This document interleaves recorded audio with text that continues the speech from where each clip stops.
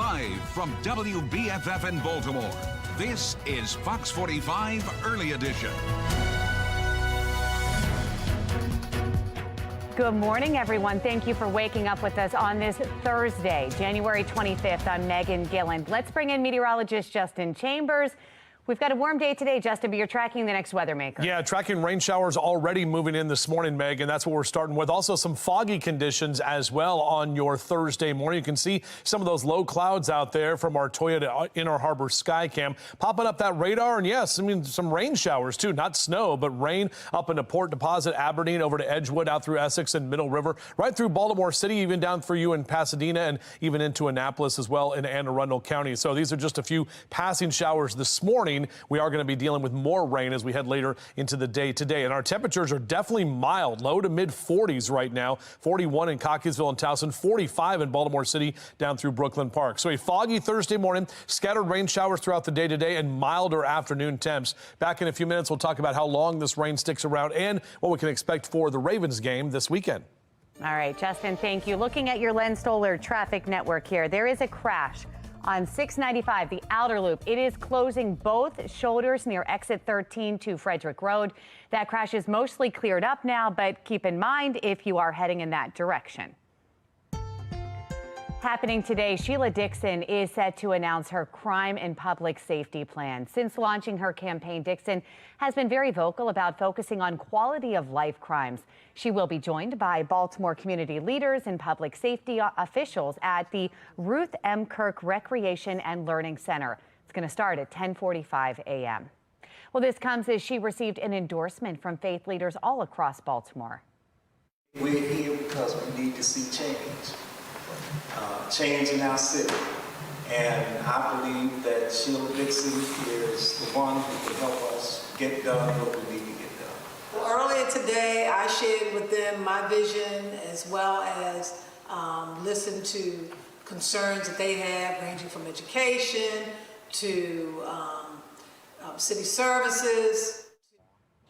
Well, with Dhruv Ignarajah now throwing his name into the mayoral race, this sets up a rematch of the 2020 Democratic primary in which Mayor Scott, Dixon, and Ignarajah were the top three vote getters. Businessman Bob Wallace is also in the mayoral race. Back in December, a poll from Lake Research Partners showed 39% support for Sheila Dixon, 31% support for Mayor Scott, and 10% support for Wallace. 15% of those voters were still undecided. Fox 45 News will closely follow this race through the primary election in May. You can find our complete coverage online at foxbaltimore.com. Well, developing this morning, Anne Arundel County Police arrest a student who they say had a gun and ammunition in his backpack at Crofton High School. Police say the investigation stems from an incident on a school bus, but the teen never took out the gun at any point. This comes as the Baltimore City Council is looking to address violence within city schools. They held a school safety hearing yesterday addressing the 15-year-old who was caught at Dunbar High School with 3 guns on campus a month ago. City Council members spoke about school safety and the placement of at-risk youth within the school system. Concerned students stood up to be heard by the council's committee. We can have more security surrounding the school, or at least by the school. I can feel more safe while I'm in school or not in school. Councilman Robert Stokes is also concerned about students who are entangled in the justice system, those under the supervision of the Department of Juvenile Services, and the safety concerns that come with that. How the students proactively tracked by DGS in the school system, and I need the DGS to answer the question also. We track not only their attendance in school, but also we're working to have them engaged in school or re-engaged in school, and also holding them accountable for lack of attendance. Baltimore City School CEO Dr. Sonia Santelises is telling Fox 45 News the guns at Dunbar were found and the suspects were caught due to what she calls the high-quality relationships between students and adults at city schools. Well, critics argue policies within the Department of Juvenile Services are contributing to a lack of consequences for young people. Secretary Vincent Schiraldi says he does not believe that young people should be in adult prison until the age of 25. He also opposes parole and probation, saying they do not rehabilitate young offenders. That young people are not just smaller versions of adults. They're not yet fully mature. Their brains are still developing. When he was director of juvenile corrections in Washington, D.C. 15 years ago, Vincent Schiraldi oversaw the opening of this new juvenile facility, a place that Schiraldi called an anti-prison. But the very day after it opened, a juvenile scaled a wall and escaped. Well, the escape prompted some pointed words from then Councilwoman Mariel Bowser, writing, "I, too, want the youth in detainment to want to aspire to something other than a life behind bars and cinder block walls. We must remember, however, that they are still inmates and must be secured." A year earlier, an investigation found Schiraldi violated 5 department policies when he brought 3 maximum security offenders to his home for a cookout. One of them escaped out of his basement door and was found 22 days later selling cocaine on the streets of D.C. His soft on crime approach has been greeted with hard realities. Before moving to Maryland, Schiraldi spent 7 months as the director of New York City's corrections system. He lied to us about violence. He was more into inmate programming instead of safety and security. It was a real debacle. Nobody thought he did a good job. Nobody can say that he improved the criminal justice system or the jails in New York City. He made them much worse, period. So far, neither Schiraldi nor the governor has replied to our questions about Schiraldi's past. Well, Fox 45 News has been looking into the issues surrounding DJS for months. You can find our complete coverage online at foxbaltimore.com. Mark your calendars to set sail into the heart of Baltimore's maritime celebration. Still ahead, the plans for Maryland's Fleet Week and a mild morning. We've got temperatures on the rise. Still ahead, we will see just how warm we get as we approach the weekend. And before we head to break, we've got to look at your Len Stoller traffic network here. And as we look around the region here, there are no major slowdowns to report here at this hour. Stay with us for the latest incidents as traffic, of course, builds up for the morning rush. It's 4:37 now, and you're watching Fox 45 Early Edition, all local, all morning.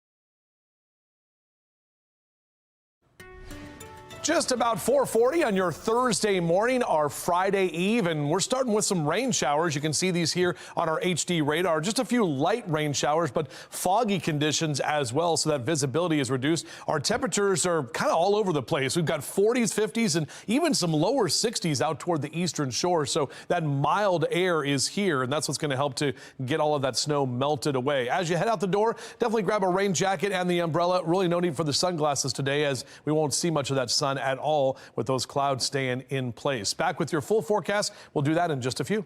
All right, Justin, thank you. Looking ahead this morning, Baltimore city officials unveil exciting plans for this year's Maryland Fleet Week. That event honors service members who serve both at sea and in the air. And it offers the opportunity for the public to board the naval ships and see how sailors work. There will also be flyovers in different locations, plus maritime and aviation STEM activities and educational programs, encouraging youth to explore different careers. Along with the ship tours, festivals, entertainment, and flyovers, this week-long family-friendly event spotlights STEM education for our students, showcases military careers, and features Baltimore's lasting maritime legacy. Fleet Week is June 12th through the 18th. For more information on the different events, you can head to foxbaltimore.com. The Ravens return to practice as they prepare to host their first AFC Championship game, the final steps before they take on the Kansas City Chiefs. So you thought the awful sinuses and the sore throat and the body aches were bad? Wait till you hear what flu and COVID-19 can do to the heart. I'm Liz Bonus. The early warning signs and what we need to know. It is. But first, here's what's ahead this morning on the National Desk.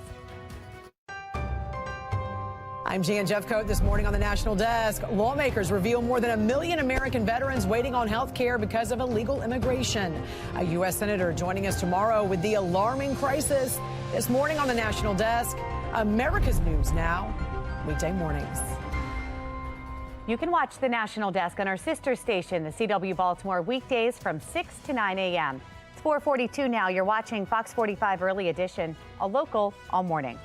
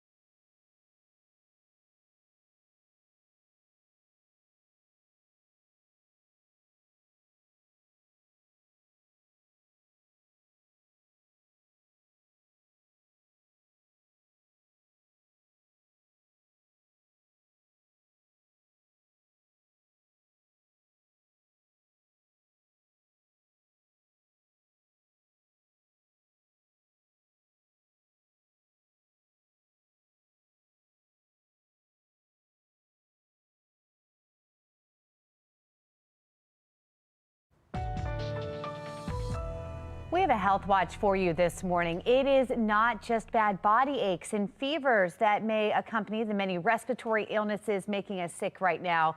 As medical reporter Liz Bonus explains, it could also lead to some potentially life-threatening complications. Hey there, hello to you. The vaccines against COVID-19, the flu, and other viruses may not just keep you from sinus troubles. If you get one of these nasty respiratory infections or viruses, heart specialists now say they could also reduce the risk for heart problems. Some pretty serious heart troubles that even years ago seemed to be connected to the respiratory illness season. Even as early as 1930, people noticed that during flu season there were more heart attacks happening. Preventive cardiologist Dr. Konstantin German of Ohio's TriHealth Heart Institute says more recent heart research shows it's likely due to two things. The first is the inflammatory process in the body when you're sick. It can cause plaque in the heart to rupture.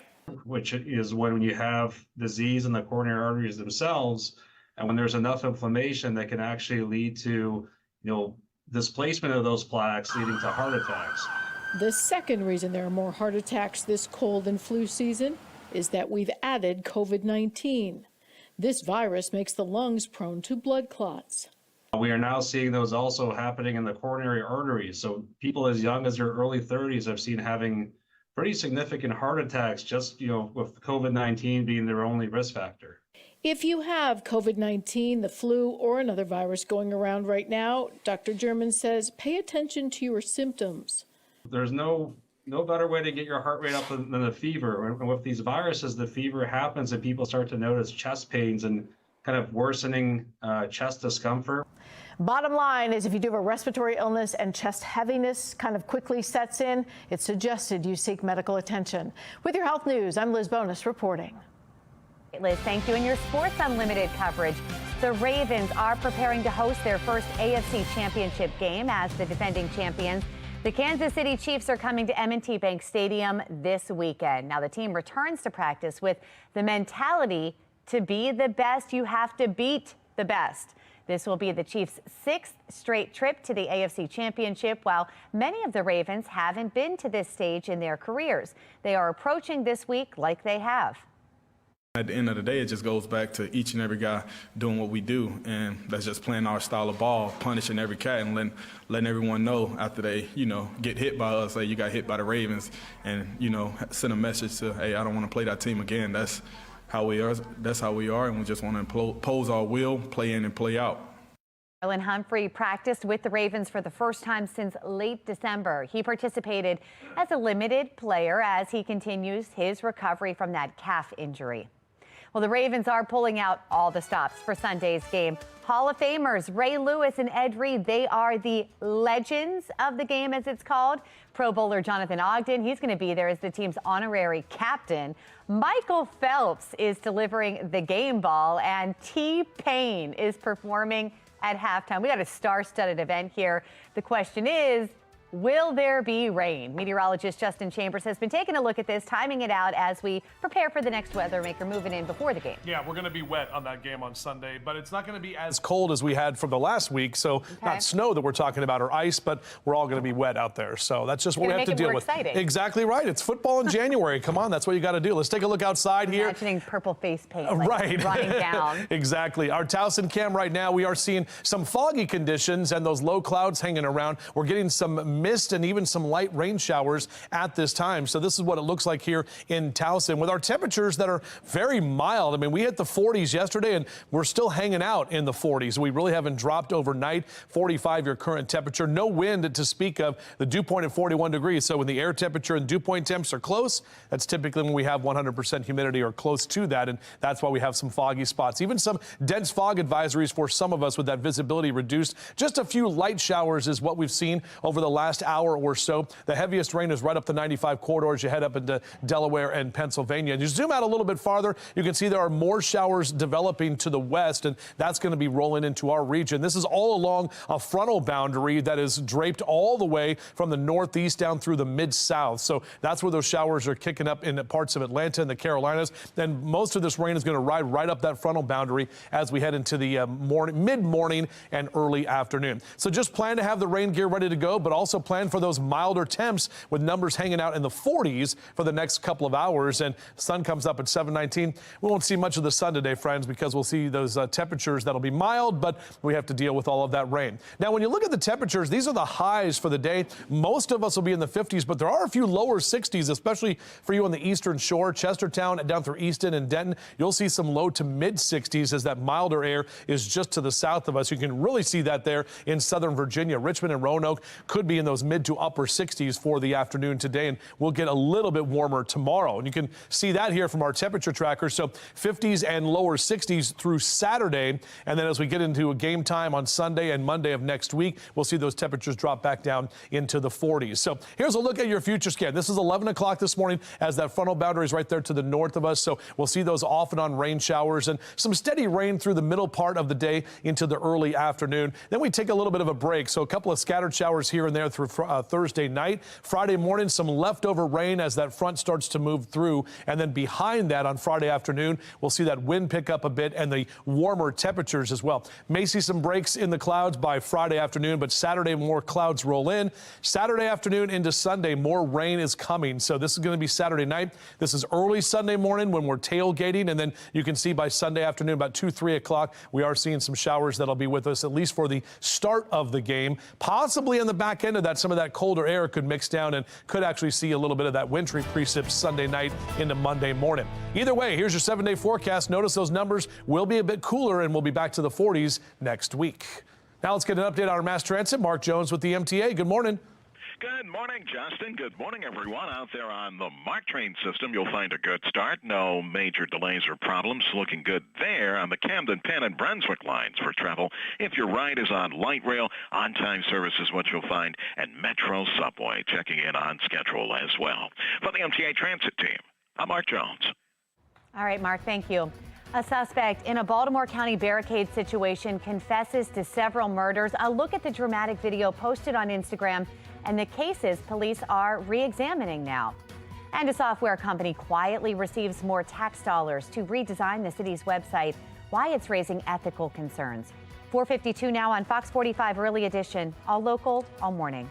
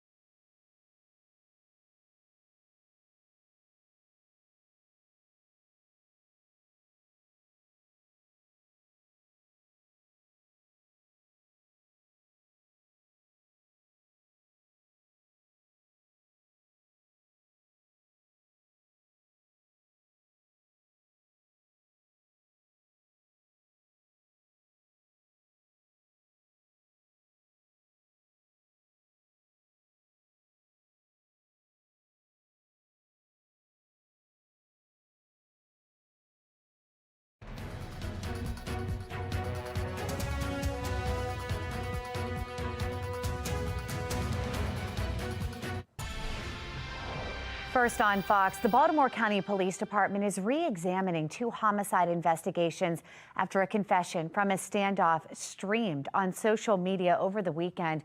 Vincent Hill takes us through the connection in a story that you're seeing first on Fox. So it started out as a hostage standoff and ended with Baltimore County Police taking a new look at 2 very old cases. A standoff in Baltimore County, live streamed on Instagram. Do whatever y'all gonna do. Y'all gonna die. Listen, no, I'm not gonna open the door. And if you come and try to use force at the door, I'm going to shoot. Police say the man behind the camera, 31-year-old Antonio Hart. Get me a hostage negotiator here now. But that was just the start of what was to come. Yeah, I'm dying today. I can't take it no more. Hart confessing to several homicides, including the unsolved homicide of 18-year-old Tyran Deshaun Smoot. Yeah, Tyran, I killed him too, 2011. And the murder of 16-year-old Daquan Burks. Sterling Matthews, 17 at the time, now serving a 115-year sentence in that case. I had that Glock 17, and that 25 caliber that night that killed Daquan. I did that 2010, Halloween, pen raising mask. Boy, Sterling ain't do that. I love you, woo baby, but he ain't do that. Big Rambo did that. According to Baltimore County Police, we take anything like that very seriously. Those old cases now getting a second look. Yes, our homicide detectives are currently investigating the comments that were made by the individual during the standoff. But what exactly does that mean for the investigation?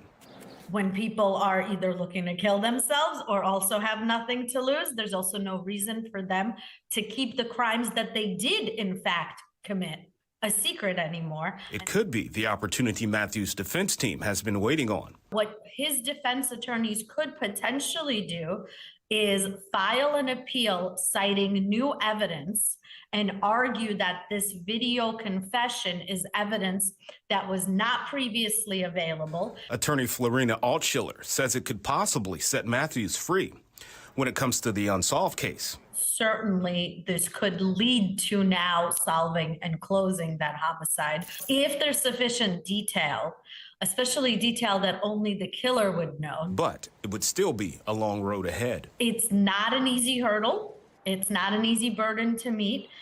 And according to Baltimore County State's Attorney Scott Schellenberg, Matthews has already filed a post-conviction challenge to his conviction. And of course, these new confessions could possibly help in that case. Now, as far as that unsolved murder, witnesses told Baltimore County Police back in 2011 that a black male was seen leaving the scene.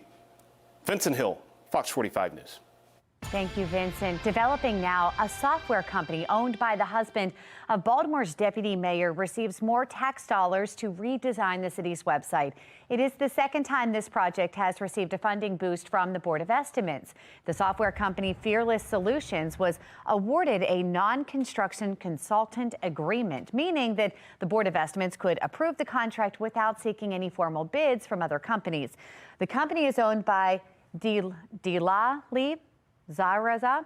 He's the husband of Baltimore's deputy mayor and one of Mayor Scott's longtime campaign contributors.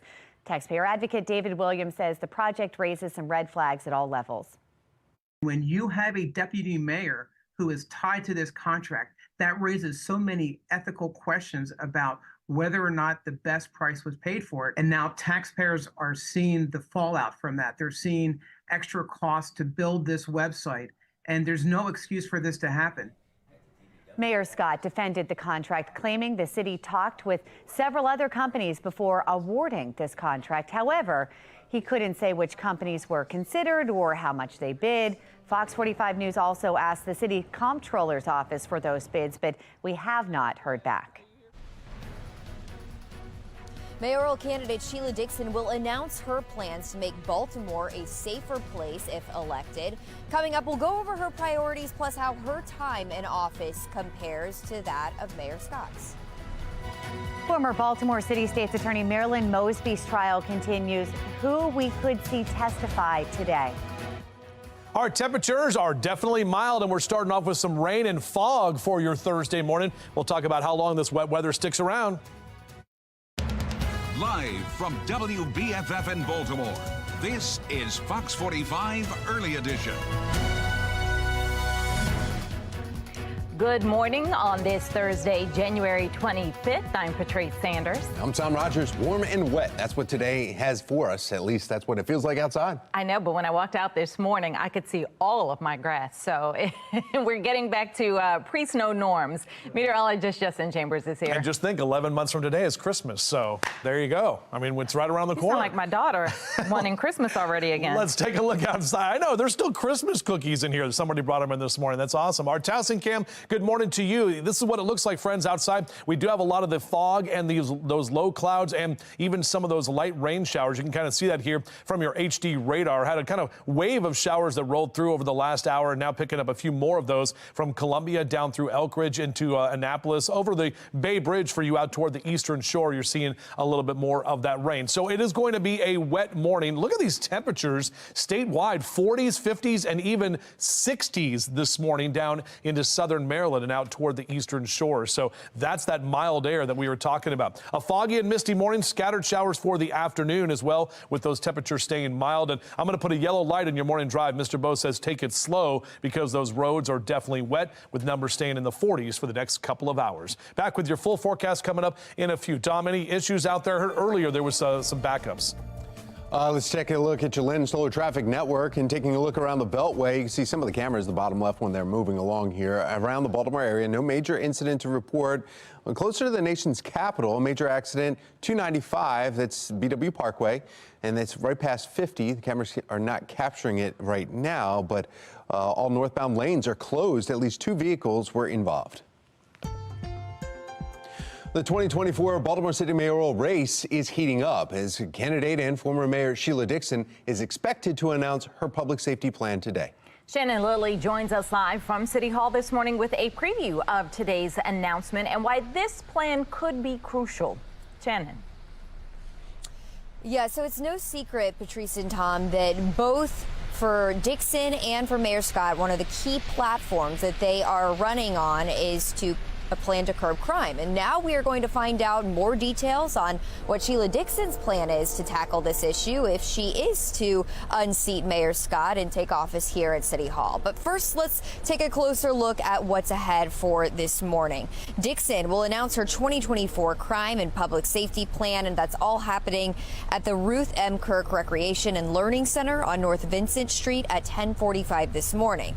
Now, Dixon has long been vocal about the problems that she believes need to be addressed in the city pertaining to crime. And she believes it's not just murders and shootings that need attention in the city, but the quality of life crimes as well. Not just juvenile crimes, but with car thefts and carjackings. It's gotten out of control, and we've waited so long before we started dealing with this sooner, which we should have when we saw a trend. When we saw 5 cars being stolen or 5 carjacks, we should have gotten on it and figured out what we needed to do to stop it. People are afraid.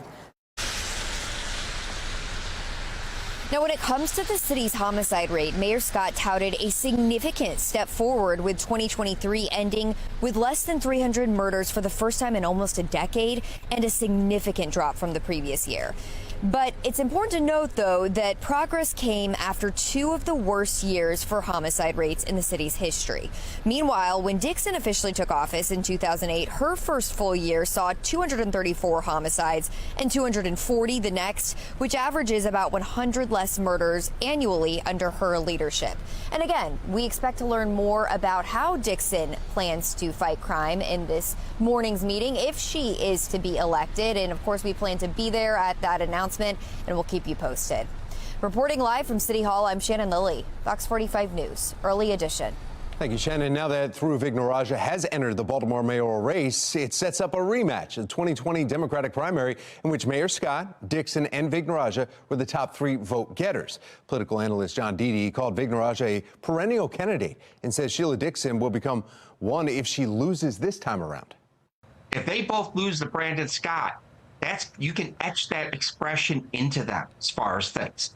I think when you've run so many races and you're running again and again and again, after a while people say, you've already tried this. I think you need to find something else to do with your life.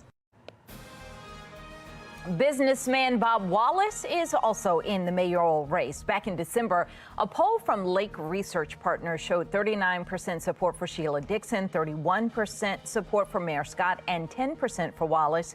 15% of those voters were still undecided. Fox 45 News will closely follow this race through the primary election in May. You can find our complete coverage online at foxbaltimore.com. Also happening today, the former Baltimore City State's Attorney Marilyn Mosby's ex could testify in court at her federal trial. City Council President Nick Mosby was in court yesterday and was expected to testify, but the judge ended proceedings before he got the chance. Yesterday, the defense filed a motion to dismiss the case, arguing the charges should have been filed in Florida because that's where Mosby bought the 2 vacation homes at the center of this case. Prosecutors argue Mosby lied about a tax lien on her Baltimore residence on the mortgage applications for those homes. The judge did not rule on that motion. Instead, Judge Grigsby adjourned the court early yesterday afternoon after briefly sealing the courtroom without reason, even though the defense had witnesses ready to go. You can follow along with our full coverage on the Mosby federal trial right now at foxbaltimore.com. Developing this morning, Anne Arundel County Police arrest a student who they say had a gun and ammunition in his backpack at Crofton High School. Police say the investigation stems from an incident on a school bus, but the teen never took the gun out at any point. This comes as Baltimore City Council is looking to address violence within city schools. For months, parents have told Fox 45 News that they're frustrated with the lack of consequences for young people. Why will we tell children that they're, commit these crimes and you'll be fine? There is no charges. There are no charges. I've talked to parents who are afraid to send their kids to school because their classmates are carjacking and carrying guns. We'll have more on the City Council meeting coming up at 5:30, but critics argue policies within the Department of Juvenile Services are contributing to a lack of consequences for young people. Secretary Vincent Schiraldi says he doesn't believe young people should be in adult prison until the age of 25. He also opposes parole and probation, saying they don't rehabilitate young offenders. That young people are not just smaller versions of adults. They're not yet fully mature. Their brains are still developing. When he was director of juvenile corrections in Washington, D.C. 15 years ago, Vincent Schiraldi oversaw the opening of the new juvenile facility, a place Schiraldi called an anti-prison. But the next day after it opened, a juvenile scaled a wall and escaped. The escape prompted some pointed words from then Councilwoman Muriel Bowser, writing, quote, "I too want the youth in detainment to aspire to something other than a life behind bars and cinder block walls. We must remember, however, that they are still inmates and must be secured." A year earlier, an investigation found Schiraldi violated 5 department policies when he brought 3 maximum security offenders to his home for a cookout. One of them escaped out of his basement door and was found 22 days later selling cocaine on the streets of D.C. His soft-on-crime approach has been greeted with hard realities. Before moving to Maryland, Schiraldi spent 7 months as director of New York's corrections system. He lied to us about violence. He was more into inmate programming instead of safety and security. It was a real debacle. Nobody thought he did a good job. Nobody can say that he improved the criminal justice system or the jails in New York City. He made them much worse, period. So far, neither Schiraldi nor the governor have replied to our questions about Schiraldi's past. There are new details this morning surrounding the Safe Streets program. Topping our next half hour, the documents that reveal the ties between a Safe Streets employee and a notorious gang. Mild temperatures this morning, not only here, but around the region as that warmer air is headed our way. We'll talk about how much rain we're expecting today and what we can expect for the Ravens Championship Sunday.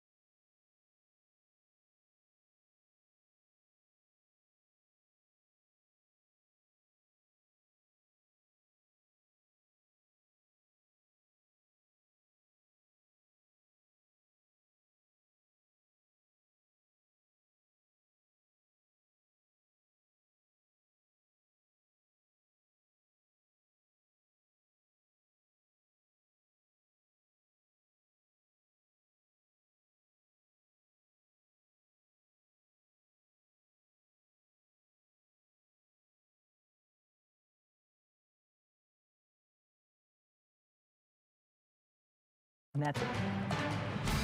We have breaking news this morning. Getting word North Korea reportedly tested a new cruise missile, now putting Washington and our allies on high alert. Let's get right over to Megan Gillen in our live center with what we're learning at this hour. Megan. Here's what we know, guys. Taking you live to Seoul, South Korea this morning, where military officials there say they just detected those missiles crashing into the waters off its western coast.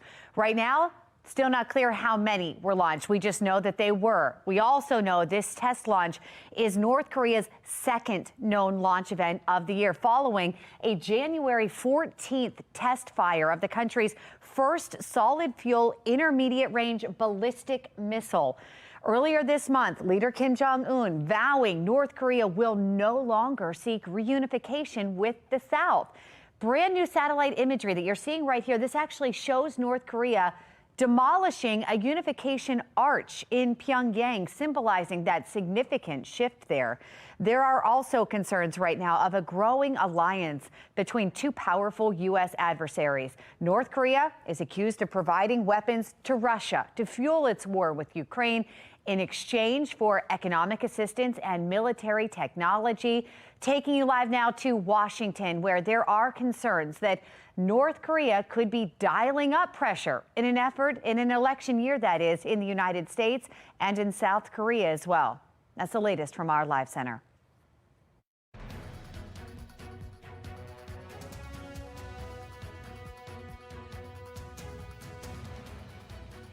Governor Wes Moore now joining the push to find a solution to the migrant crisis, the demands he and other governors sent to the president.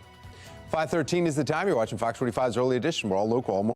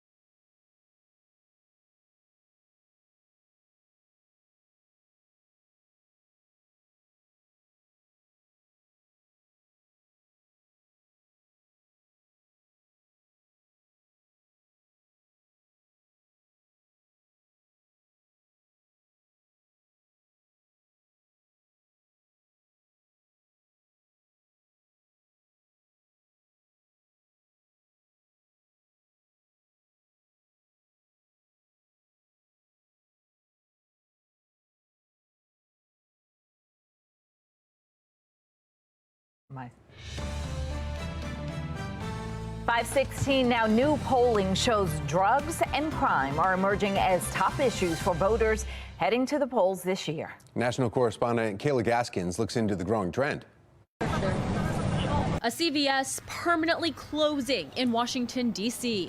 It's bad that it's shutting down, man. You know what I'm saying? Because a lot of our medicine that I'm getting from me and my son, that we can't even get out of there. In-N-Out Burger getting all the way out of Oakland, California. Crime cited as the reason for both. Drug issues rising nationwide as well. In 2023, the DEA seized enough fentanyl pills to kill every American. The amount of drugs that continue to destroy American lives has to stop.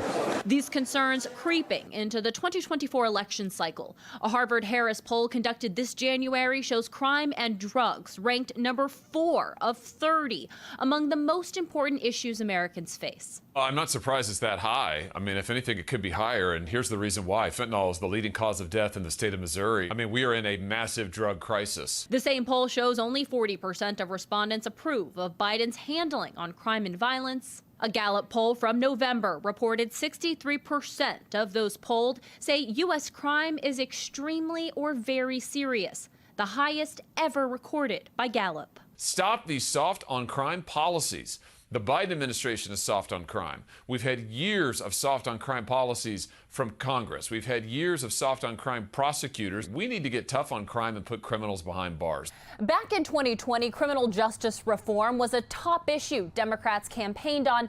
This election cycle, it's very different. Many candidates on the left, including President Joe Biden, are either quiet on the issue or taking a tougher on crime stance.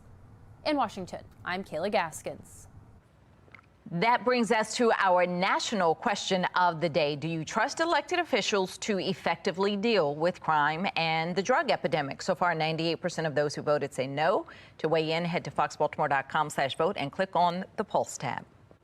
Governor Wes Moore joining 8 other governors in sending a letter to President Biden calling on him to address the humanitarian crisis caused by the migrant issues. The letter states, with the continued arrival of people seeking asylum and requiring assistance, there needs to be more congressional action to meet those needs. The letter claims this crisis is straining local resources, and they're asking Congress to come to an agreement on legislation that includes more funding and a commitment to modernize the immigration system. Earlier this week, we asked if you approve of the Biden administration's handling of the crisis at the border. Viewers in more than 70 cities responding, 94% say they disapprove.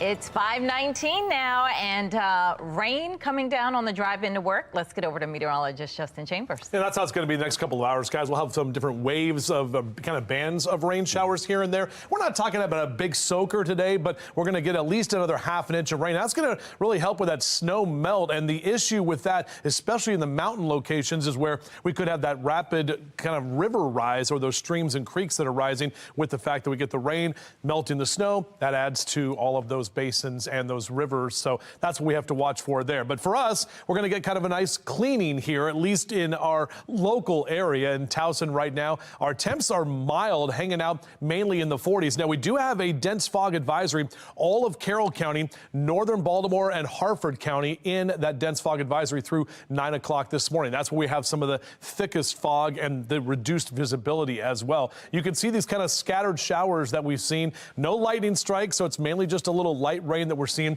We'll zoom out just a little bit farther and show you where some more of those showers are developing just to the south and to the west of us. So right through D.C., if you're heading down to the district this morning, probably going to run into some more of those showers, at least this hour. But it will be kind of off and on rain for the next couple of hours. And it's all along this frontal boundary that's kind of hanging out right here. There's a cold front to the north, but the warmer air to the south is sort of moving in, and that's why our temperatures are so mild. This is a look at our hourly future scan. So as I mentioned, 7 o'clock this morning, another round of those rain showers up and down the 95 and 83 corridor. So it's going to be a wet commute this morning. Notice as we take you through midday, we get a break in the rain, but those clouds are hanging around, and the low clouds as well, even though it will be mild. As we get to about 1, 2 o'clock this afternoon, a couple of more scattered showers develop. Another break for this evening, but about 7, 8 o'clock tonight, we'll have that last round of rain that's going to be moving through, and that wind is going to shift and be more northerly as we change things up and get the cooler air coming back in. But for all in all, our temperatures will be very mild. We're hanging out in the 40s for most of the morning. Beep, beep, as those kids head out to the bus stop. Make sure they have the rain gear ready to go. Temps are going to climb to the mid-50s for the afternoon later today, and those numbers are going to be well above average for this time of year. Now, depending on where you live, you'll see those temperatures that will be kind of all over the place. A lot of low to mid-50s across Carroll and Baltimore counties for your high temperatures today. Typically, we're in the lower 40s this time of year. Howard and Arundel counties, you'll also see those mid-50s, and the further south and east you go, that's where we're actually going to see some temperatures that could reach the 60s today. today. Now, a lot of us will get into the lower 60s tomorrow. Those numbers are coming down a bit. Remember yesterday in the last few days, we talked about upper 60s tomorrow. It'll be more in the lower 60s on Friday. And notice on Saturday, those temperatures come back down into the upper 50s. Those 40s return by the time we head to the weekend. And it does look like we're going to see rain for that Ravens game for sure on Sunday morning and possibly even during the game on Sunday afternoon. It'll be kind of a cold rain too, with highs that will only be in the upper 40s. Notice those 40s continue through the early part of next week before we get back to about 50 on Wednesday. Now let's get an update on mass transit. Mark Jones with the MTA. I think a lot of people will be on that light rail on Sunday, Mark, heading to that game, right? You know it, yes. Yes, indeed. And it's a good choice for getting there. Don't have to deal with the parking at all. Light rail is your ride for the game. Out there right now, Justin, you'll find a marked train with a delay. It's Penn Train 403 that's operating with about a 5-minute delay for the start. The other trains and lines up marked look good for travel. Out there on light rail, you'll find on-time service from end to end, no delays or problems. And Metro Subway looking good between Owings Mills and Hopkins Station for the commute start. For the MTA Transit Team, I'm Mark Jones. Thank you, Mark. City Council members shining a spotlight on public school safety after a student is found with 3 guns at Dunbar High School. The link that may have stopped the student before anything could have happened. Lawmakers in Annapolis want to bring more speed cameras to Baltimore County roads. How much they expect you to pay if you pass the speed limit. 523, you're watching Fox 45 Early Edition, all local, all morning.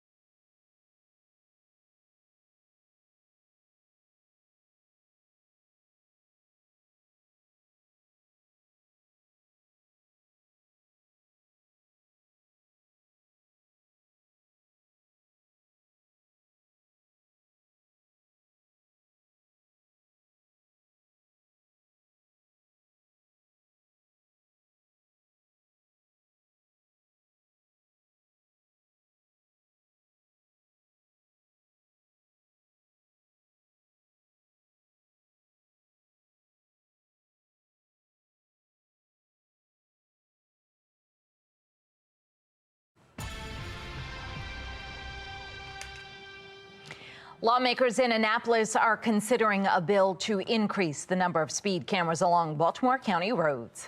They carry $40 fines for anyone going more than 12 miles over the posted speed limit. Lawmakers are debating whether to give local government the authority to put even more cameras in more places across the county.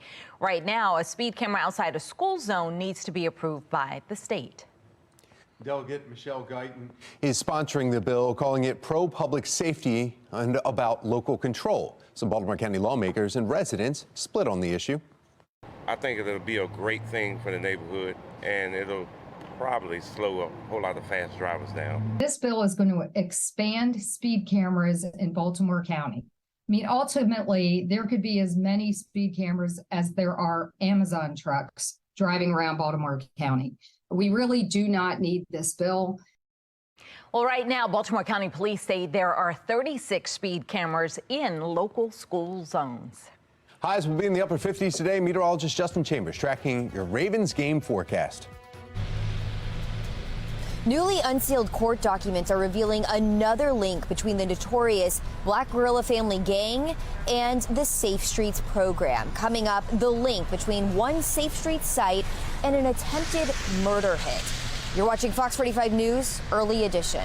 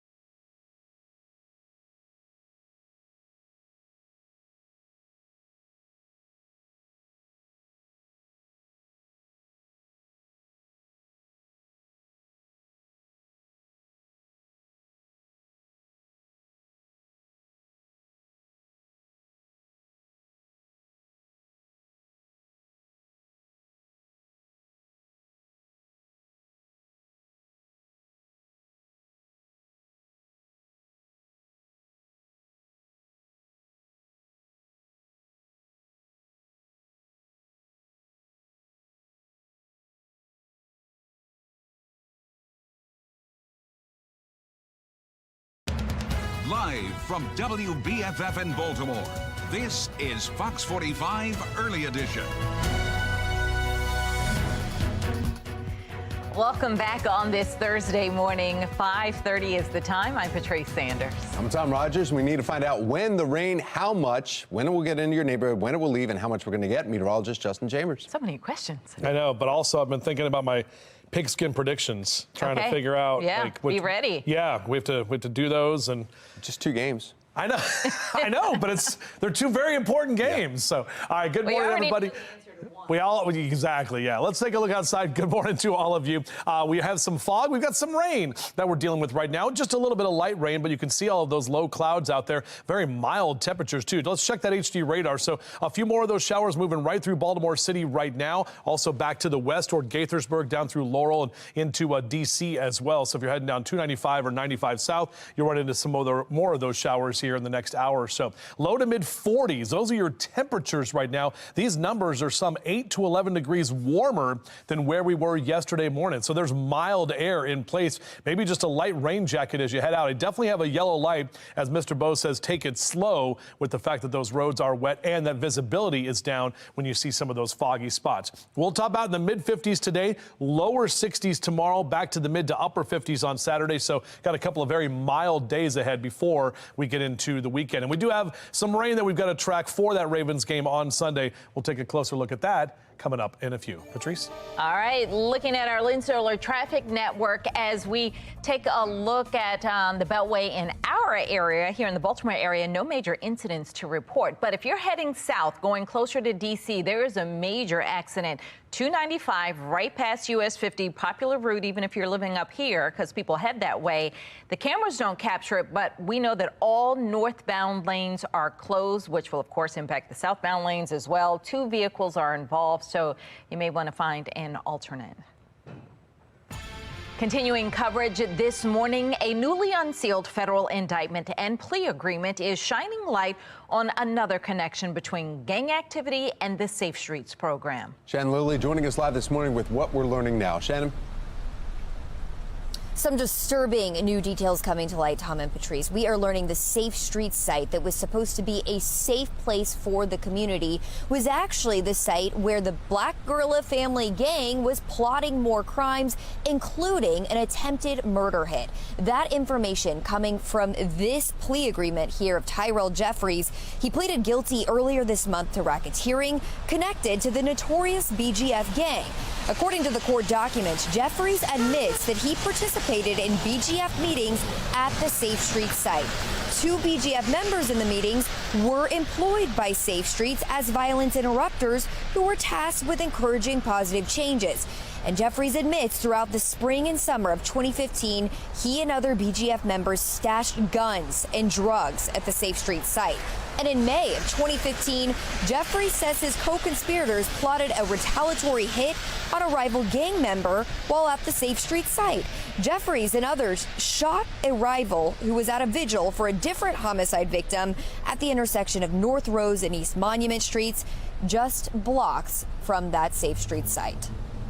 Can you definitively say that similar things are not happening at other Safe Streets locations in the city? What I can say is that anytime that we find anybody being involved in criminal activity, Mackenzie, we remove those people and turn those over to the other parts of the justice system. I said to you 1,000 times, I don't care if those things are being had at the DBW office, if they're being plotted out in the basement of FOX45 TV, wherever they're being plotted out, our folks are working to find those people and remove them and working with our law enforcement partners, as was the case in this case. But yes or no, can you definitively say that that's not happening? What I can tell you again is that when we know people are committing criminal acts, my police department arrests them.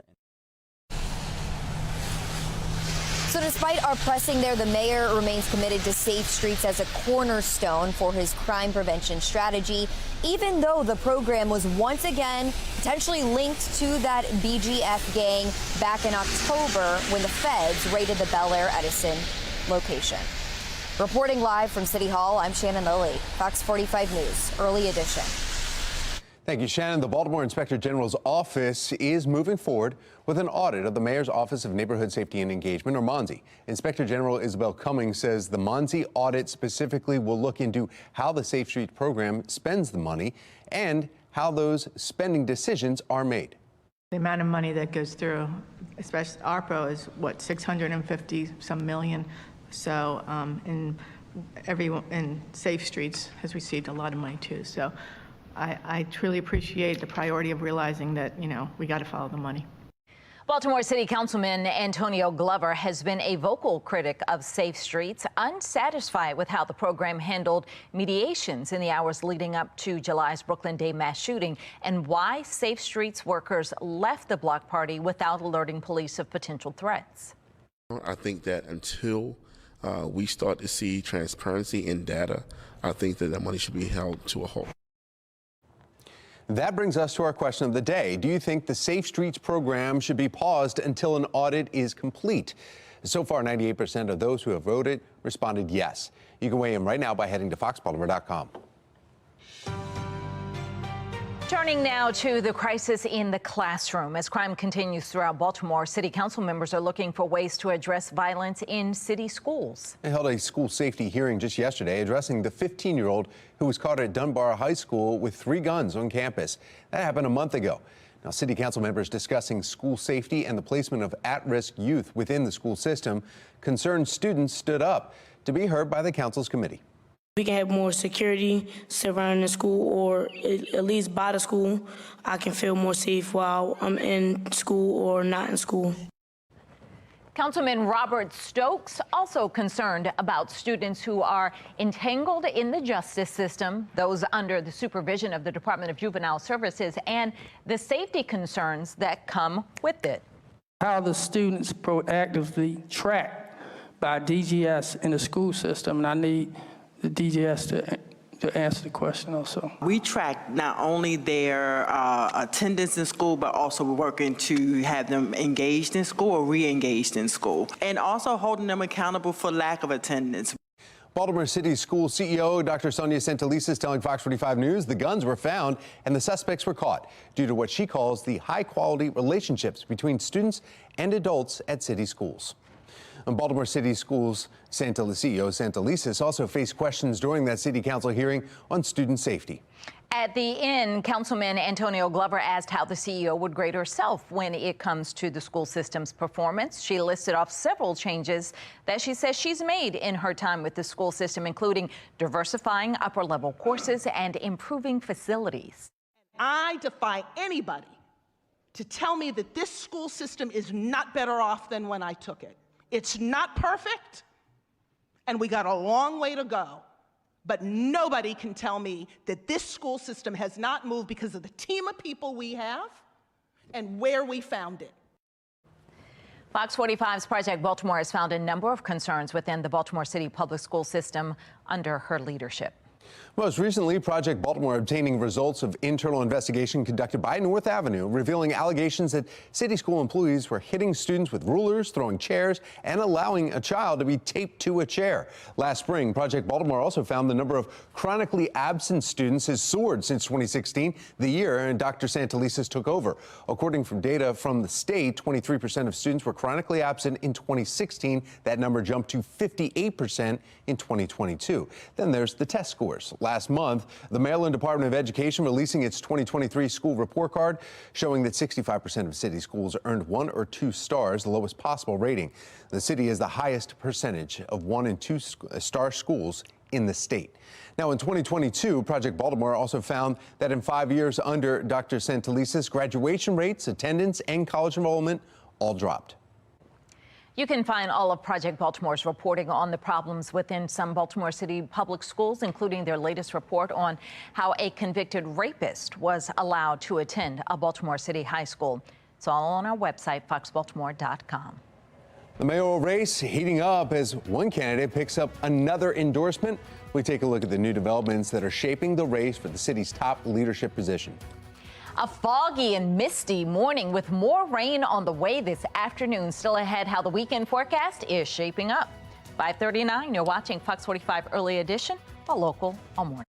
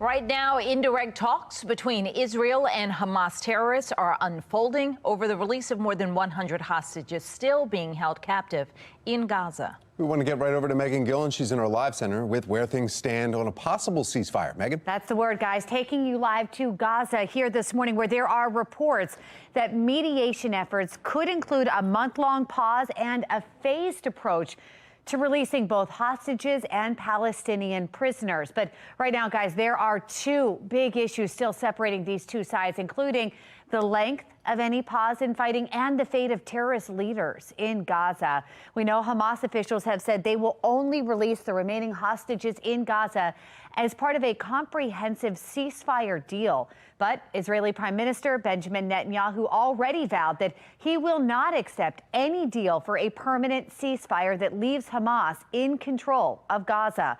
Taking you live now to the White House, where the Biden administration says their hope is that both the Palestinian Authority and Israel will be included in a future Palestinian state. We're keeping an eye on those ceasefire talks in Gaza here. We'll keep you posted right here from our live center. Tom? Thank you, Megan. The Ravens return to practice as they're preparing to host their first AFC Championship game, the final steps before they take on Kansas City Chiefs.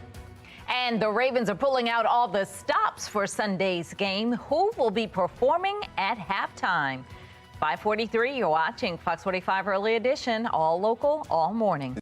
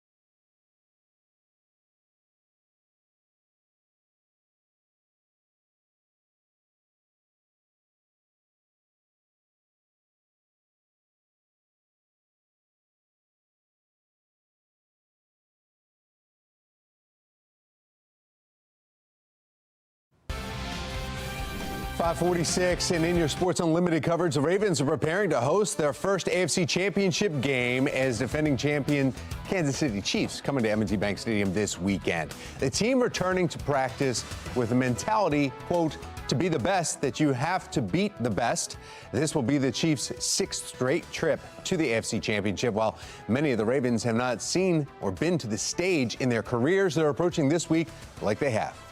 At the end of the day, it just goes back to each and every guy doing what we do, and that's just playing our style of ball, punishing every cat and letting everyone know after they, get hit by us, like you got hit by the Ravens, and, send a message to, hey, I don't want to play that team again. That's how we are. That's how we are, and we just want to impose our will, play in and play out. Well, the excitement is building. The Ravens pulling out all the stops for Sunday's game. Hall of Famers Ray Lewis and Ed Reed are the legends of the game. Pro Bowler Jonathan Ogden will be the team's honorary captain. Michael Phelps delivering the game ball. And T-Pain is performing at halftime. So if you're going to the game, you're going to want to be there and in your seats early because a lot of that stuff happens prior to the game. Good stuff. I threw out the first pitch on August 27th. They could have asked me to deliver the game ball because, remember, I mean, the O's won the AL East, so. You and Michael Phelps are right there. Yeah. Didn't he just have another kid, too? I think I heard he had another. I think someone said he has 4 now. Yeah, I think he's up to 4. So he's busy. Very busy, yes, exactly. But let me just tell you, everybody, rain. Yeah, so T-Pain bringing the rain. Buy you a drink, all those great songs. And we were doing in the commercial break, we all like, didn't he win the Masked Singer? And yeah, he was the first winner of the Masked Singer right here on Fox 45. So that's our connection to Mr. Payne. Mr. Payne, party of 2. How do they do that in restaurants?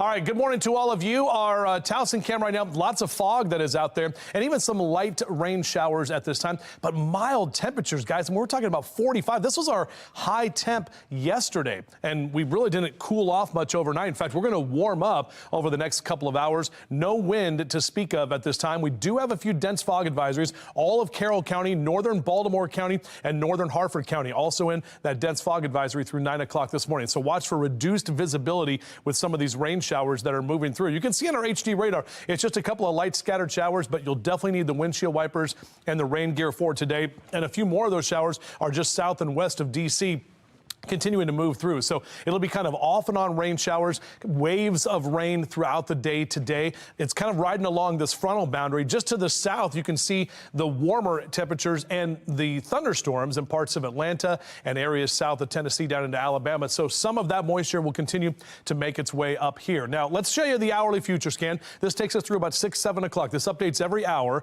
So we'll have kind of the scattered showers here, those little green blobs. Mid part of the day today, we'll get a break from the rain, but then expect more of those showers to develop off and on through the afternoon. Most of the afternoon will be dry, but about 6, 7 o'clock tonight will be that last round of more of those moderate rain showers that stay with us through the late night hours and will continue to help melt a lot of that snow. In terms of rainfall totals, I'd say close to an inch for some of us, but maybe overall a ½ inch for the most regions here in central Maryland, maybe an inch or so or more there in Chestertown and down through Stevensville on the eastern shore. So a pretty decent good rain that we'll need to kind of clean everything out from that winter weather we had last week. Temps in the mid 40s for the next couple of hours as you rise and shine with us. Maybe a iced beverage this morning because these temperatures are going to climb today to the low and mid 50s for most of us. Westminster, Bel Air, Cockeysville in the mid 50s, upper 50s, and even some lower 60s possible for you on the eastern shore.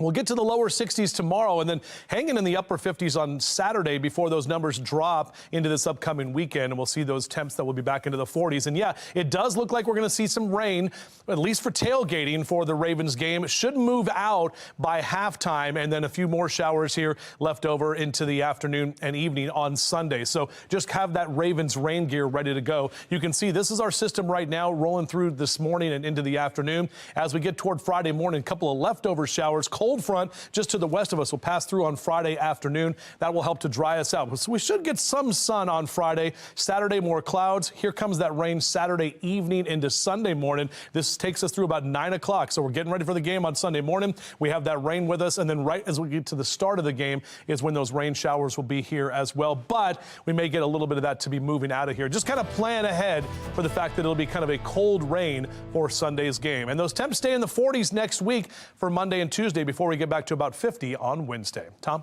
All right, thank you, Justin. Taking a look now at your Lynn Solar Traffic Network here.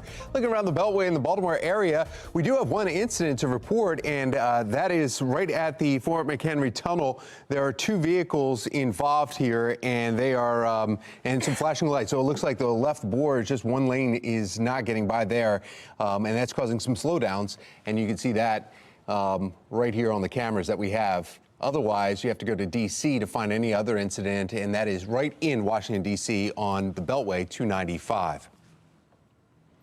Now we want to get a check of your mass transit. We have Mark Jones in the MTA. Good morning, Mark. Good morning, Tom. Good morning, everyone. Out there on the MARC train system, we've got Penn Train 511 and Camden Train 843 operating with 5-minute delays. The other trains of MARC look good for the commute start. If your ride is on Metro, expect about a 15-minute delay in both directions between Owings Mills and Hopkins Station, and light rail showing no delays or difficulties on time from end to end. For the MTA Transit team, I'm Mark Jones. Republican presidential candidate Nikki Haley says she's not going anywhere. I'm Atra El-Nashar with what the map and the math say about her odds after losing in New Hampshire.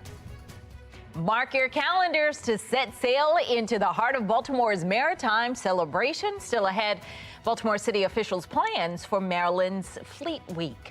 5:52, you're watching Fox 45 Early Edition, all local, all morning.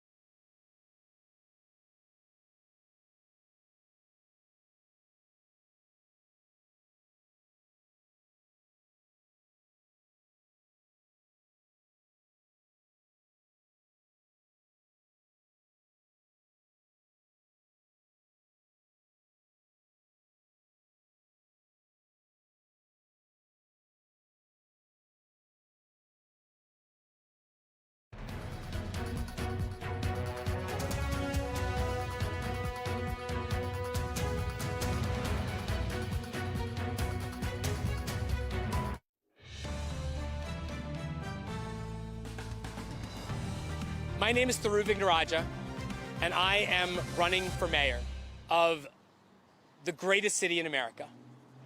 I truly do not know of another city in this country where there is a greater distance between where we are and where we could be. In your election 2024 coverage, former federal prosecutor Thiru Vignaraja says he is running for mayor again. Vignaraja is often critical of city leadership. He was equally critical of the candidates running for mayor. Vignaraja has run for mayor before. He's also unsuccessfully run for city state's attorney twice. Vignaraja now joins Mayor Brandon Scott, former Mayor Sheila Dixon, teacher Wendy Boesel, and businessman Bob Wallace in the race to be Baltimore's next mayor. Now, on the national level, presidential candidate Nikki Haley insists she is staying in the Republican primary even after losing by double digits to former President Trump in New Hampshire. Her home state of South Carolina is the competitive primary, but that isn't for another month. Sinclair national correspondent Atra El-Nashar reports. Former President Donald Trump pulling off a decisive victory in the New Hampshire primary, 11 points ahead of former South Carolina Governor Nikki Haley. This is a fantastic state. Just 8 days after his victory in Iowa that was so decisive, all but one of his opponents dropped out of the race. Trump appearing irritated Haley didn't do the same Tuesday night. I said, what's she doing? We won. Even the Biden-Harris campaign weighed in a statement saying it is now clear that Donald Trump will be the Republican nominee. But Haley says the race is far from over. New Hampshire is first in the nation. It is not the last in the nation. Next month, voters in Nevada and South Carolina will have their say. But because of GOP party rules, Haley is not eligible to earn delegates in Nevada. In her home state, former President Trump is way ahead of her in the polls, and the winner there will take home all 50 delegates for that state. Soon after, March 5th, that brings us to Super Tuesday. 874 delegates that night will be up for grabs across more than a dozen states, and a lot of them are winner take all, like California. That is a huge prize. 169 delegates up for grabs there. Texas, also a really big one, 161 delegates. And the more former President Trump is winning in these states, especially winner-take-all states, the closer he's getting to the 1,215 delegates needed to secure the GOP presidential nomination. But still, Haley is insisting that she's the only Republican who can defeat President Biden in a general election. Now, out with this ad in South Carolina. A rematch no one wants. There's a better choice for a better America. Her story started right here. It's an uphill battle for Haley that's getting steeper as members of her party line up behind Trump. In a break from protocol, RNC Chair Ronna McDaniel says this. I'm looking at the math and the path going forward, and I don't see it for Nikki Haley. But as she has since day one, Haley insists she's being underestimated. In Washington, I'm Atrell Nashar reporting. Mayoral candidate Sheila Dixon today will announce her plans to make Baltimore a safer place if elected. Coming up, a look at her priorities and how her time in office compares to Mayor Scott's. I wouldn't wish what we have gone through on my worst enemy. Parents not being told a convicted rapist is sitting in class with their child.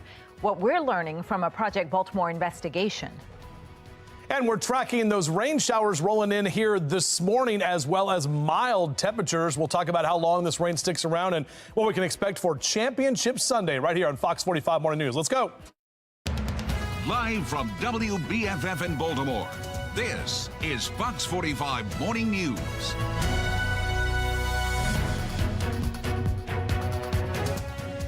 Good morning on this Thursday, January 25th. I'm Patrice Sanders. I'm Tom Rogers. And the rain, yeah, make sure you grab that umbrella or a poncho before you head out to the school bus.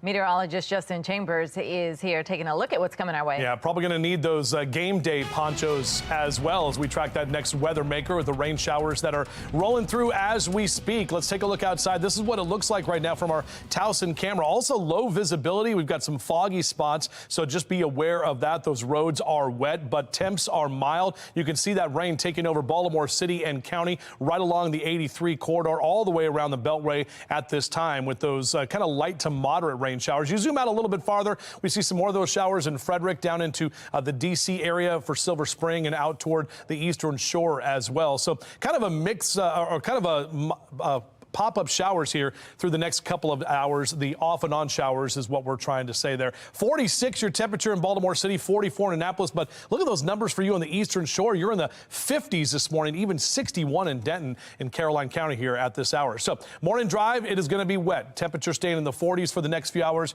Just be aware of that and take it slow. Back with your full forecast. We'll do that in just a few minutes from right now. The 2024 Baltimore City mayoral race is heating up as candidate and former Mayor Sheila Dixon is expected to announce her public safety plan today. Shannon Lilly is joining us live from City Hall this morning with a preview of today's announcement and why this plan could be crucial. Shannon? Well, it's no secret, Tom and Patrice, that one of the key platforms that both Dixon and Mayor Scott are running on is a promise to curb crime. And now this morning, we expect to learn more about Dixon's plan to curb this issue if she is to unseat Mayor Scott and take office here at City Hall. But first, let's get a closer look at what's in store for this morning. Dixon will announce her 2024 Crime and Public Safety Plan, and that is happening at the Ruth M. Kirk Recreation and Learning Center on North Vincent Street at 10:45. Dixon has long been vocal about the problems that she believes need to be addressed in the city pertaining to crime.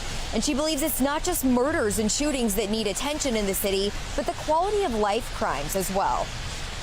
Not just juvenile crimes, but with car thefts and carjackings.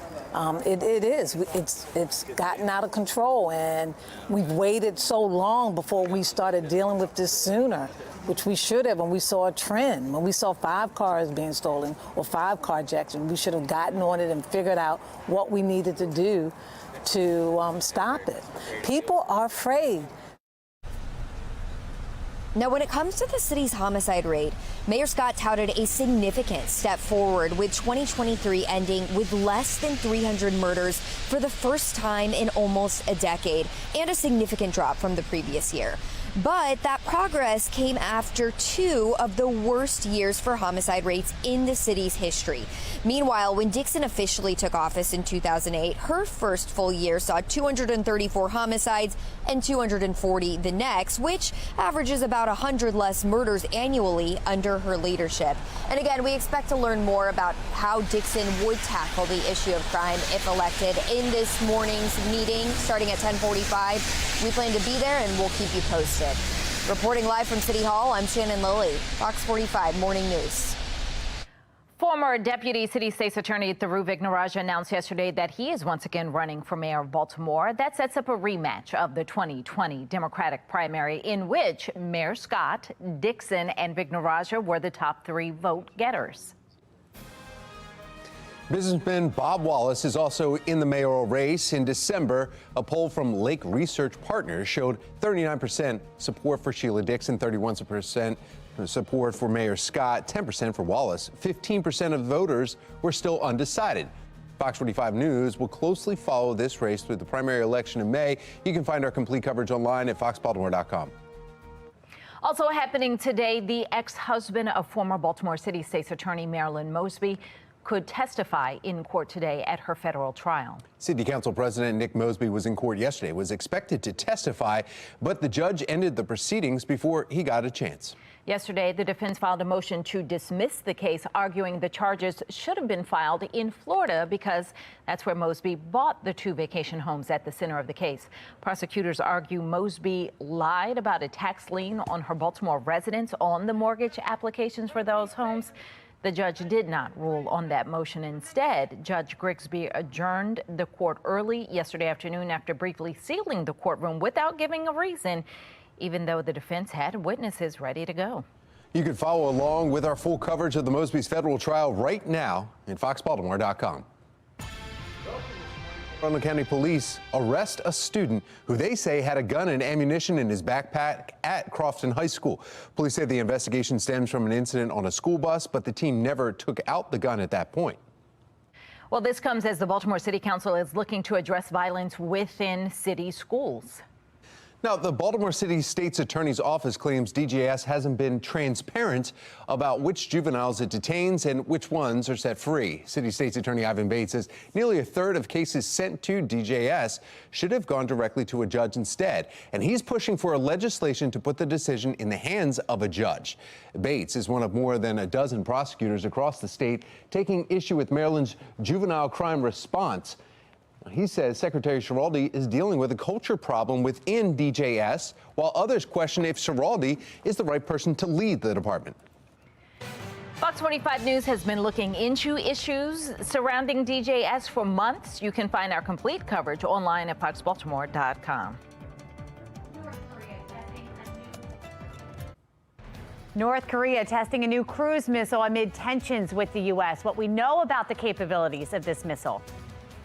New documents raise more controversy surrounding safe streets. In our next half hour, how one location could have been used for gang activity. Well, last week at this time, we were tracking snow showers. We've got temps in the 40s, 50s, and 60s right now across the old line state. We'll take a closer look at what we can expect later today and when this rain moves out as well. Before we head to break, we want to take a look at your Lynn Solar Traffic Network, and there are two incidents. You see the flashing lights on the bottom right there. One, 695's outer loop right past 15. Unknown how many vehicles are involved, but multiple outer loop lanes are closed. And then at the Fort McHenry Tunnel, two-vehicle accident has one closed southbound lanes. That's causing some delays if you're heading southbound. You're watching Fox 45 Morning News. We are all local all morning.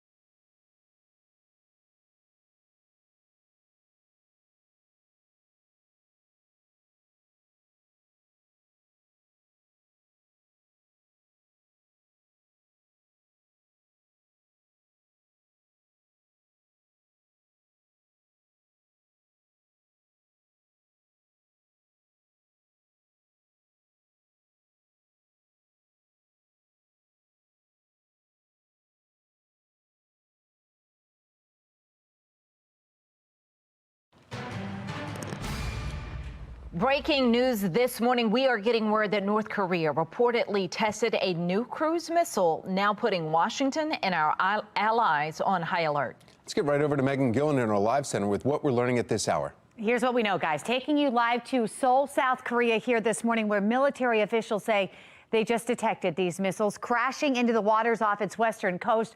Right now, it's not clear how many launched, but some important information we just got. Local media says these missiles are still in the development phase. They do not pose a threat to neighbors at this point.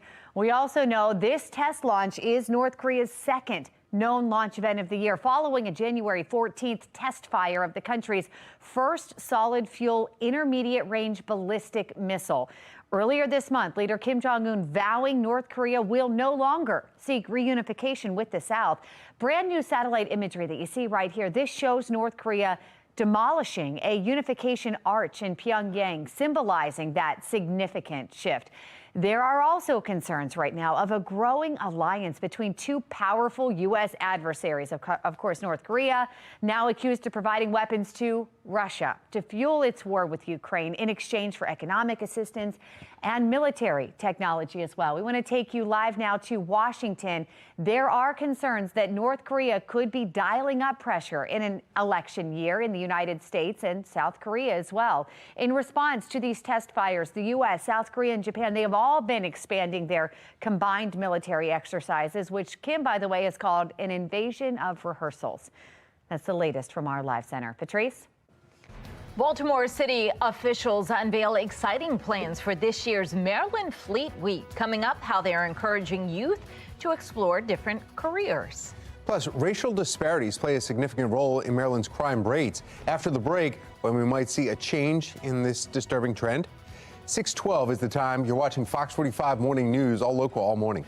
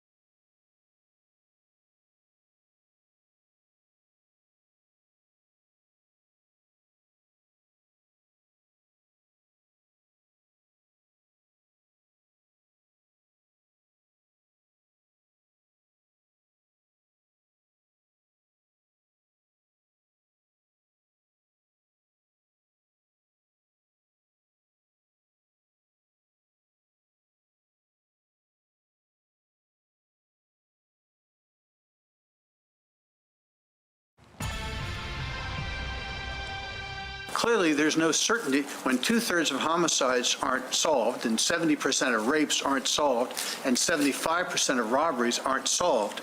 There is no certainty. People are committing crimes and getting away with, literally getting away with murder. If we really want to get serious about deterring future violence, solving violent crime is really going to be a big piece of that equation and making sure that folks are held accountable. Dismal results you just heard as the latest statistics are read out in Annapolis on conviction rates and trends in Maryland. Joining us now for this week's Fox Undercover, former police commissioner, current talk show host Ed Norris. Ed, you just heard literally getting away with murder, and that's what was brought up by the state senator during that meeting that was held earlier this week. When will we see a change, and why are we seeing this trend go in the wrong direction? Well, I think this is an example of people get exactly what they deserve in government, because you went through a few years, very recently, where we had government officials, elected officials, prosecutors, we had one in Baltimore, who were vilifying the police, making them be out to be trigger happy, slaughtering innocent people, which is a complete lie. So you vilify your police department, and therefore, what you do is you take the credibility away from your most important witness in many cases, which are the police officer. You also have now people reluctant. They were always reluctant to talk to police, stop snitching and the like. But now you make it where, if you paint the police as untrustworthy and downright criminal, who's going to cooperate with them? And now you see it's come home to roost, in my opinion. One of the comments that were made also during this, racial disparities play a significant role in Maryland's crime trends. They're saying homicides of black victims are about twice as likely to go unsolved as homicides of white victims. Yeah, I mean, back to what I just said, though. Just, particularly in black communities, you got people very afraid to come forward. because they don't trust the government, they don't trust the police, and this is, I think it's just a byproduct of what's been going on. You had that whole defund the police movement. You had all kinds of major city mayors, behind this, and we're going to take the funding away. And the problem is the people who suffer for it are in those communities. And the fact is, when it was polled, 71% of African Americans in this country didn't support the defund the police. They wanted the police to be funded because they need the police in their neighborhoods, and now they're suffering for it. I think it's just a great American disgrace what's going on the last few years. Do you think, though, with his conversations, the statistics, the arguments, the debates back and forth in Annapolis, something actually will change? You get the twisted thinking out of our elected officials' heads, where they vilify the police, they make laws that make it more difficult for them, and all the things that have gone on. If they started, realizing who needs to be supported and who needs to be vilified, the murderers and the gun carriers and the robbers need to be vilified and treated accordingly, and the police officers and deputy sheriffs and state troopers in America need to be lionized and treated with respect, and they're not. And that's what the problem is right now. Leave it right there. Thank you, Ed.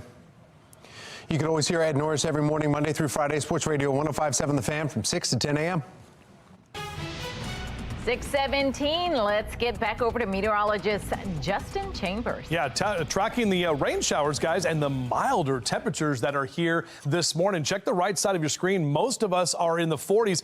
We got to the mid-40s yesterday afternoon, and we haven't cooled off much at all with the cloud cover and that mild air that is in place. This is what it looks like from our Towson camera. Still just about an hour away from the sun officially coming up, and we're not going to see much of the sun today. Look at that official number, 46 in Towson. That's warmer than we were at any time yesterday. We got to 45 for our high, but that dew point temp at 43 degrees indicates we definitely have some of those low clouds hanging around. Jarrettsville down through Glenarm into Perry Hall, moving out toward Bel Air and Joppatown, and even over toward Aberdeen. That's where you're seeing some of those showers kind of riding right up the 95 corridor out through Essex and Middle River as well. Taking a break from the rain, at least the moderate rain in Baltimore City temporarily, but going over to West Friendship, over to Mount Airy, Eldersburg, down into Laurel, you're seeing some more of those showers. And as we zoom out a little bit further, you can see the back end of this, at least for this line of showers that will be rolling through within the next hour or so. But it'll be waves of rain that we'll be dealing with off and on throughout the day today. That large area of low pressure over the Gulf Coast, that is going to be sliding right along this cold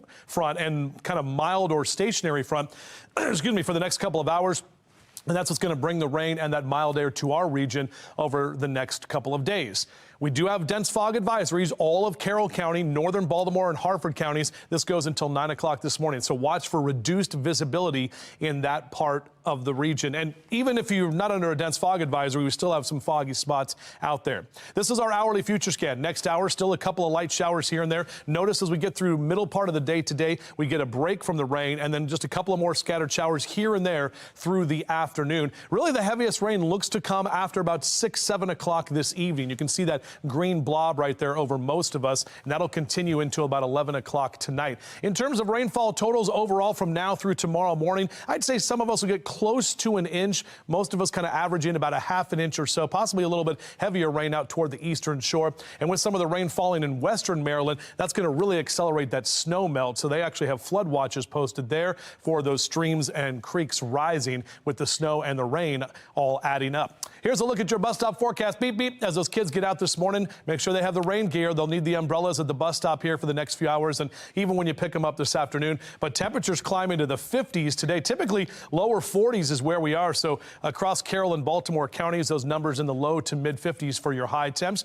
And look how much warmer we are to the south. We're talking 60s in southern Virginia this afternoon, even close to 60 in D.C. for today. Now, in terms of our Ravens game on Sunday afternoon, it's going to be colder, and we'll have some of those rain showers in the morning time, and then right around kickoff is when we'll see that rain start to kind of taper off a bit. But overall, kind of wet, temperatures cooling through the game, so we'll start in the upper 40s, but getting a little bit colder as we head later into the afternoon. The larger picture here shows us that future scan through today and tomorrow. Here comes the cold front. Will be warm ahead of that, so the milder air will be in place. May see some pockets of sunshine tomorrow afternoon as some of that rain clears out of here and we dry out as well. Shout out to Joanne Davis. There's another great Ravens pet pic of Charlie the doggy with a little scarf and the hat as well. So thank you so much, Joanne, for sending that picture in. And I want to see more of your Ravens pet pics today and tomorrow. We want to get that flock spirit going so we can cheer on our team coming up on Sunday afternoon. Championship Sunday. How about that?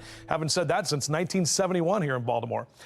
I don't think any of us were around. So our 7-day forecast, look into those 50s and 60s through Saturday. Notice the temperatures go back down. And as we head toward next week, we're back to the mid 40s as we dry out. Patrice? All right, Justin, thank you. Looking now at our Lynn Stoller traffic network, we have 3 incidents to report. The first incident is near the Fort McHenry Tunnel. There was a 2-vehicle accident that has closed 1 southbound lane. The second incident, 695 inner loop right near the BW Parkway. There are 3 vehicles involved there, and it is closing 1 traffic lane. So be mindful if you're headed that direction. And then the last incident is at the 695 outer loop. It's right past exit 15. There is a disabled vehicle on the road. Let's check in now with Mark Jones, get a look at what's happening with mass transit. Good morning, Mark. Good morning, Patrice. Good morning, everyone. On the MARC train system, we've got Penn Train 511 operating with a 5 to 10 minute delay, and Penn Train 407 and Brunswick 874 both running about 5 minutes late allow time in those instances. Out there on light rail, on-time service from end to end, no delays or issues, but Metro Subway has a 15-minute delay in both directions of that service, so you'll want to allow a little extra time for travel in that instance. For the MTA Transit team, I'm Mark Jones. Thank you, Mark. A Baltimore City school student caught with 3 guns prompts concerns for school safety. Still ahead this morning, the questions the city school CEO faced from council members. Newly unsealed court documents revealing another connection between the notorious Black Guerrilla family gang and the city's Safe Streets program. Coming up, how one Safe Streets site is now linked to an attempted murder hit. You're watching Fox 45 Morning News, all local, all morning. Fox 45 News, winner of 16 2022 Regional Emmy Awards, more than all other Baltimore news stations combined.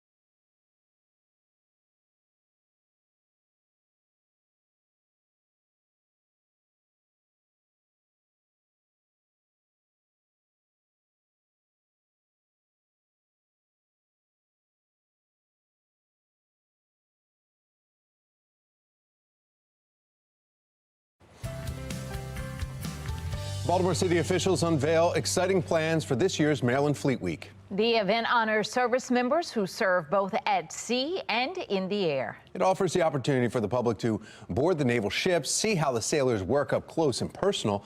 And there will also be flyovers in different locations, plus maritime and aviation STEM activities and educational programs encouraging youth to explore different careers. Along with the ship tours, festivals, entertainment, and flyovers, this week-long family-friendly event spotlights STEM education for our students, showcases military careers, and features Baltimore's lasting maritime legacy. Fleet Week is June 12th through the 18th. If you'd like some more information on the different scheduled events, just head over to our website, foxbaltimore.com. Are you ready to get ripped like the Ravens? Still ahead in our 7 o'clock hour, how you can train like a pro. Think about Jason Kelsey and that shirt off. All right. Scattered showers are moving into the region with temperatures on the rise. Coming up, meteorologist Justin Chambers tracking our next weather maker and how it may impact the weekend's Ravens game. You're watching Fox 45 Morning News, all local, all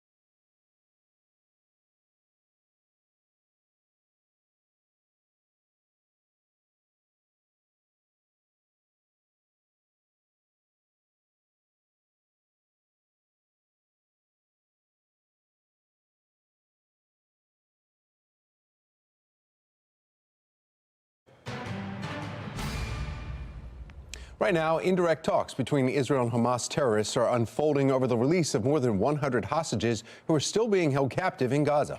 Let's get right over to Megan Gillen in our live center with where things stand on a possible ceasefire. Megan. Yeah, guys, taking you live to Gaza as you look at the screen at the top there, where there are reports that mediation efforts could include a month-long pause and a phased approach to releasing both hostages and Palestinian prisoners. But right now, there are two big issues here still separating these two sides, including the length of any pause in fighting and also the fate of terrorist leaders in Gaza. Hamas officials say they will only release the remaining hostages in Gaza as part of a comprehensive ceasefire deal. But Israeli Prime Minister Benjamin Netanyahu already vowing that he will not accept any deal for a permanent ceasefire that leaves Hamas in control of Gaza. We want to take you live now to the White House, where the Biden administration weighing in, saying that their hope is that both the Palestinian Authority and Israel will be included in a future Palestinian state. We are keeping an eye on the ceasefire talks happening as we speak. We'll keep you posted right here from our live center. Tom? Thank you, Megan. The mayor is touting a pair of bills that could create more affordable housing. In our 8 o'clock hour, we take a look at if these bills will have the desired or opposite effect. And if you're preparing to take a trip to the Super Bowl, maybe you want to think again, or maybe you just go and spend all your money, the extreme amount you could be paying, and that's just for hotels. 6:41, you're watching Fox 45 Morning News, all local, all morning.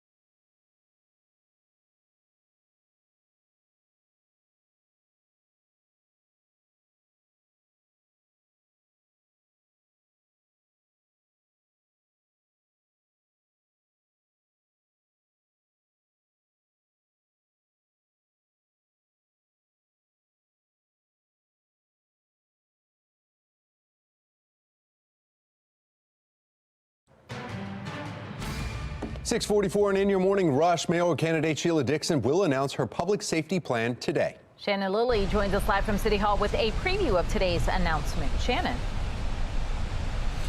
Well, we know if elected, Patrice and Tom, Dixon is promising crime prevention as a cornerstone of her leadership, and she wants the city to take aim at more than just shootings and homicides. She thinks they need to take aim at quality of life crimes and the skyrocketing car thefts and carjackings that we continue to see across the area. So we do expect to hear more about how she would tackle these issues in this announcement she's making at 10:45 this morning. I'll have more on that coming up soon. But in the meantime, we also know that this would not be Dixon's first time in office. So coming up in 15 minutes, we'll also hear how her time in office compares to what we're seeing under Mayor Scott's administration now. Now back to you. Thank you, Shannon. 6:45, and we need to find out exactly how much rain we're talking about and when it will move out of the area. Meteorologist Justin Chambers tracking it all for us. Yeah, you saw Shannon with the umbrella right there, and you'll need the umbrella and the rain gear today, guys. Most of the day will be wet, even if it's not pouring rain. It will be misty throughout the course of the afternoon, and temperatures that will be very mild, almost a spring-like rain here with our Towson cam right now getting some water on the lens as we speak. Here's a look at some of your HD radar shots, and you can actually see some of that milder rain that is moving back in right over to Cockeysville and Timonium, down into Towson, out through Pikesville, and right through Baltimore City, even out through Essex and Middle River. So that's what we'll be seeing here, off and on kind of waves of these rain showers. It kind of extends from 83 all the way down the 95 corridor for you down through Anne Arundel County at this time. And this is kind of the larger picture. Notice that as you look farther to the west, we actually are taking a break from the rain, but that will change, especially as we get later into the day. We're tapping into all of this moisture and this warm air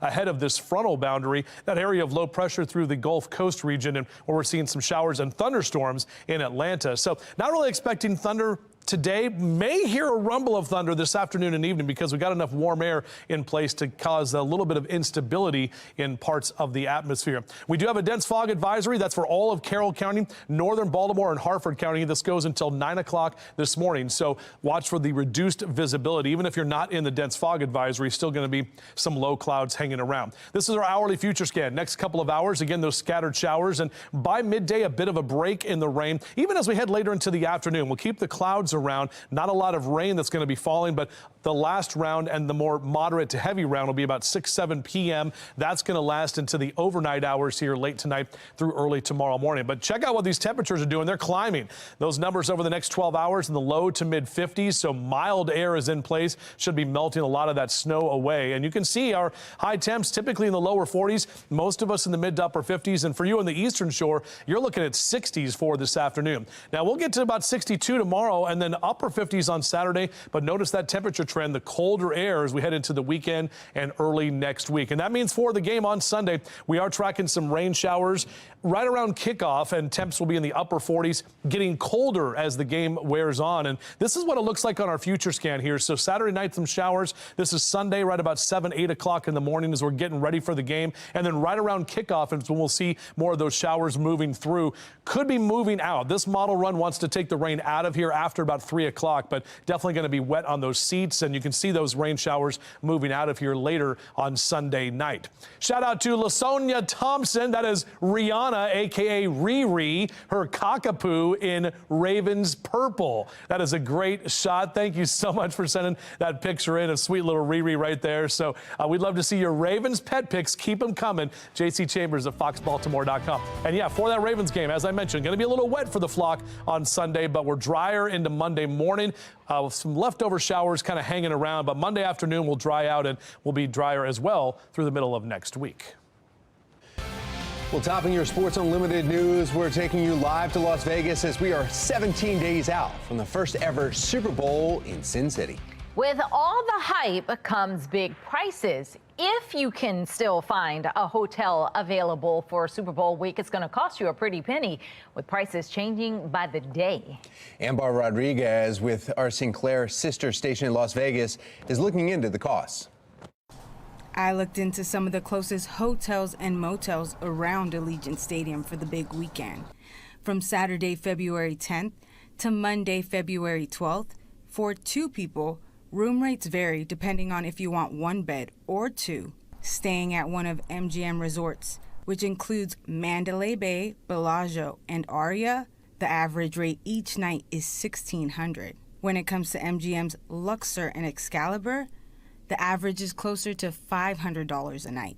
But if you want to enjoy the festivities near the stadium without staying at a resort, a few motels still have a handful of rooms up for grabs. Hotel Galaxy, which is walking distance from the arena, is going at $303 per night, while the Holiday Inn Express, $902 each night, and an estimated $232 in taxes, which will end up costing you a little under $2,000 for the 2-night stay. And of course, if you want a room with the view of the beautiful Las Vegas Strip, you'll have to cough up some more cheddar. And we aren't talking about you, cheeseheads. Well, okay, the Ravens are preparing to host their first AFC Championship game as the defending champions, the Kansas City Chiefs, are coming to M&T Bank Stadium this weekend. If in case you just lifted that rock, the team returns to practice with the mentality to be the best, you have to beat the best. And this will be the Chiefs' 6th straight trip to the AFC Championship, but they've all been at home. This is their first away, while the Ravens, they haven't been to the stage in their careers. And we know that Ravens fans are excited for the big game on Sunday, but a different kind of fan is gearing up as well. Taylor Swift fans are thrilled that she might come to Baltimore to cheer on her boyfriend, Travis Kelce. And that includes Hannah, a pediatric cardiology patient at Johns Hopkins Children's Center who is waiting for a heart transplant. Are you in any pain, Hannah? No pain because Taylor Swift is coming to Baltimore. She's coming to Baltimore? Yes.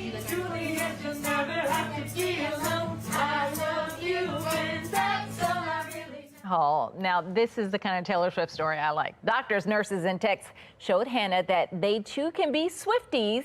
They're helping Hannah focus on fun for the day. And now we're just going to have to wait and see if Taylor actually does come to Charm City. How many people's hearts would be broken? Right. Oh, well, all the memes. I mean, it's almost like she's been here before. Exactly. That's awesome right there. Yeah, so now we want to know, are you heading to the AFC Championship game this Sunday, or maybe just down in the area? Still ahead, some of the best ways to make your way to the bank without breaking the bank.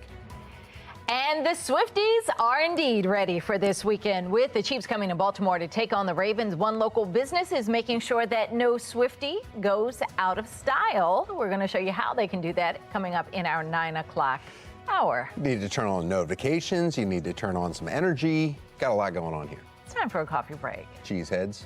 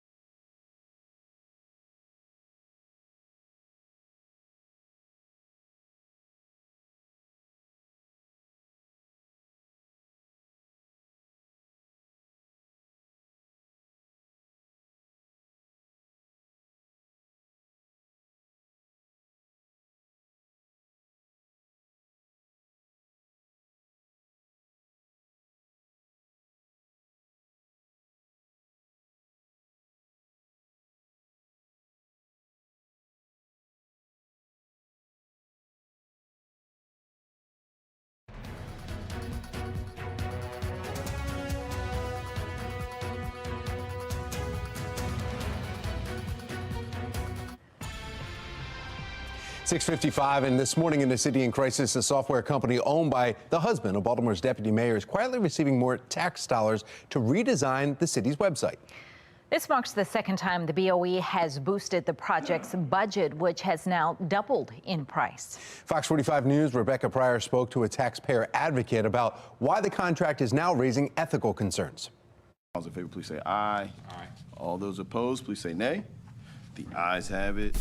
Passing unanimously with no comment or discussion, the Board of Estimates quietly handing another $250,000 to Fearless Solutions, LLC, the software company currently redesigning the city's website. It's the project's second adjustment, extending its completion deadline and boosting its total budget to $2.2 million, more than double the amount initially agreed on. Significant changes made to a contract riddled with controversy from the beginning. The Board of Estimates should be asking questions and should be demanding answers.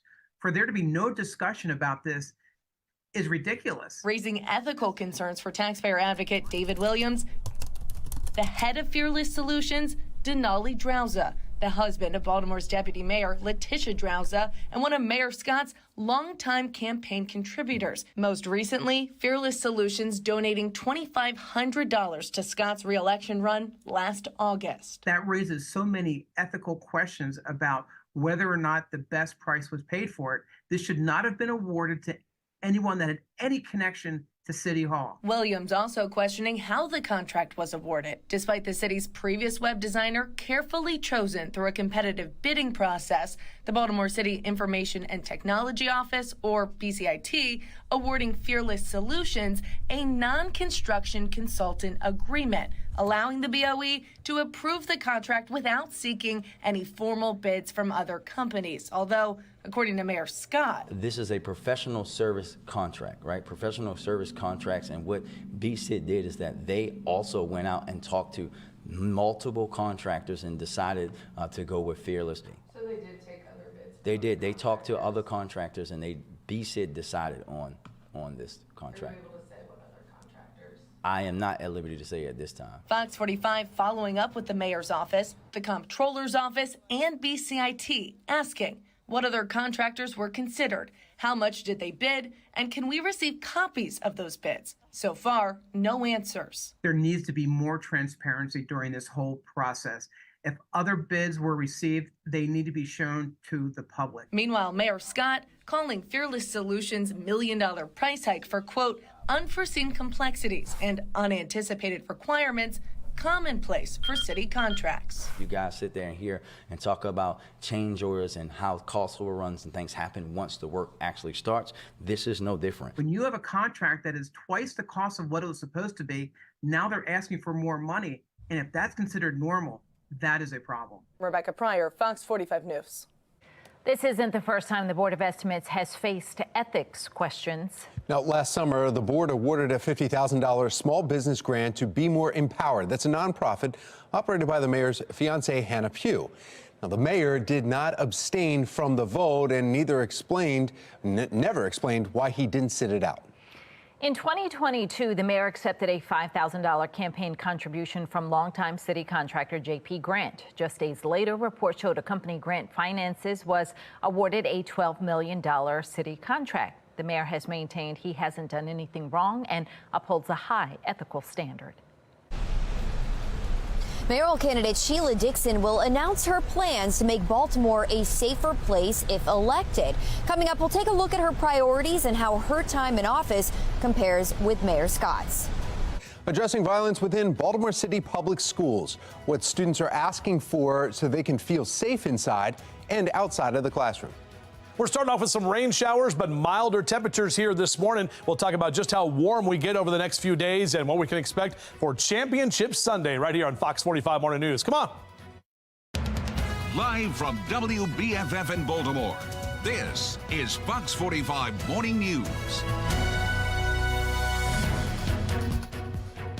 Good morning on this Thursday, January 25th. I'm Patrice Sanders. I'm Tom Rogers, and it is rainy but warmer.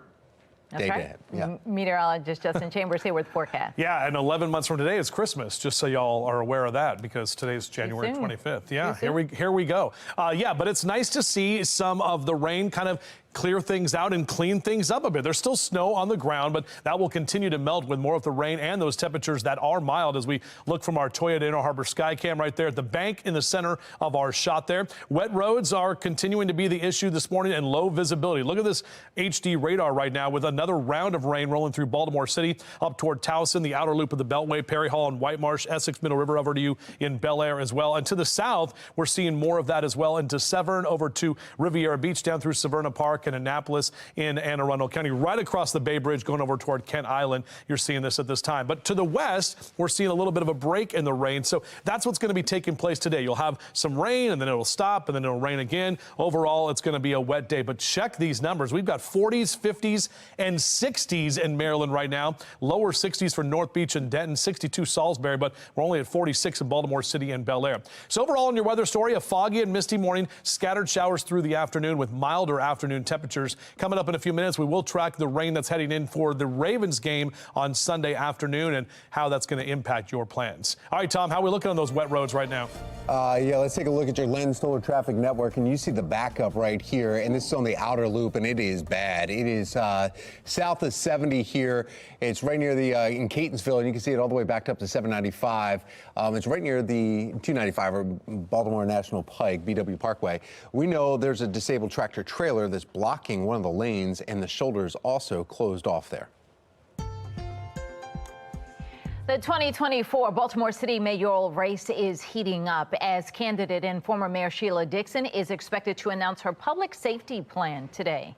Jen Lilly joining us live right out in front of City Hall this morning with a preview of today's announcement and why this plan could be crucial. Shannon. Well, it's no secret, Tom and Patrice, that one of the key platforms that both Dixon and Mayor Scott are running on is a promise to curb crime. And this morning, we'll learn more on how Dixon plans to do that if she is to unseat Mayor Scott and take office here at City Hall. In the meantime, let's get a closer look at what's in store for today. Dixon will announce her 2024 crime and public safety plan, and that is all happening at the Ruth M. Kirk Recreation and Learning Center on North Vincent Street at 10:45 this morning. Dixon has long been vocal about the problems that she believes need to be addressed in the city pertaining to crime. And she believes it's not just murders and shootings that need attention in the city, but the quality of life crimes as well. Not just juvenile crimes, but with car thefts and carjackings. It's gotten out of control, and we've waited so long before we started dealing with this sooner, which we should have when we saw a trend. When we saw 5 cars being stolen or 5 carjacks, we should have gotten on it and figured out what we needed to do to stop it. People are afraid. Now, when it comes to the city's homicide rate, Mayor Scott touted a significant step forward, with 2023 ending with less than 300 murders for the first time in almost a decade. And it was a significant drop from the previous year in 2022. But that progress came after 2 of the worst years for homicide rates in the city's history. Meanwhile, when Dixon officially took office in 2008, her first full year saw 234 homicides and 240 the next, which averages about 100 less murders annually under her leadership. And again, we expect to learn more about how Dixon plans to fight crime if she is elected this time around. And we'll be at that meeting and keep you posted with what comes out of it. Reporting live from City Hall, I'm Shannon Lilly, Fox 45 Morning News. Former Deputy Attorney General Thiru Vignarajah announced yesterday that he is once again running for mayor of Baltimore. That sets up a rematch of the 2020 Democratic primary in which Mayor Scott, Dixon, and Vignarajah were the top 3 vote getters. Political analyst John Deedy called Vignarajah a perennial candidate and also says that Sheila Dixon could become one if she loses this time around. If they both lose to Brandon Scott, you can etch that expression into them as far as things. I think when you've run so many races and you're running again and again and again, after a while people say, you've already tried this. I think you need to find something else to do with your life. Businessman Bob Wallace is also in the mayoral race. Back in December, a poll from Lake Research Partners showed 39% support for Sheila Dixon, 31% support for Mayor Scott, 10% for Wallace, and 15% of those voters were still undecided. Fox 45 News will closely follow this race through the primary election in May. You can find our complete coverage online at foxbaltimore.com. Also happening today, the ex-husband of former Baltimore City State's Attorney Marilyn Mosby could be testifying in court at her federal trial. City Council President Nick Mosby was in court yesterday and was expected to testify, but the judge ended the proceedings before he got the chance. Now, yesterday, the defense filed a motion to dismiss the case, arguing the charges should have been filed in Florida because that's where Mosby bought her 2 vacation homes at the center of this case. Prosecutors arguing Mosby lied about a tax lien on her Baltimore residence on the mortgage applications for those homes. The judge did not rule on that motion. Judge Grigsby adjourned the court early yesterday afternoon after briefly sealing the courtroom without giving a reason, even though the defense had witnesses ready to go. You can follow along with our full coverage of Marilyn Mosby's federal trial right now at foxbaltimore.com. Developing this morning, Anne Arundel County Police arrest a student who they say had a gun and ammunition in his backpack at Crofton High School. Police say the investigation stems from an incident on a school bus, but that the teen never took the gun out at any point. Now, this comes as the Baltimore City Council is looking to address violence within city schools. For months, parents have been telling Fox 45 News that they are frustrated with the lack of consequences for young people. Why will we tell children that they're, commit these crimes and you'll be fine? There is no charges. There are no charges. I've talked to parents who are afraid to send their kids to school because their classmates are carjacking and carrying guns. City Council held a school safety hearing addressing the 15-year-old girl who was caught at Dunbar High School with 3 guns on campus about a month ago. City Council members speaking about school safety and the placement of at-risk youth within the school system. Concerned students stood up to be heard by the council's committee. We can have more security surrounding the school, or at least by the school. I can feel more safe while I'm in school or not in school. Councilman Robert Stokes is also concerned about students who are entangled in the justice system, those under the supervision of the Department of Juvenile Services, and the safety concerns that comes with. How the students proactively tracked by DGS in the school system, and I need the DGS to answer the question also. We track not only their attendance in school, but also we're working to have them engaged in school or re-engaged in school, and also holding them accountable for lack of attendance. Well, Baltimore City School CEO Dr. Sonia Santalisa is telling Fox 45 News the guns were found and the suspects were caught due to what she calls the high-quality relationship between students and adults at city schools. Now, at the end of the school safety hearing, Councilman Antonio Glover asked how the CEO would grade herself when it comes to the school system's performance. She listed off several changes that she says made in her time with the school system, including diversifying upper-level courses and improving facilities. I defy anybody to tell me that this school system is not better off than when I took it. It's not perfect, and we got a long way to go. But nobody can tell me that this school system has not moved because of the team of people we have and where we found it. Fox 45's Project Baltimore has found a number of concerns within Baltimore City Public School System under her leadership. Most recently, Project Baltimore obtained the results of internal investigations conducted by North Avenue, revealing allegations of city school employees hitting students with rulers, throwing chairs, and allowing a child to be taped to a chair. Last spring, Project Baltimore found the number of chronically absent students has soared since 2016. That's the year that Dr. Santalisa took over. According to data from the state, 23% of students were chronically absent in 2016. That number jumped to 58% in 2022. And then there are test scores. Last month, the Maryland Department of Education released its 2023 school report card. It showed 65% of city schools earned 1 or 2 stars, the lowest possible rating. The city has the highest percentage of 1- and 2-star schools in the state. In 2022, Project Baltimore found that in 5 years under Sonia Santalisa, graduation rates, attendance, and college enrollment all dropped. You can find all of Project Baltimore's reporting on the problems within some Baltimore City public schools, including their latest report on how a convicted rapist was allowed to attend a Baltimore City high school. It's all on our website, foxbaltimore.com.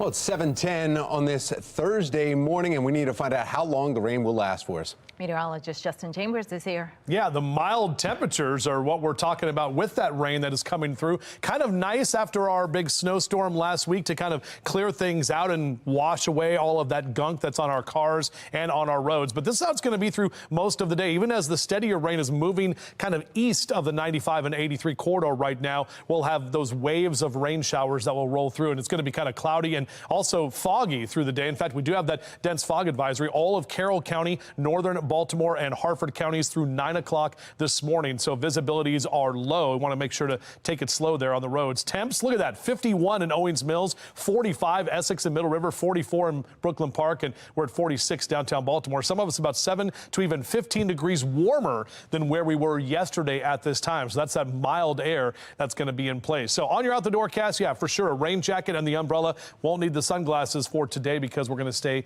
cloudy and misty. Back with your full forecast. We'll talk about how much warmer we get tomorrow and obviously what we can expect for Championship Sunday coming up in a few.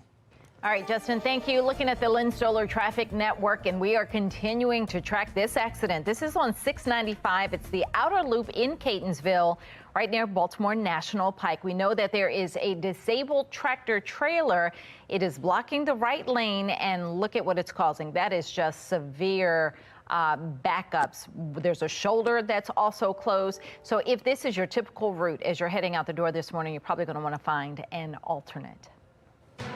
Well, we have some breaking news this morning. We're getting word North Korea reportedly tested a new cruise missile, now putting Washington and our allies on high alert. Let's get over to Megan Gillen in our live center with what we're learning at this hour. Megan. Yeah, guys, we want to take you live to Seoul, South Korea here this morning. This is where military officials say they just detected those missiles this morning crashing into the waters off its western coast.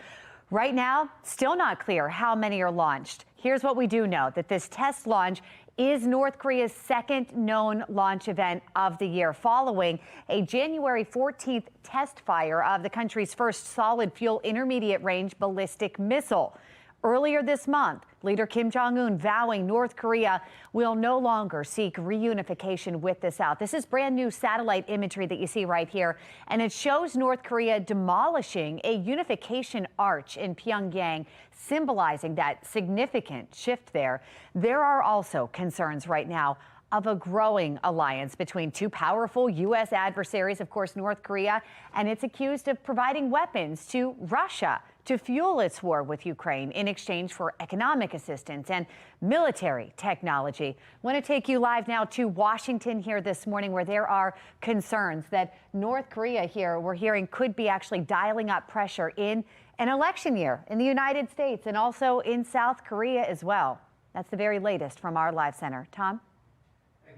Here's a look at the stories that are making our headlines at this hour, looking into the troubled past of DJS Secretary Vincent Schiraldi. How his past actions compromised public safety and led to the escape of juvenile offenders. Teachers can't be everywhere. Parents need to know in order to protect their children. A convicted rapist attending one of the largest high schools in Baltimore City, but parents and students were not made aware of his criminal past. In today's Project Baltimore report, a mother's desperate plea for justice. 7:13, you're watching Fox 45 Morning News, all local, all morning.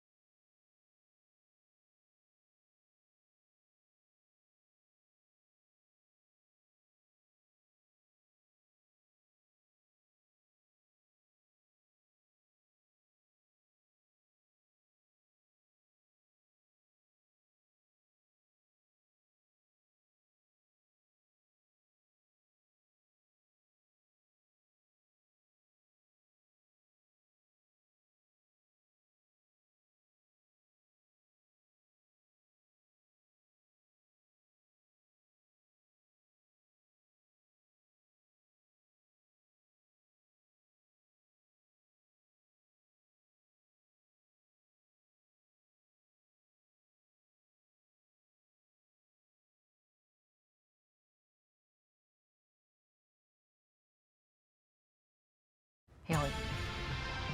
7:16, Vincent Schiraldi, Maryland's secretary for the Department of Juvenile Services, was found to have violated major security procedures while leading D.C.'s Department of Youth Rehabilitation Services. The violations led to the escape of an accused drug dealer who then went on the run for 22 days. This is just the latest finding that raises concerns about his handling of juveniles involved in crime. Spokesperson for community group Peace, Eurypsy Morgan, joins us this morning. Good morning. Good morning. So there have been concerns about him for a while. This just adds to that. And this latest finding, this was the end result of a 2-year investigation that went on when he was in D.C. He had a cookout at his home. He let these offenders come to his home unrestricted, unshackled, unhandcuffed, and one of them ran off. So what do you make of just it's the latest in a long list now, it seems. Yes, and look, we can talk about Vincent Schiraldi. You know, he's the secretary of the Department of Juvenile Services here in Maryland under Governor Moore. But I think that that's probably one of the most concerning things is that Governor Moore went ahead and nominated him, and he was put in this position. And you've got to ask, where was the vetting? Because these are things that are being discovered by local media. We've had a city councilman from New York City who served during his time. These things seem to be glaring and obvious, and yet Governor Moore still put him in this position. Is it more because he likes the concept of what Schiraldi stands for, even if not the practical way it's playing out, which does not seem to be working? You know, that would be even more concerning to me. It would be, you know, to me it shows either there was an egregious misstep in vetting this person, or if you're, as you're suggesting, if Governor Moore actually agrees with what Vincent Schiraldi is saying and his ideology, then I think that might even be more concerning, because it's not what worked in New York City. It certainly didn't work in D.C. And I guess, what, third time's a charm here in Maryland? Well, so the question then is, can Schiraldi last, or will there just be mounting pressure that Governor Moore will have to take a step back and say, well, maybe there is a better person because this person is not instilling the confidence that we need for this position? Oh, I think absolutely there should be a look back. There should be a decision by the governor's office to say, this is clearly not the person for Maryland. It wasn't the person in New York. He did not do well in D.C. And a lot of this has to do with his philosophy. And as you were saying, in D.C., these were maximum security juvenile offenders who he just led over at his house for a barbecue. Apparently 3 hours went by before authorities were notified that this young person had escaped. Right. And, you know, he doesn't seem to have changed. But you're saying that should happen. We should look back and see if there's a better person. Will that happen? It absolutely should. You know, that's the question. I hope that Governor Moore recognizes the situation that Maryland has been put in by having this person as the Secretary of Department of Juvenile Services.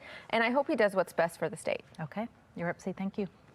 It is 7:19 now, and we need to get back over to meteorologist Justin Chambers. Take a look at all the fog out there right now. Yep, that's what we've been talking about, Patrice. We have some dense fog advisories in effect at this time. This is what it looks like. That visibility is low, so you want to take extra time to head out. Just know those roads are wet as well. Even though our temperatures are mild, that's actually one of the reasons why we're seeing some of this fog. Our temps really haven't dropped much overnight, and all they're going to do from here, this point going forward, is warm up. We're actually at 46 in Towson. When you see that dew point temperature in the lower 40s, remember when the dew point depression, when those numbers are close, that's typically when we have almost 100% humidity, which is what we're seeing. Now, in terms of our actual rain, the heaviest rain is for you. Bel Air over to Aberdeen, up into Port Deposit, out through Edgewood, kind of rolling right up the 95 corridor, also out toward the northern sections of the eastern shore, Rock Hall over to Chestertown, Churchill, you're seeing that as well. And then as we look a little bit further to the south, we're seeing some showers that are right around Annapolis, just through Severn, kind of moving through Bowie and continuing to track across the Bay Bridge over to Kent Island, into Centerville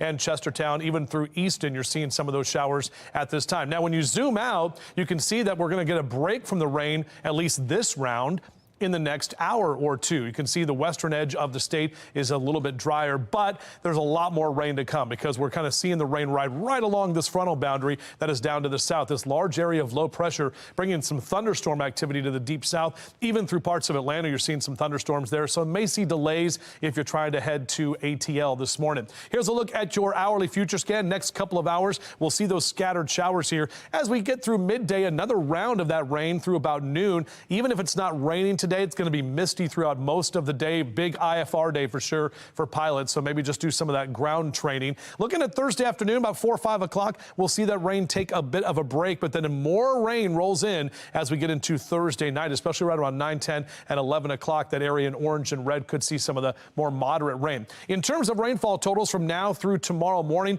we're seeing about 1/4 of an inch to maybe 1/2 of an inch. These numbers have come down quite a bit from what we looked at earlier this morning. So either way, we'll get a good soaking rain that will help to kind of get that snow out of here as well. As the kids head out to the bus stop, beep, beep, make sure they are bundled up with the rain gear. 40s this morning, but mid-50s as you get them up from the bus stop this afternoon. And we're talking about mid to upper 50s across Carroll and Baltimore counties for your high temperatures today. Numbers for you in the eastern shore. That's where we're seeing some of the warmer temps. We're looking at a lot of 60s for you in Centerville, out through Denton and Easton at 64 today, 58 for you in Chester this afternoon.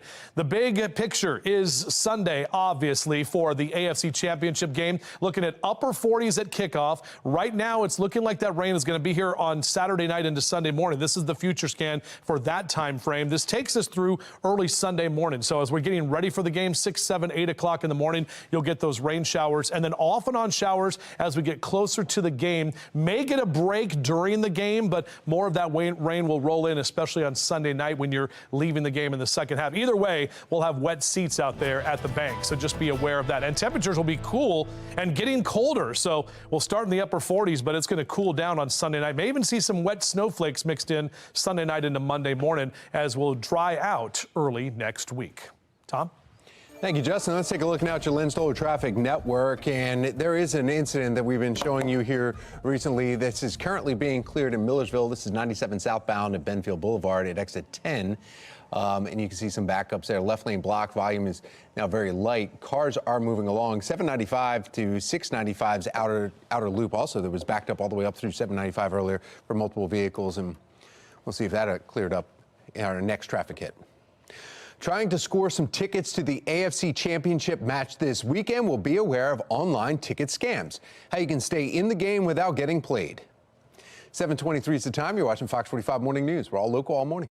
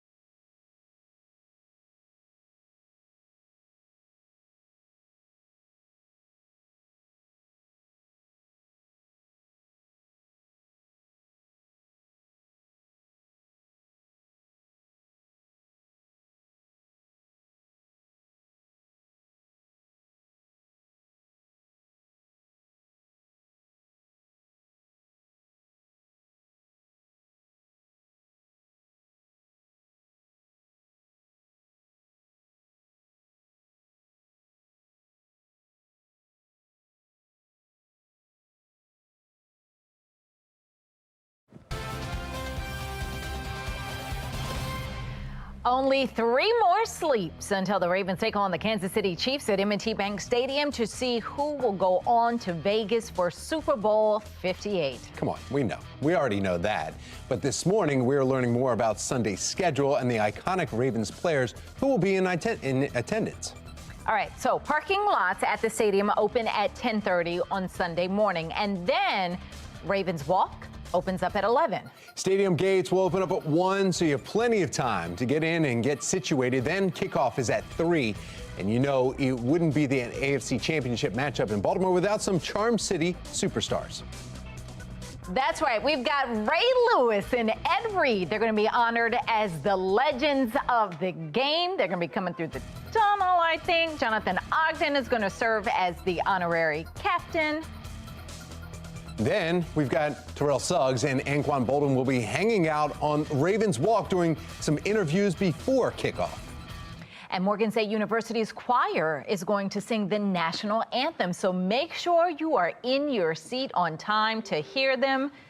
And then 23-time Olympic gold medalist and Baltimore native Michael Phelps will be delivering the game ball, not Justin Chambers. Not our Justin Chambers. Then at halftime, T-Pain is going to rock with the flock for a special AFC Championship performance. Maybe Justin can join T-Pain. That's right.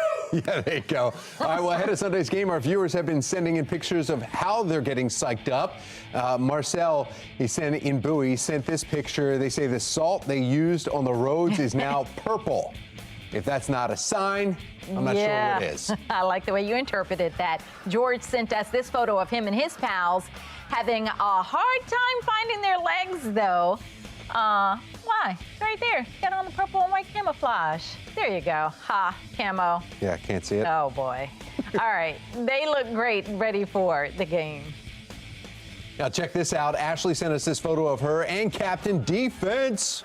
We love Captain Defense here, so thanks for sending this in, Ashley. And whether you're heading to the bank or whether you're going to cheer on the Ravens from your couch or party, your own tailgate, whatever you're doing, we want to see how you're showing off your purple pride. Share your pictures and videos with FOX45. Scan the QR code on your screen, and that will take you to foxbaltimore.com, where you can upload all your pictures and videos. It's powered by Stackla. After a mild morning, we are going to see temperatures climb to the 50s this afternoon. Meteorologist Justin Chambers continuing to track the rain this morning and will let us know how long it sticks around. 7:29. You're watching Fox 45 Morning News, all local, all morning.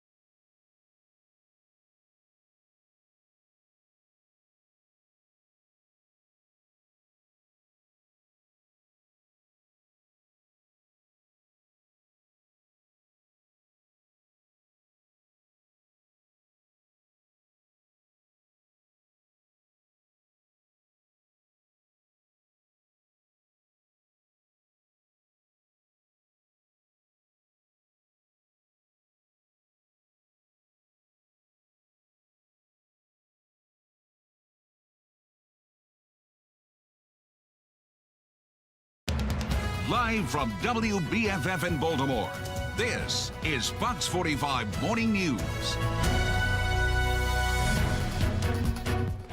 Welcome back on this Thursday morning, 7:32. I'm Patrice Sanders. I'm Tom Rogers. We need to get right over to our meteorologist, Justin Chambers, with the forecast, and it is definitely a wet one. I'm loving all the Taylor Swift posts about how she's already in town, and people are everywhere. Just photoshopping her. Oh, she's at Jimmy's. Oh, she's at Miss Shirley's. Oh, she's doing all this stuff. I'm like, oh, maybe she is. I don't know.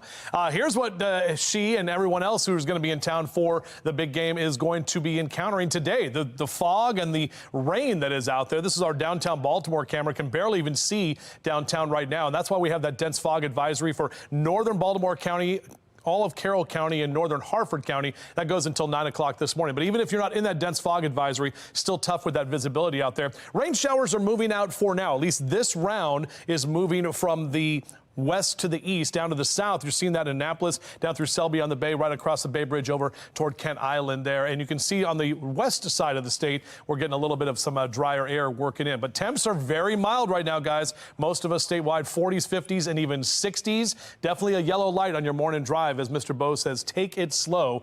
We'll see those numbers climb today, and even warmer numbers on the way for your Purple Friday. We'll break that down, as well as Championship Sunday's forecast in just a few.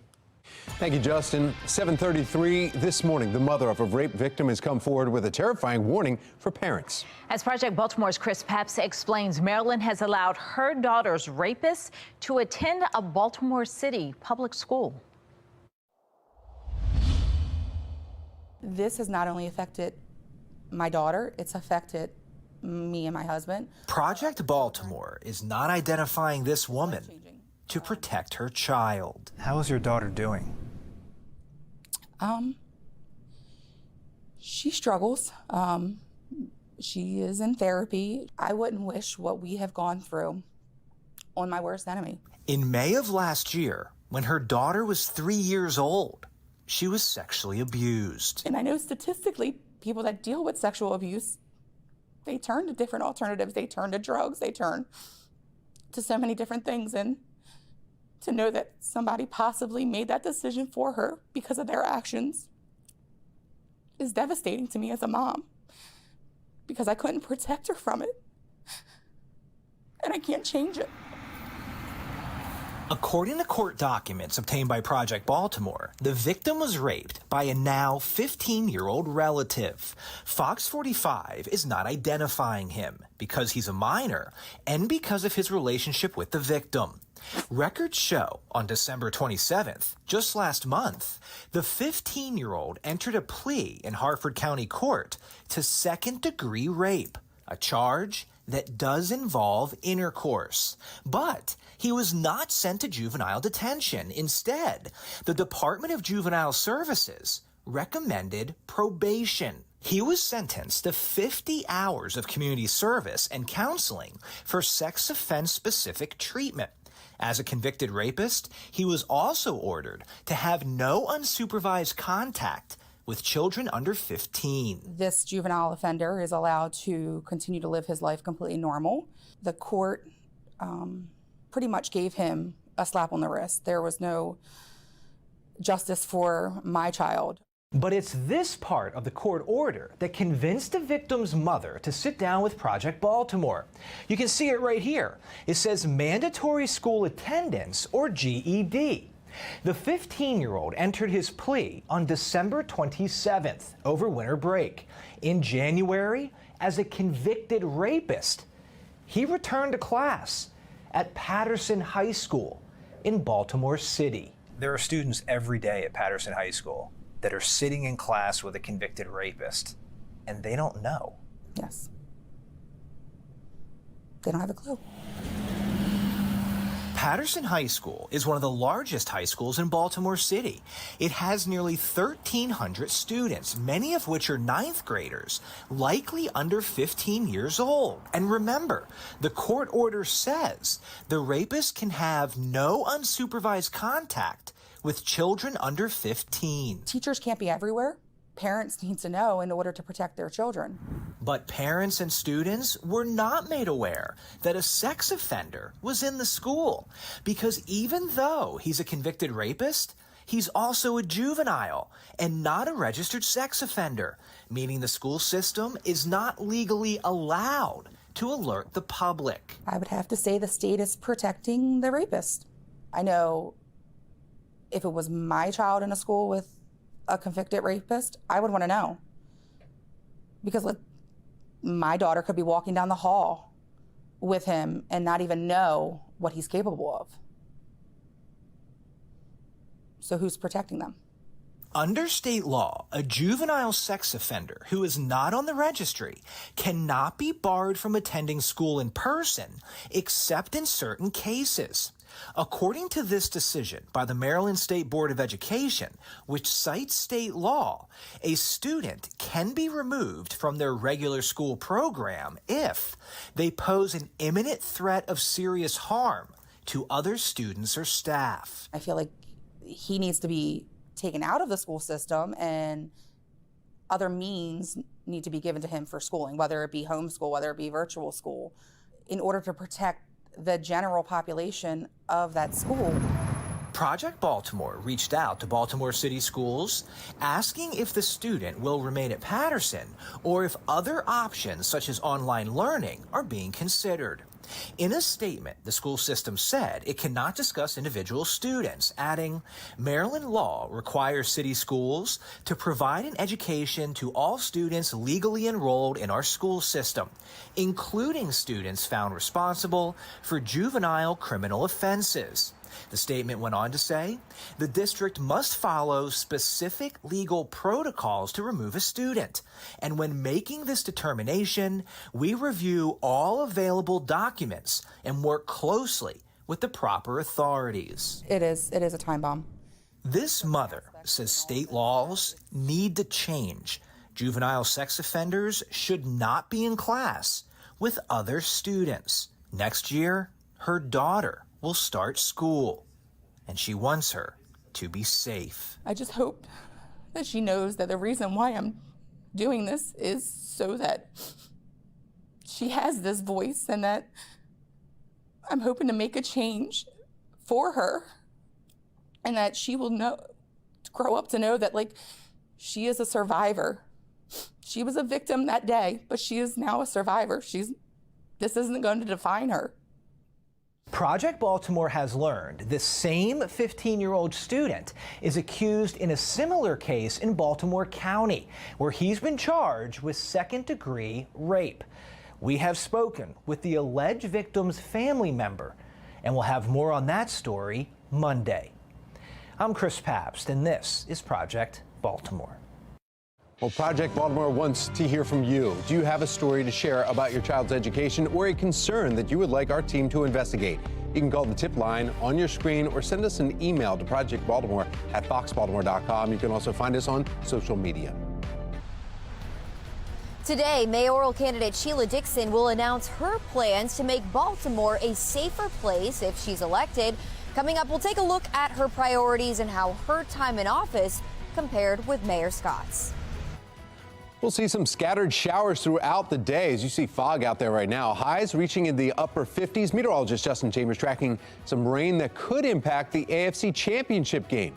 That's coming up in his full Weather Authority forecast. You're watching Fox 45 Morning News. We're all local, all morning.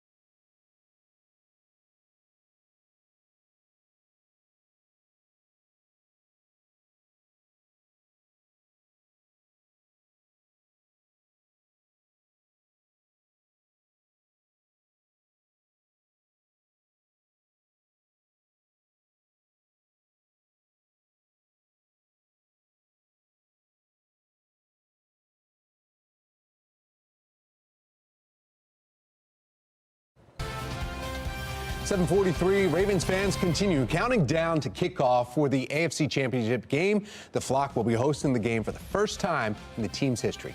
Ticket prices have skyrocketed both in person and online. And while you may think those online tickets are safer to buy, Angie Barnett from the Better Business Bureau says there are still dangers you need to keep an eye out for. You have less scalpers, but you still have scammers. High demand, limited supply. You're going to have scammers go out there. So what you're going to avoid is going to fake websites. So if you think don't put in your browser cheap tickets. You're going to get the fake websites. Be really smart. Go to the ticket resellers, but most importantly, go to Ravens. Go to their website, because the fake website scammers are setting them up just to simply get your credit card information. The Better Business Bureau also recommends you avoid paying for tickets through a person-to-person app like Cash Apps or Venmo. Mayor Brandon Scott signs 2 housing bills into law. In our 8 o'clock hour, what this could mean for taxpayers, plus the alternative ideas for achieving affordable housing. But first, are you planning on getting down to the game this weekend? How are you going to do it? Up next, we ask the MTA about the best ways to get to and from M&T Bank Stadium. 7:44, you're watching Fox 45 Morning News, all local, all morning.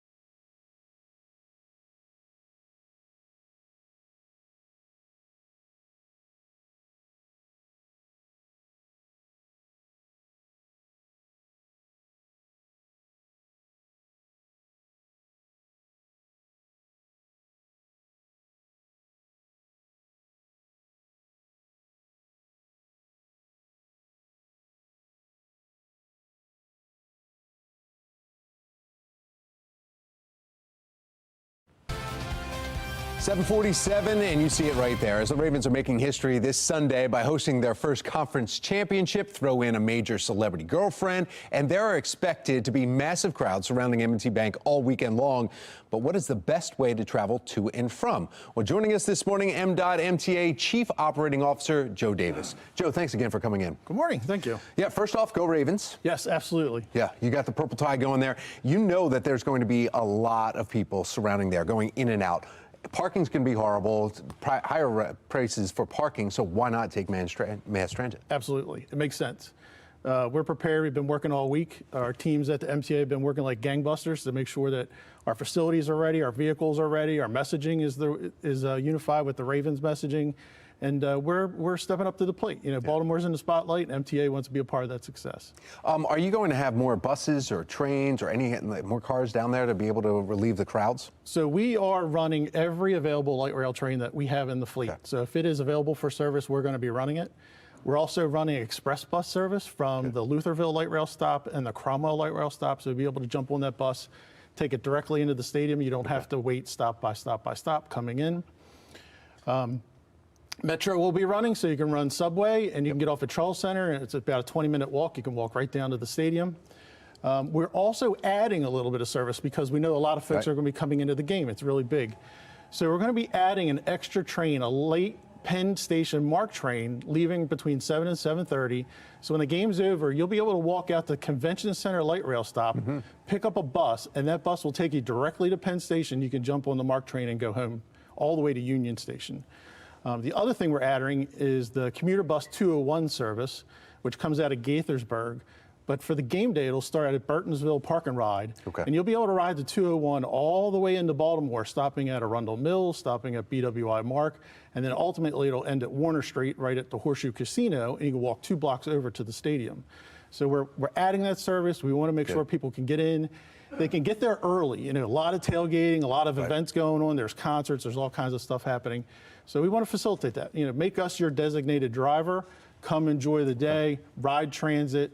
The only thing we ask is patience. There's going to be a lot of people all at one time, especially when the game's over. Everybody's going to come out at one time. We got to cycle those trains and cycle those buses, and so we do it as quickly as we possibly can. Take your time walking out of the stadium. And what do you have the prediction of the score? Blowout. A blowout. You think it's going to be a blowout? Okay. Yes. Like a 34-9 kind of a scenario or something like that? Listen to this. All right. Well, we'll find out. The weather is actually not going to be bad at all if you want to take it. Just make sure you bring a poncho with you. Meteorologist Justin Chambers. Yeah, he's standing in the fog right now, but hopefully we won't see that come Sunday. Wait, blowout for the Chiefs or the Ravens? Blowout for the Ravens. Okay, I just want to make sure. I just want to make sure. Yeah, I know. Just, you know, you never know. And yeah, it is going to be warmer than last Saturday's game, but yeah, you do have to prepare and plan for that rain gear and have that ready to go. If you are tailgating on Sunday, it is going to be wet out there, and so it might be a good idea to jump on the bus. You don't have to worry about driving. That's going to be a good thing for sure. Here's our Towson cam right now, and this is what we've been talking about most of the morning. Most of the rain, at least this round of rain, is moving out. You can see that out over toward the eastern shore, Perryville up into Wilmington, Delaware, out through Chestertown and Centerville, across the Bay Bridge here south of Annapolis, moving across the bay now. We're getting a little bit of a break here, but more rain is going to be riding right up this frontal boundary that extends all the way down from the northeast to the deep south. And that's where we're seeing some showers and thunderstorms in Atlanta, just south of Charlotte. More of that moisture and that mild air is going to be in place here for the next couple of hours. So you can see that here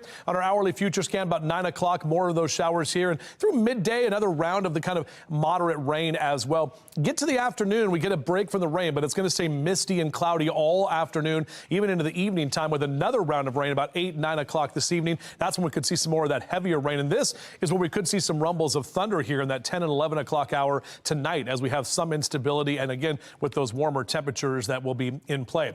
Upper 40s and lower 50s as you rise and shine with us the next couple of hours. But yeah, it's wet, folks, and temperatures in the mid to upper 50s, even some lower 60s for you out toward the eastern shore. Most of us will get to the lower 60s tomorrow, upper 50s Saturday. But look how much colder we are on Sunday, only in the upper 40s. And we're going to kick off that game at 3 p.m. in the mid to upper 40s with those rain showers that will be with us. And basically off and on rain through about halftime. Most of the rain looks to come in Saturday night into Sunday morning. That's what we can see in our latest future scan right here. This is our in-house model. And then as we get to about game time, about 1, 2 o'clock, that's when that rain starts to taper off. Could see a break during the actual game, but more of that rain as you're leaving the stadium into Sunday night when it's going to be colder. Even could see some flakes mixing in for some of us, so we'll be watching for that. Drier conditions by next week, but temperatures stay in the 40s, and we're back to about 50 by next Wednesday. And we're at Planet Fitness this morning, and we're with our old friend Teddy. We're going to train like a Raven. Let's go Ravens! Coming up on Fox 45 Morning News, all local, all morning long. And there is bad blood ahead of Sunday's matchup. In our 9 o'clock hour, we're going to show you how to make Taylor Swift's favorite cocktail. But it's going to be perfect while we're watching the Ravens beat the brakes off the Chiefs. All right, from cool drinks that they were talking about to what Mark was talking about, some hot drinks and getting some caffeine pre-workout. You need that heading into this. That's right. It's time for a cup.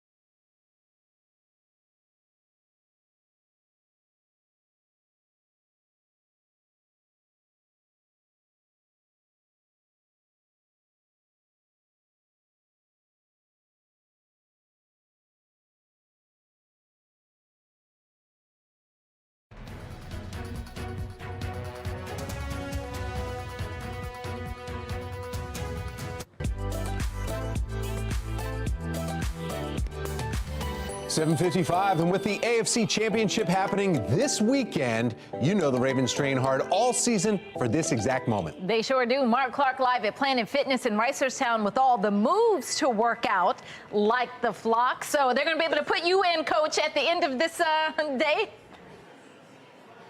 That's right, and they might need an interior lineman, Patrice and Tom. And our old friend Teddy, who normally is with you guys, he's with us this morning. That's right. We're going to stretch like a Raven first. What are we doing first? We stretching like a Raven because if you've gone to any game, Mark, you can see them getting ready before the game to get the blood flow, to optimize performance, to offset possible injury. And it looks a little bit like this. Man, we Ravens today. All right. Okay. So the first one is jumping jacks. All right. Right, oldie but goodie. We doing jumping jacks. We getting blood flow to the muscles. There you go. Yeah, look, I always said Mark was a middle linebacker when Ray Lewis was playing, but you didn't know. Right. The next one is bending reaches because we got to get the blood flow to the lower body. So let's hinge the body. Let's touch the toes. Let's jump up high. Let me see that vertical, Mike. Let me see that vertical, Mark. We getting up. Boom.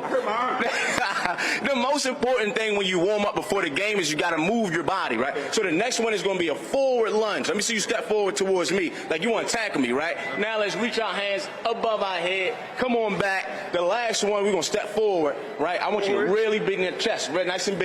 Reach up so you can stretch out the abdominal chain and the lower back. And then the last one. Teddy, I think that's our time. Is that our time? That's our time. Let me tell you, I'm ready. You know what to get me? Teddy's going to come. He's going to be a defensive back. I'll be the interior lineman. Patrice and Tom, we're ready to go. We're ready. Oh, yeah. All right, good stretch. All right.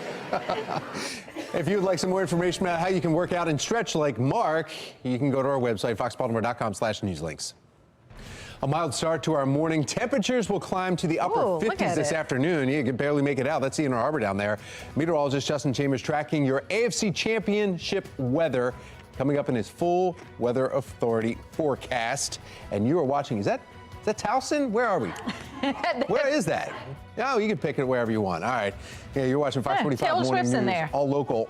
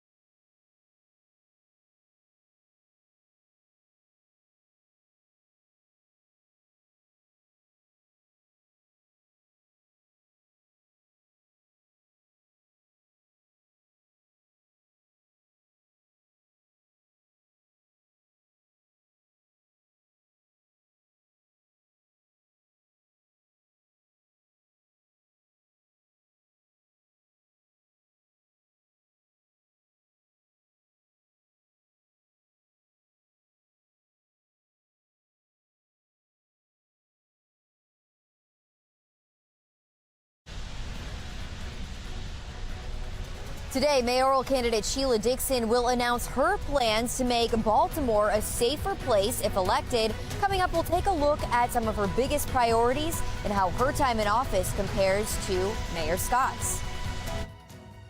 An unsealed federal indictment exposes another connection between safe streets and gang activity. Ahead, we're learning about the alleged meetings that took place at a Safe Street site. Live from WBFF in Baltimore, this is Fox 45 Morning News. Good morning on this Thursday, January 25th. I'm Patrice Sanders. I'm Megan Gilland, and a little foggy, a little rainy out there for this Friday Eve. We couldn't even make out where those shots were coming from. We were looking at Justin. We've got meteorologist Justin Chambers here. Lots of fog in there, and I like how you guys are Purple Friday Eve-ing it right there on the desk. But we'll be talking about more of that rain that's going to be hanging out for Championship Sunday. Right now, though, this is our Towson cam, I swear, from our Mile 1 Auto Group cam that has been showing that low visibility out there. Now, we have dense fog advisory through 9 o'clock, only for Carroll, northern Baltimore, and northern Hartford County, but all of us are dealing with those very low visibilities. So just be aware of that if you are heading out in the next hour or two. Most of the rain is taking a break. You can see the heaviest rain is for you on the eastern shore from Cecil and Kent Downies down through Queen Anne and Talbot, Caroline County as well, seeing that rain at this time, where most of us along the 95 and 83 corridor are getting a break from the rain. But our temperatures mild, 47. They're going up. Here's your number in Baltimore City, 52 already in Owings Mills, 50 in Elk Ridge, and 45 your temp in Glen Burnie and Pasadena. So on your out and about cast, it's probably more of an inside day with the rain that's going to be with us. Even if it's not raining, it'll be misty throughout most of the day. But those temps climb to the low and mid 50s by the time we get to midday and into the afternoon. We're back with your full forecast coming up. We'll talk about obviously what's going to be taking place Sunday in terms of the weather if you're heading out to the game. All right, Meg, how are we looking on the roads? We know it's wet. Yes, and I think drivers starting to feel the impacts of that, Justin. Look at this. This is your Len Stoller Traffic Network taking you through the fog this morning, continuing to track that crash on 695. This is the outer loop in Catonsville, right near the Baltimore National Pike, and it's not a good scene out there. We know there's a disabled tractor trailer blocking the right lane and causing extensive backups. We've got stop and go traffic, if not mostly stopped right now. The right shoulder still remains closed as well. So if you're heading out the door, try to avoid this one. Pick an alternate route if you have to head that way again this morning. 695 at 70 there. Well, the 2024 Baltimore City mayoral race is heating up as candidate and former Mayor Sheila Dixon is expected to announce her public safety plan today. Shannon Lilly joins us live from City Hall this morning with a preview of today's announcement and why this plan could be crucial to her campaign. Shannon.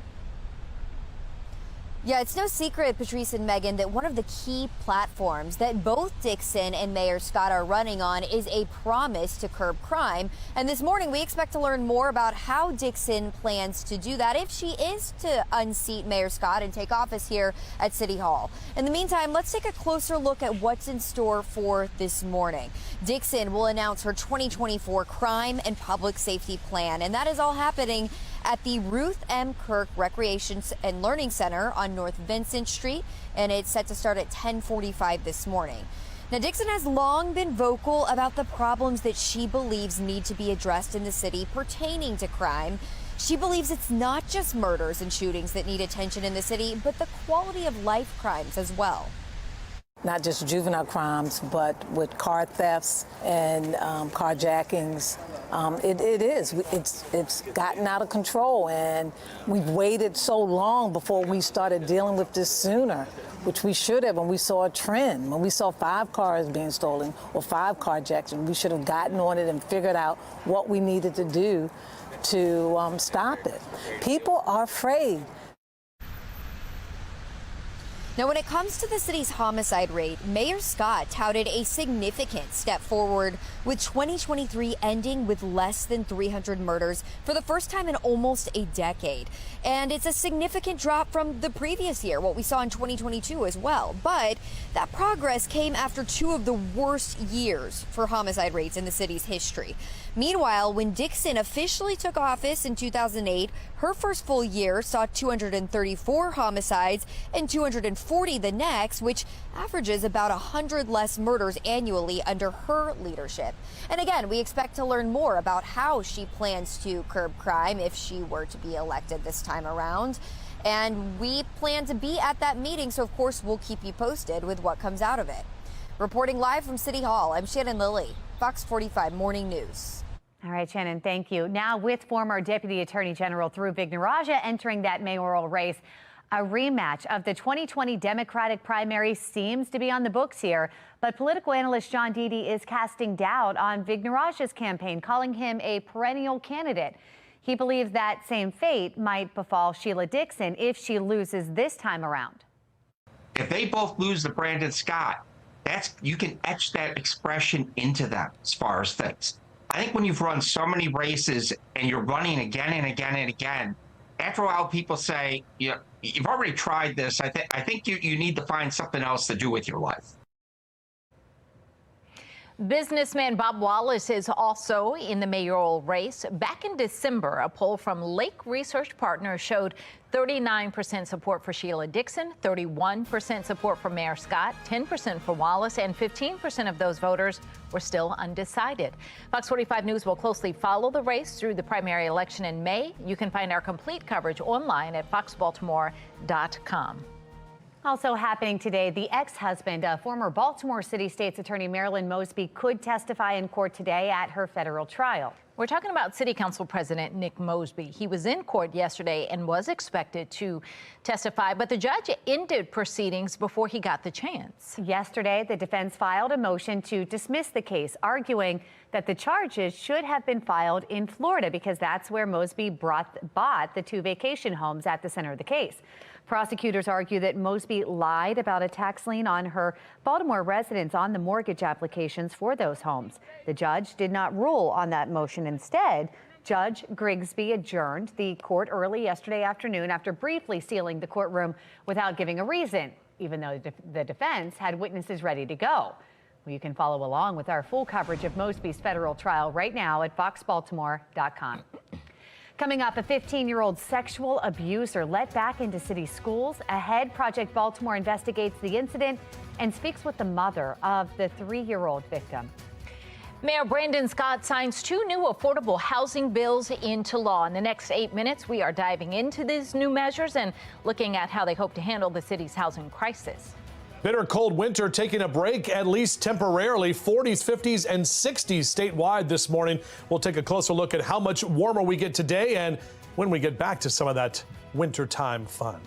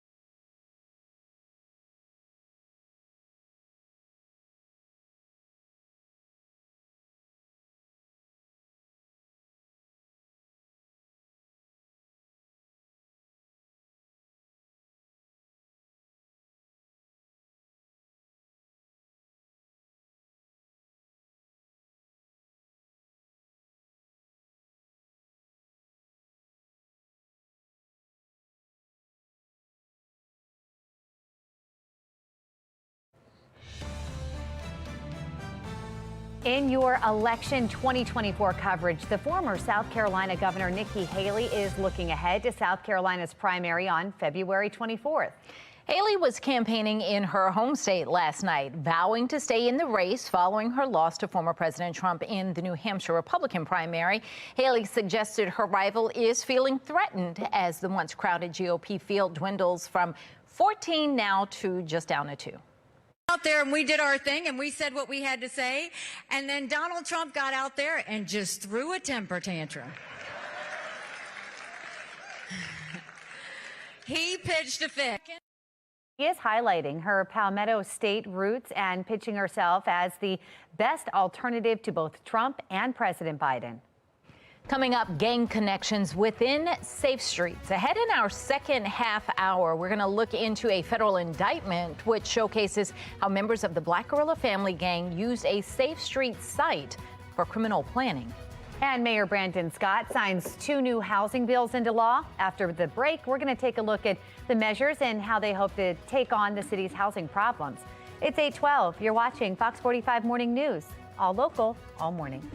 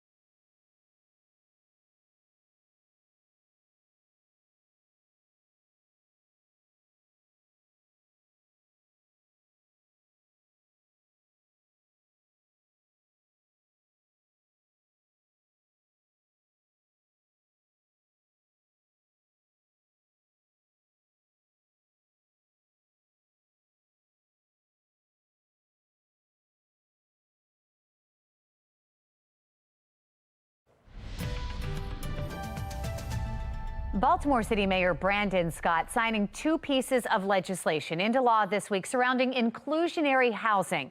This morning, David Williams with the Taxpayers Protection Alliance is joining us live to weigh in on that legislation. David, good morning. Let's start with the very basics here. What are these laws supposed to do, and do you think it'll actually happen? Good morning, Megan. And listen, we all want affordable housing in Baltimore City and really across the country.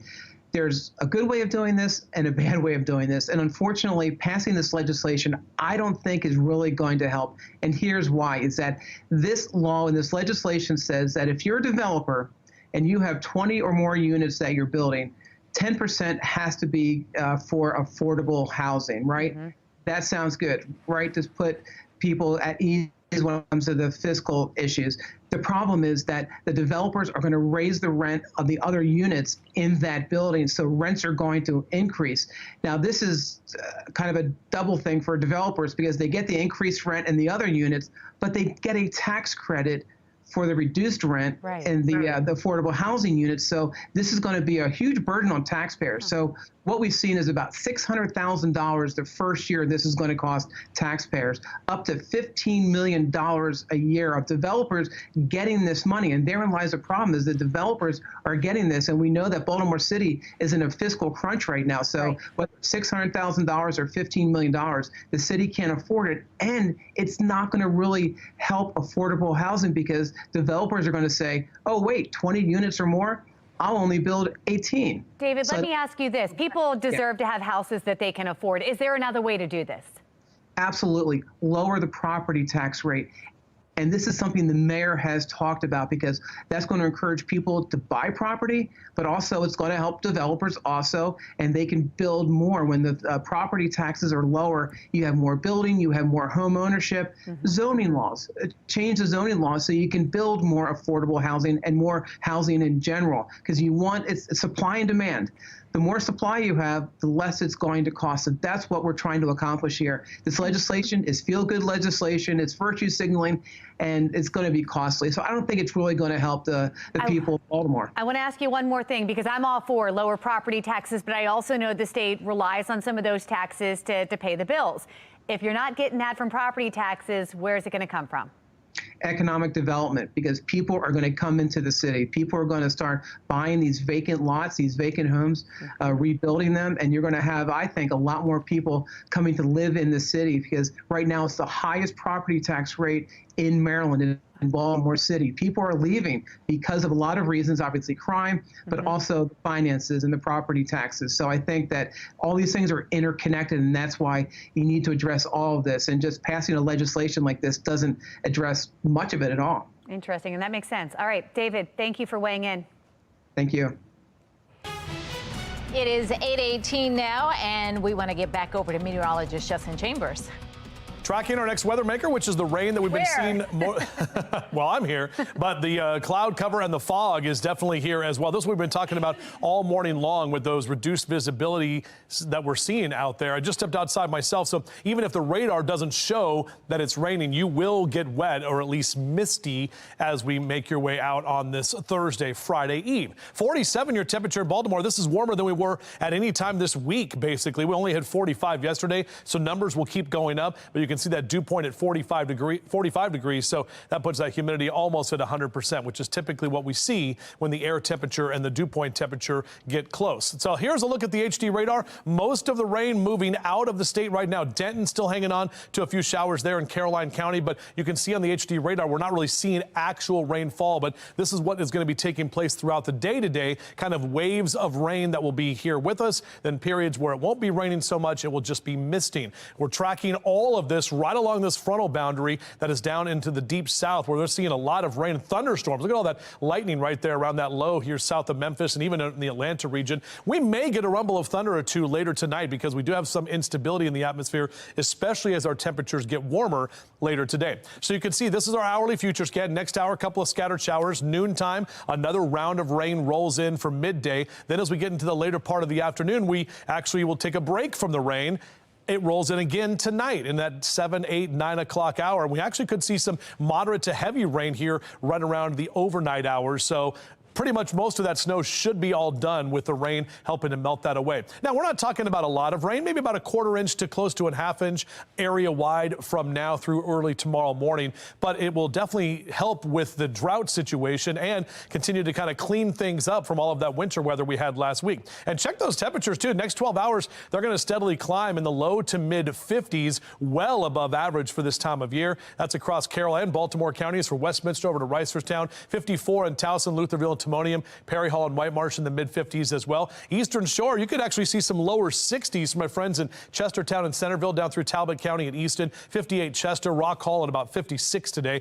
All of us are going to get into those lower 60s tomorrow and even upper 50s Saturday, but note what happens on Sunday and Monday. Here comes that colder air that's coming right back in. It still is winter, by the way. All right, obviously the championship game cast is what we want to know about, and temps will be in the 40s when we get to kick off on Sunday afternoon for the Ravens and Shell. chefs that will be in town. Overall, we'll see a few rain showers late Saturday night, and then that rain's going to linger into Sunday morning. So as you're getting ready for the game and starting those early tailgates and parties, we're talking about rain showers. And that's going to stay with us till about the beginning of the game. This model run wants to take the rain out of here right during the game and then bring some more rain in about 6, 7 o'clock for the later part of the game and into Sunday night as well. Shout out to Jessica W. in Windsor Mill, Maryland. Look at Ichigo, and I think that's how you say the name of the doggy, but that is a good-looking Ravens scarf right there. So Ichigo is ready to go. So Jessica, thank you very much from the Windsor Mill for sending that picture in. JC Chambers at foxbaltimore.com. More of your Ravens pet pics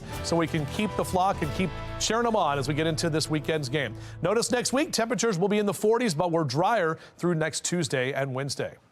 All right, Justin, thank you. Coming up, Cecil County lays out its plans to tackle statewide budget shortages. Ahead, we have the county's proposal and what it plans to cut in order to stay afloat. Okay, the sun's not out, but the guns are out. We're at Planet Fitness this morning, and we're going to train like the Ravens. Coming up next, where's my weights? Fox 45 Morning News, all local, all morning long. That's right, partner.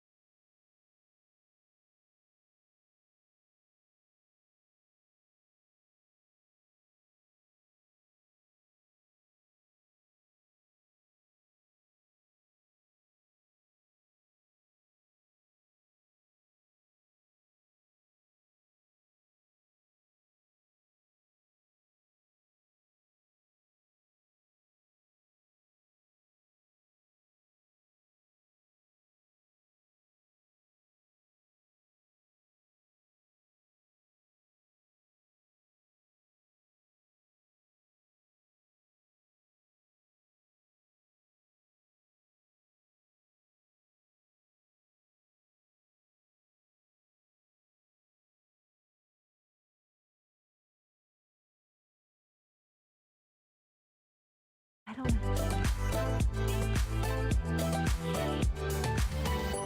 Pump those legs, flap those wings, and shake your tail feathers. It is time to start training like a raven. I wonder if they do all that. The bird or the player? Maybe both. While the Ravens are gearing up for the game, Mark Clark is live at Planet Fitness in Reisterstown with a few moves you can do shaking a tail feather. How's it going, Mark?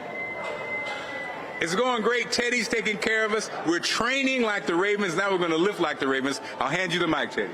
That's right, that's right. So before the first downs and touchdowns, we got to get the muscles working in the gym. I'm going to give you a 15. Here you go. This is you. The first thing we do is a squat to shoulder press. Now, you want to get down in that squat and then drive those weights up above your head, working lower body and upper body because it's time to make tackles. The next one is going to be an RDL. So we're going to work the hamstrings and glutes. I just want you to hinge at the hip, come up, feel it in the glutes and hamstrings. Oh, yeah.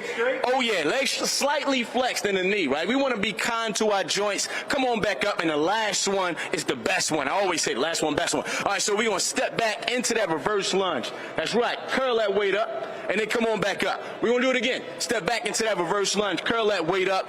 And then you know what, Mark? I'm going to set this down because now that you got all of that muscle work, you got the energy flowing, you ready to win. You ready to win, but it starts right here in the gym. Let's go. Oh. It starts right here. Then we go.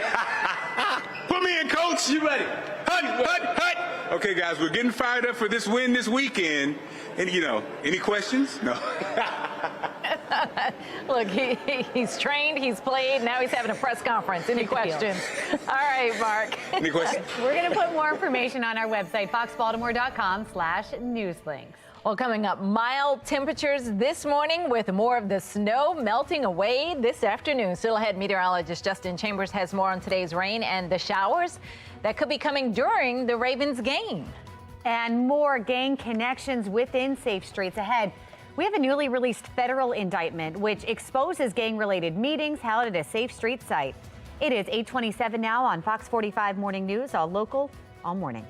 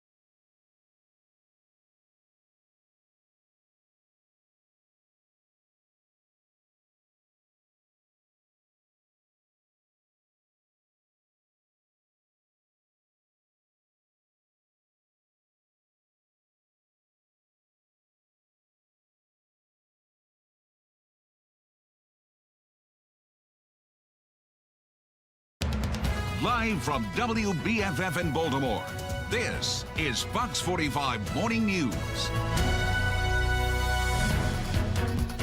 Welcome back to Fox 45 Morning News on this Thursday, January 25th. I'm Megan Gillen. I'm Tom Rogers, and it is a foggy start to your Thursday morning, and it's wet, and it doesn't look like the rain's going to stop anytime soon. And it makes you start thinking about the game, and if weather is going to impact catching of the ball, any issues there. Running games, yeah. Interesting. Meteorologist Justin Chambers has been timing all of this out. Plus, Taylor Swift's hair. Oh, my God. goodness. I mean, well, she has that little hat she's been wearing. It's true.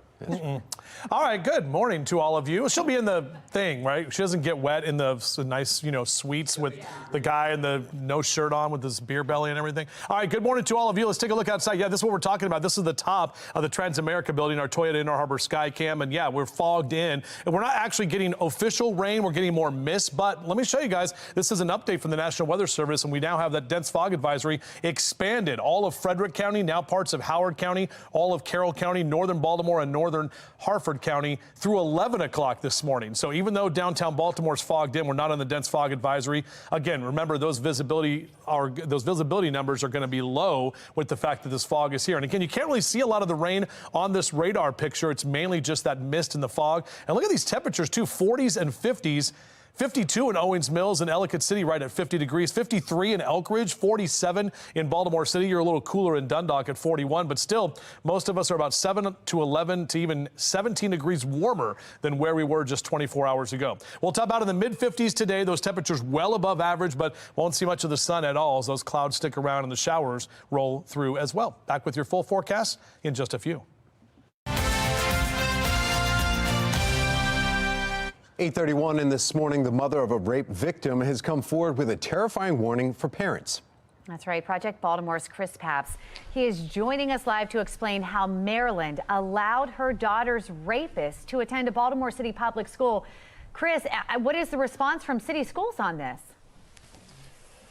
This is a really difficult one to wrap your head around. Well, City Schools is telling us that they don't have any choice but to follow specific protocols that have been laid out in Maryland law passed by Maryland lawmakers. Now, here's the brief synopsis of what happened here. So on December 27th, a 15-year-old was entered a plea to second-degree rape in Harford County. When winter break ended in January, that student returned to taking classes at Patterson High School in Baltimore City. A convicted rapist was put into a public school. The staff, the students, the families were not told that a convicted rapist is sitting in class with these kids. None of them knew. And now we're 3 weeks into the school year, and the students in Patterson High School. So our understanding is the school system would probably like to have this student out of the school, but state law makes it very difficult for them to do it. They have to be able to show or prove that there is an imminent threat to the 1,300 kids that are attending Patterson High School. But the default here is put a student, a convicted rapist, into a school, and the school system has to argue for why he shouldn't be there, instead of the default perhaps being, don't put a convicted rapist in a school and have the parents and perhaps DJS argue for why he should be in the school. But this is where we are right now in the state of Maryland. Chris, I know that we saw your report earlier this morning and we were looking through that, it said that the student has to be under supervised or cannot be unsupervised near other children under the age of 15. And you pointed out in your story that you're saying, okay, there's freshmen that are 14 years old. Do they consider school grounds as supervised areas? Yes. The judge's order did not stipulate anything outside of he has to be under full-time supervision when with anybody under the age of 15. Now, you're right. In a high school like Patterson that has 1,300 kids, there are most certainly many of them are 14-year-old freshmen. So is he in a stairwell? Is he in a bathroom? Is he in a locker room? Does city schools really have somebody following this kid around throughout the entire school day to make sure that he is being properly supervised? It seems really unlikely because remember, the school system, the central office cannot alert anybody that there is a convicted felon, a rapist in the school. Maryland law does not allow for any of that information to be made public or for that information to be shared. I mean, this is a problem all around. And the final part of this is this student has already been accused of a second felony rape of another young girl. So you have a student who has already been convicted of rape, accused of rape in a second case. It's going to go to trial next month. And he was still put in a public school with kids that have no idea who they're sitting with. I can't even imagine, as a mom myself, finding that information out. Chris, we know you're going to stay on top of this. It'll be interesting to see if something happens in Annapolis now. Thank you. Thank you. Continuing coverage this morning, a newly unsealed federal indictment and plea agreement is shining light on another connection between gang activity and the Safe Streets program. Shannon Lilly joining us live with what we are learning now. Shannon? Some disturbing new details here, Tom and Megan. We are learning that a Safe Street site that was supposed to be a safe place for the community was actually a location where the notorious Black Guerrilla Family Gang was plotting more crimes, including an attempted murder hit. That information coming from this plea agreement here of Tyrell Jeffries. He pleaded guilty earlier this month to racketeering connected to the notorious BGF gang. According to the court documents, Jeffries admits that he participated in BGF meetings at the Safe Streets site. 2 BGF members in the meetings were employed by Safe Streets as violence interrupters. And Jeffries admits throughout the spring and summer of 2015, he and other BGF members stashed guns and drugs at the Safe Street site. And in May of 2015, they plotted a retaliatory hit on a rival gang member there. In fact, they shot a rival who was at a vigil for a different homicide victim at the intersection of North Rose and East Monument Streets. That all happening just blocks from the Safe Street site. Can you definitively say that similar things are not happening at other Safe Streets locations in the city? What I can say is that anytime that we find anybody being involved in criminal activity, Mackenzie, we remove those people and turn those over to the other parts of the justice system. I said to you 1,000 times, I don't care if those things are being handled at the DBW office, if they're being plotted out in the basement of Fox 45 TV, wherever they're being plotted out, our folks are working to find those people and remove them and working with our law enforcement partners, as was the case in this case. But yes or no, can you definitively say that that's not happening? What I can tell you again is that when we know people are committing criminal acts, my police department arrests them. So despite our pressing there, the mayor remains committed to Safe Streets as a cornerstone of his crime prevention strategy, even though the program was once again potentially linked to the BGF back in October when the FBI raided the Bel Air Edison Safe Streets site. Reporting live from City Hall, I'm Shannon Lilly, Fox 45 Morning News. All right, Shannon, thank you. Coming up, what to do if someone is injured and emergency services have not arrived. In our 9 o'clock hour, we are looking at what you can do to help someone in need before EMS arrives on the scene. And it's foggy right now. My goodness, take a look at the left side of your screen right there. More showers are headed our way. Stay with us for a look at the game day forecast as the Ravens are set to take on the Kansas City Chiefs. 8:38 is your time.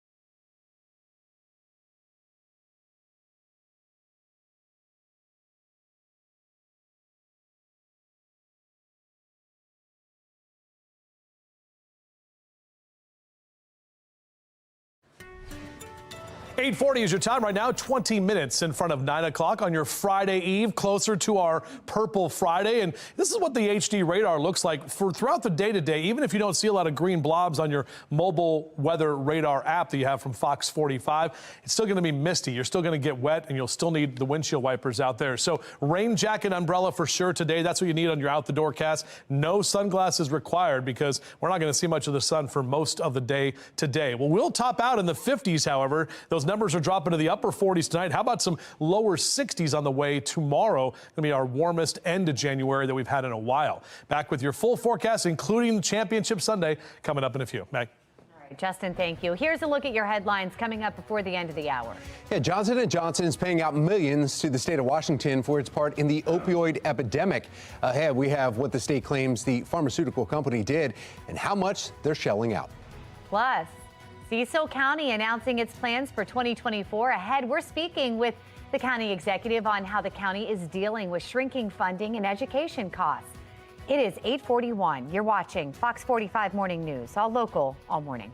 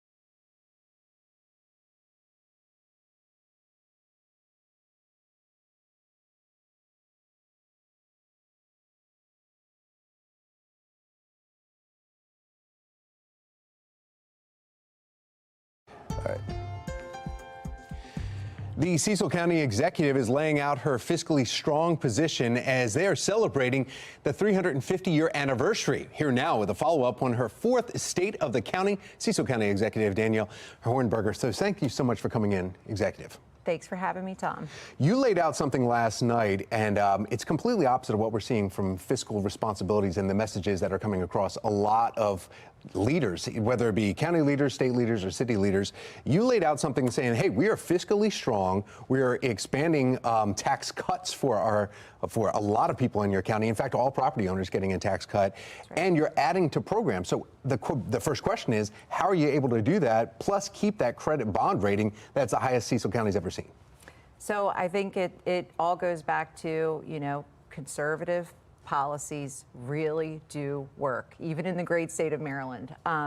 We've been able to just find efficiencies, make things more readily available for our residents while still spending less because, we take a look at every single program that we can, and also finding those federal grant dollars and state grant dollars that sometimes get left on the table. So it's just kind of all of those things. So getting funding from the state and federal, I can see that helping. Are there a lot of audits that have gone through Cecil County now, and then to help you streamline?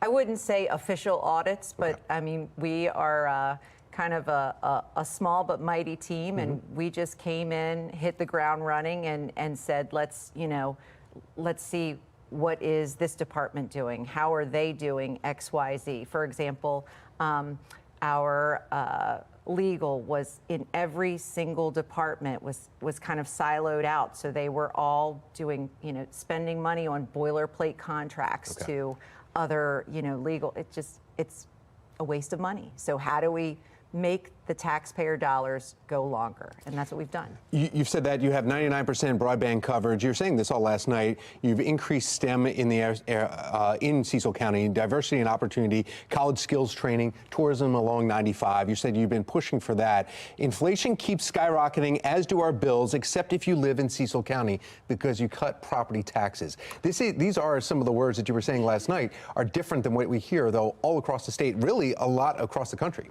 Yeah, I mean, look, again, it's just being mindful, I think, and coming in with a new perspective and how do we do this? And we see in the state of Maryland, there are a lot of folks, leaders across the state who are struggling with the new blueprint mandate, some of these, mandates coming from the state level. Yes. And I saw in there also that you had mentioned that you have a $10 million lockbox. Cecil County, are you going to be shelling out more for Kerwin, or will you not have to? Yeah, so we will. We actually just got an update from the state that it looks like there will be a $5 million increase at minimum. So that's what we're looking at right now, and that's why we put that $10 million set aside.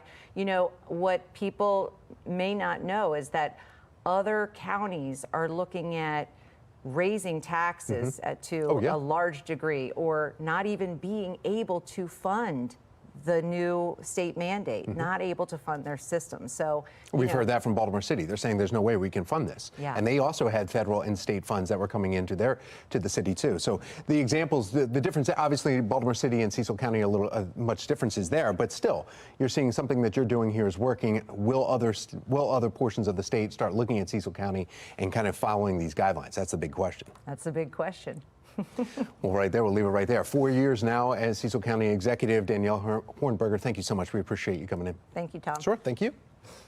Well, now meteorologist Justin Chambers looking at the forecast, and it's nasty, foggy weather out there. Yeah, exactly right, Tom. This is what we've been talking about all morning, those rain showers and the fog and the mist kind of hanging around. But our temperatures are very mild. Check the right side of your screen. Most of us have been hanging out in the mid to upper 40s throughout the course of the morning. Some of you have been in the 50s this morning as well. This is a look at our HD radar. There's not much happening anymore in terms of actual rain. Most of that rain has moved off the eastern shore and moved over toward Delaware, New Jersey, and Pennsylvania. And back behind that, we're actually seeing kind of a break from the rain showers, but we'll have waves of rain that will be coming throughout the day today. You can see down through Atlanta and Charlotte, that's where we're seeing some thunderstorm activity, and most of this moisture is going to ride right up this frontal boundary, that large area of low pressure over the Gulf Coast region. That's where we're seeing some real active weather there right around New Orleans and areas to the east of Houston. This is a look at our hourly future scan. Next couple of hours, we'll see some spotty showers here and there. Midday may get another round of that moderate rain rolling through, and then as we take you into the afternoon, we'll keep the clouds around, the misty conditions, but not tracking rain. The final round of rain, at least for tonight's going to be a little heavier after about 9 p.m. Look at those areas in Frederick and Gaithersburg, moving right into Westminster, Columbia, and Baltimore City. Even through midnight, we could see some moderate to even some heavy rain, and possibly even a rumble of thunder or two with some instability in the atmosphere. These temperatures that are going to be well above average for this time of year, along with some of that rain. Now, in terms of rainfall totals, probably about a good quarter inch to possibly a half an inch for a lot of us across central Maryland. That's going to really help to accelerate that snow melt, but areas in western Maryland could see some flooding there, with flood watches posted with all of that snow and that rain coming together. Hank the bird trying to find some shelter from the rain today. Yeah, he's still excited for the Ravens. So next hour in the upper 40s, mid 50s through noon.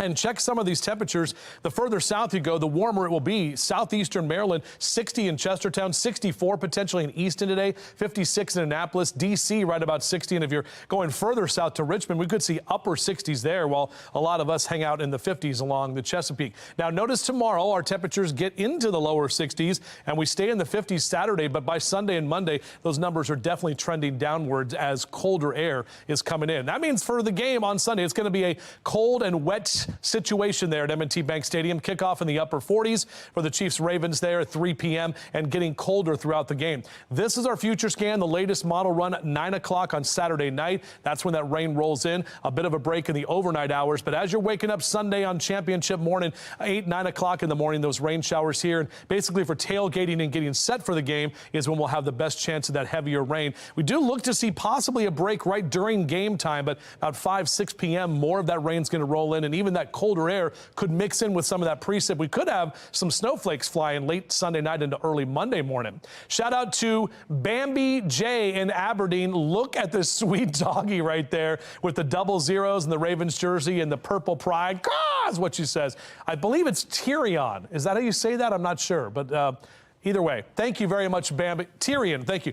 Bambi in Aberdeen for sending this picture in of your sweet pet pics. And Ravens pet pics continue. You guys have been doing great all week, and we'll keep it going to show our flock that great Ravens pride. Upper 50s here and lower 60s for the next 3 days. But as I mentioned, cooler Sunday and into next week, even though we will be a bit drier. All right, Justin, thank you. Trending now, American-British relations in a bit of hot water after a controversial tea recipe ignites tempers. Now, this happened in a new book. An American professor proposed adding salt to tea to make it taste better, which invoked a steaming reaction from tea lovers all across the Atlantic. However, the U.S. Embassy in London released an official statement. That's right, an official statement. Quote, "We want to ensure good people of the UK that the unthinkable notion of adding salt to Britain's national drink is not official United States policy." Solved. Official response. Right. Wow. Well, coming up, Taylor Swift might be coming to town for Sunday's big game ahead in our 9 o'clock hour. We are checking out a local store that's preparing for the pop star with some Swiftie-themed merch. My goodness. And the Ravens are set to take on the Chiefs for a chance at the big game in Vegas. Ahead, we have the perfect Ravens routine to get your blood pumping for playoffs. You think Taylor puts salt in her tea? Oh, for sure. Definitely? Yeah. And I hear she has her own kind of like little drinks that we might be able to whip up. Yeah, we're going to drink the competition coming up in a little bit. There you go. But we should probably also take a coffee break.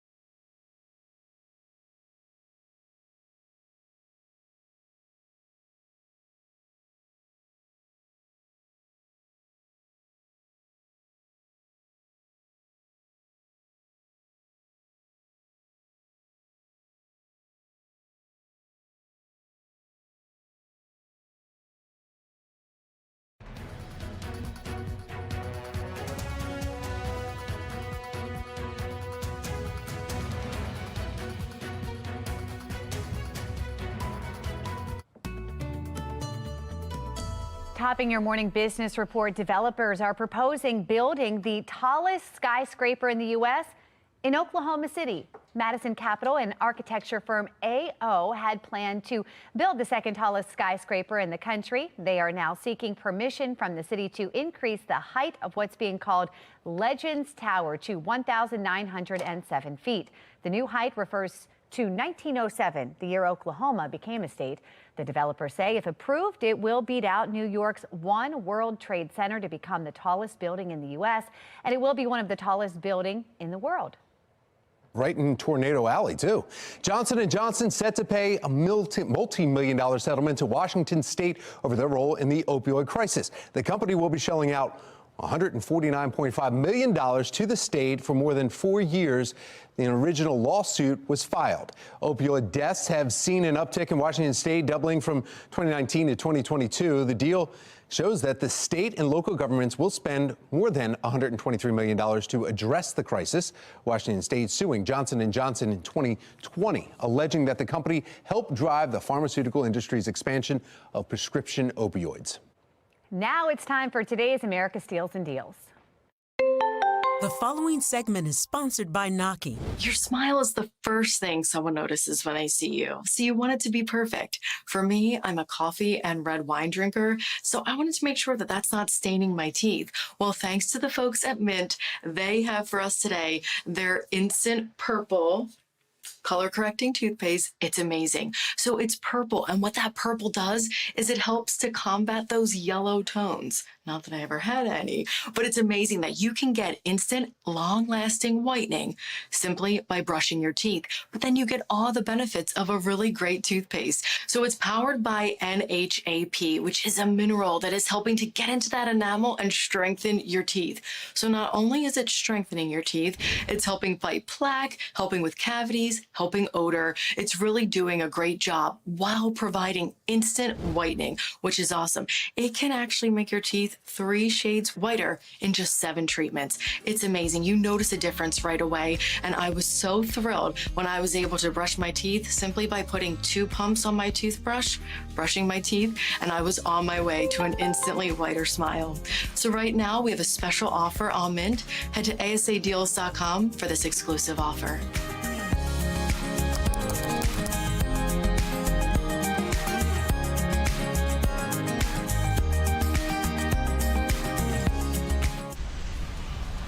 Today, mayoral candidate Sheila Dixon will announce her plans to make Baltimore a safer place if elected. Coming up, we'll take a look at her priorities and how her time in office compared with Mayor Scott's. Another candidate throwing his hat in the ring for mayor of Baltimore. How the race could change with a third player now in the mix. Our temperature's mild, but we're tracking more rain and also more of that fog that is out there. We'll break it down for you right now. Good Day Baltimore begins at this moment. Live from WBFF in Baltimore, this is Fox 45 Good Day Baltimore. Good morning on this Thursday, January 25th, 3 days away from the game. I'm Patrice Sanders. I'm Megan Gillen. I'd say we can see it coming, but meteorologist Justin Chambers showing us it's difficult to see. We can't see anything. Yeah, lots of fog out there this morning, ladies. That's what we've been talking about with the rain and those mild temperatures that are also helping to create that foggy condition for you. This is the top of the Transamerica building, Toyota Inner Harbor Skycam. Can't see much. We do have the dense fog advisory that's now been expanded. That includes northern Baltimore and Harford County, all of Carroll County and back through Frederick County, even parts of Howard County. And this now goes till 11 o'clock this morning. So those visibility numbers are going to stay down. You want to make sure to take it slow if you're heading out. Overall, just a few light rain showers being actually picked up on the radar, but you will need the windshield wipers and your rain gear as you head out. Look at these temperatures, 40s, 50s, and even 60s for us, especially in southern Maryland right now. So we're on our way to temperatures that are going to climb to the low and mid 50s through midday today, probably top out right around 55, well above average for this time of year. Back with your full forecast, we'll talk about an even warmer day tomorrow and obviously what we can expect for game day on Sunday. All right, let's take a look at our Lynn Stoller traffic network. A disabled tractor trailer in Catonsville is continuing to cause a slowdown this morning. We've been talking about this all morning.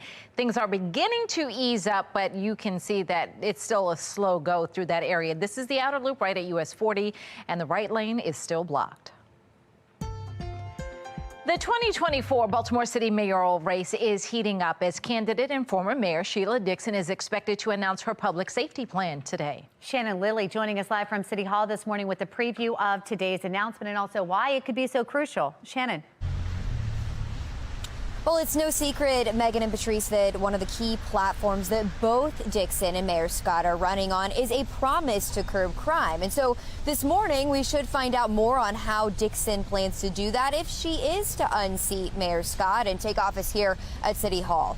In the meantime, let's take a closer look at what's ahead for this morning. So Dixon will announce her 2024 crime and public safety plan at the Ruth M. Kirk Recreation and Learning Center on North Vincent Street, and that's set for 10:45 this morning. And Dixon has long been vocal about the problems that she believes need to be addressed in the city pertaining to crime. She believes it's not just murders and shootings that need attention in the city, but the quality of life crimes as well. Not just juvenile crimes, but with car thefts and carjackings. It's gotten out of control, and we've waited so long before we started dealing with this sooner, which we should have when we saw a trend. When we saw 5 cars being stolen or 5 carjacks, we should have gotten on it and figured out what we needed to do to stop it. People are afraid. Now, when it comes to the city's homicide rate, Mayor Scott touted a significant step forward, with 2023 ending with less than 300 murders for the first time in almost a decade. And it was a significant drop from the previous year of 2022. But that progress came after 2 of the worst years for homicide rates in the city's history. Meanwhile, when Dixon officially took office in 2008, her first full year saw 234 homicides, then 240 the next, which averages about 100 less murders annually under her leadership. And again, we expect to learn more about how she plans to fight crime if she is elected. In this meeting set for 10:45 this morning, of course, our teams plan to be there, and we will keep you posted with what we hear. Reporting live from City Hall, I'm Shannon Lilly, Fox 45 News. Good day, Baltimore. Former Deputy Attorney General of Maryland, Thiru Vignarajah, announced yesterday that he is once again running for mayor of Baltimore. That sets up a rematch of the 2020 Democratic primary, in which Mayor Scott, Dixon, and Vignarajah were the top 3 vote getters.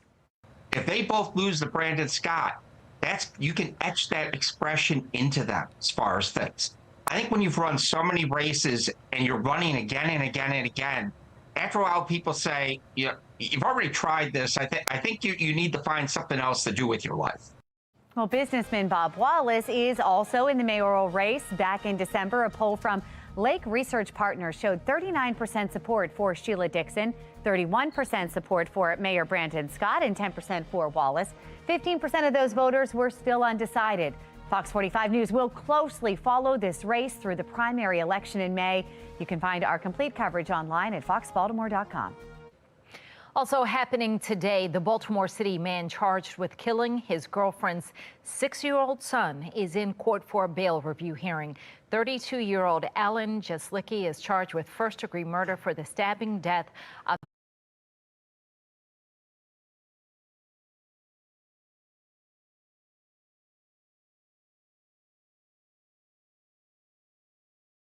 six-year-old Saran O'Neill. The boy's death marks the 12th killing in Baltimore this year. Developing this morning, Anne Arundel County Police arrest a student who they say had a gun and ammunition in his backpack at Crofton High School. Police say the investigation stems from an incident on a school bus, but the teen never took out the gun at any point. Now, this all comes as the Baltimore City Council is looking to address violence within city schools.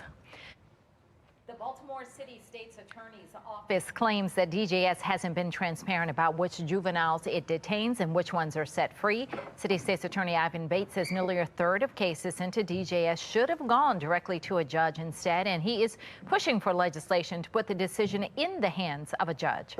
Bates is one of more than a dozen prosecutors across the state taking issue with Maryland's juvenile crime response.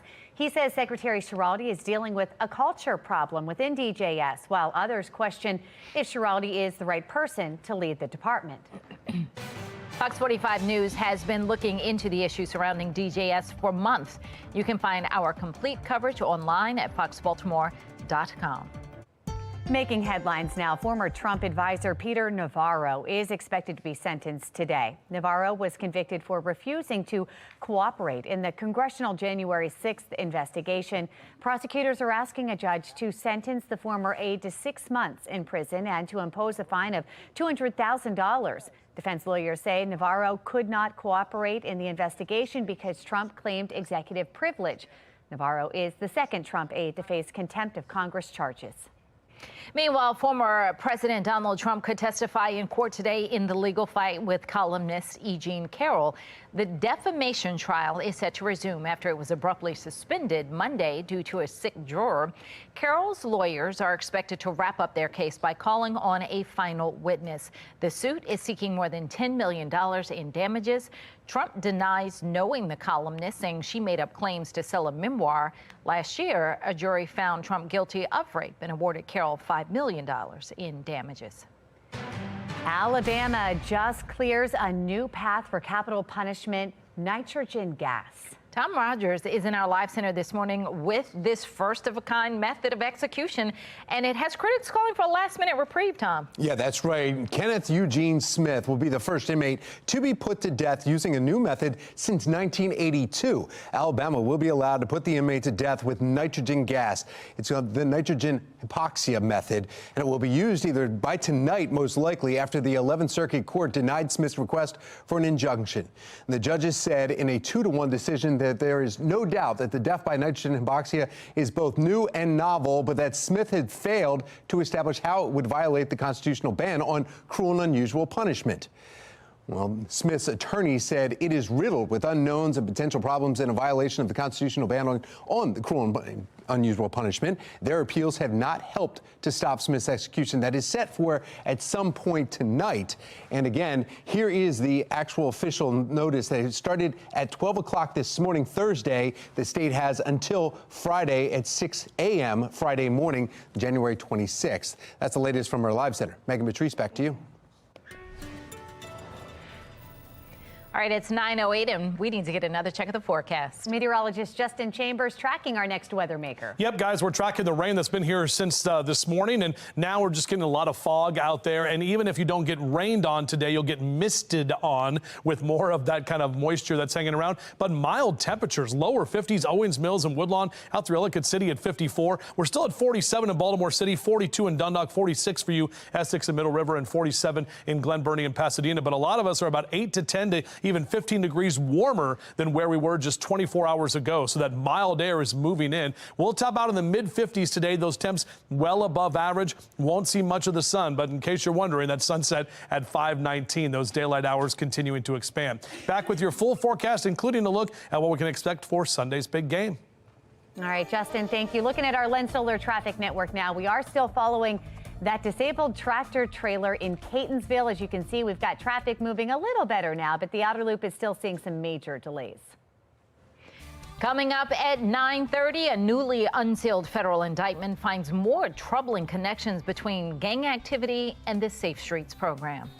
And Harvard University under fire again. Congress now threatening to subpoena the school for failing to release documents related to anti-Semitism on campus.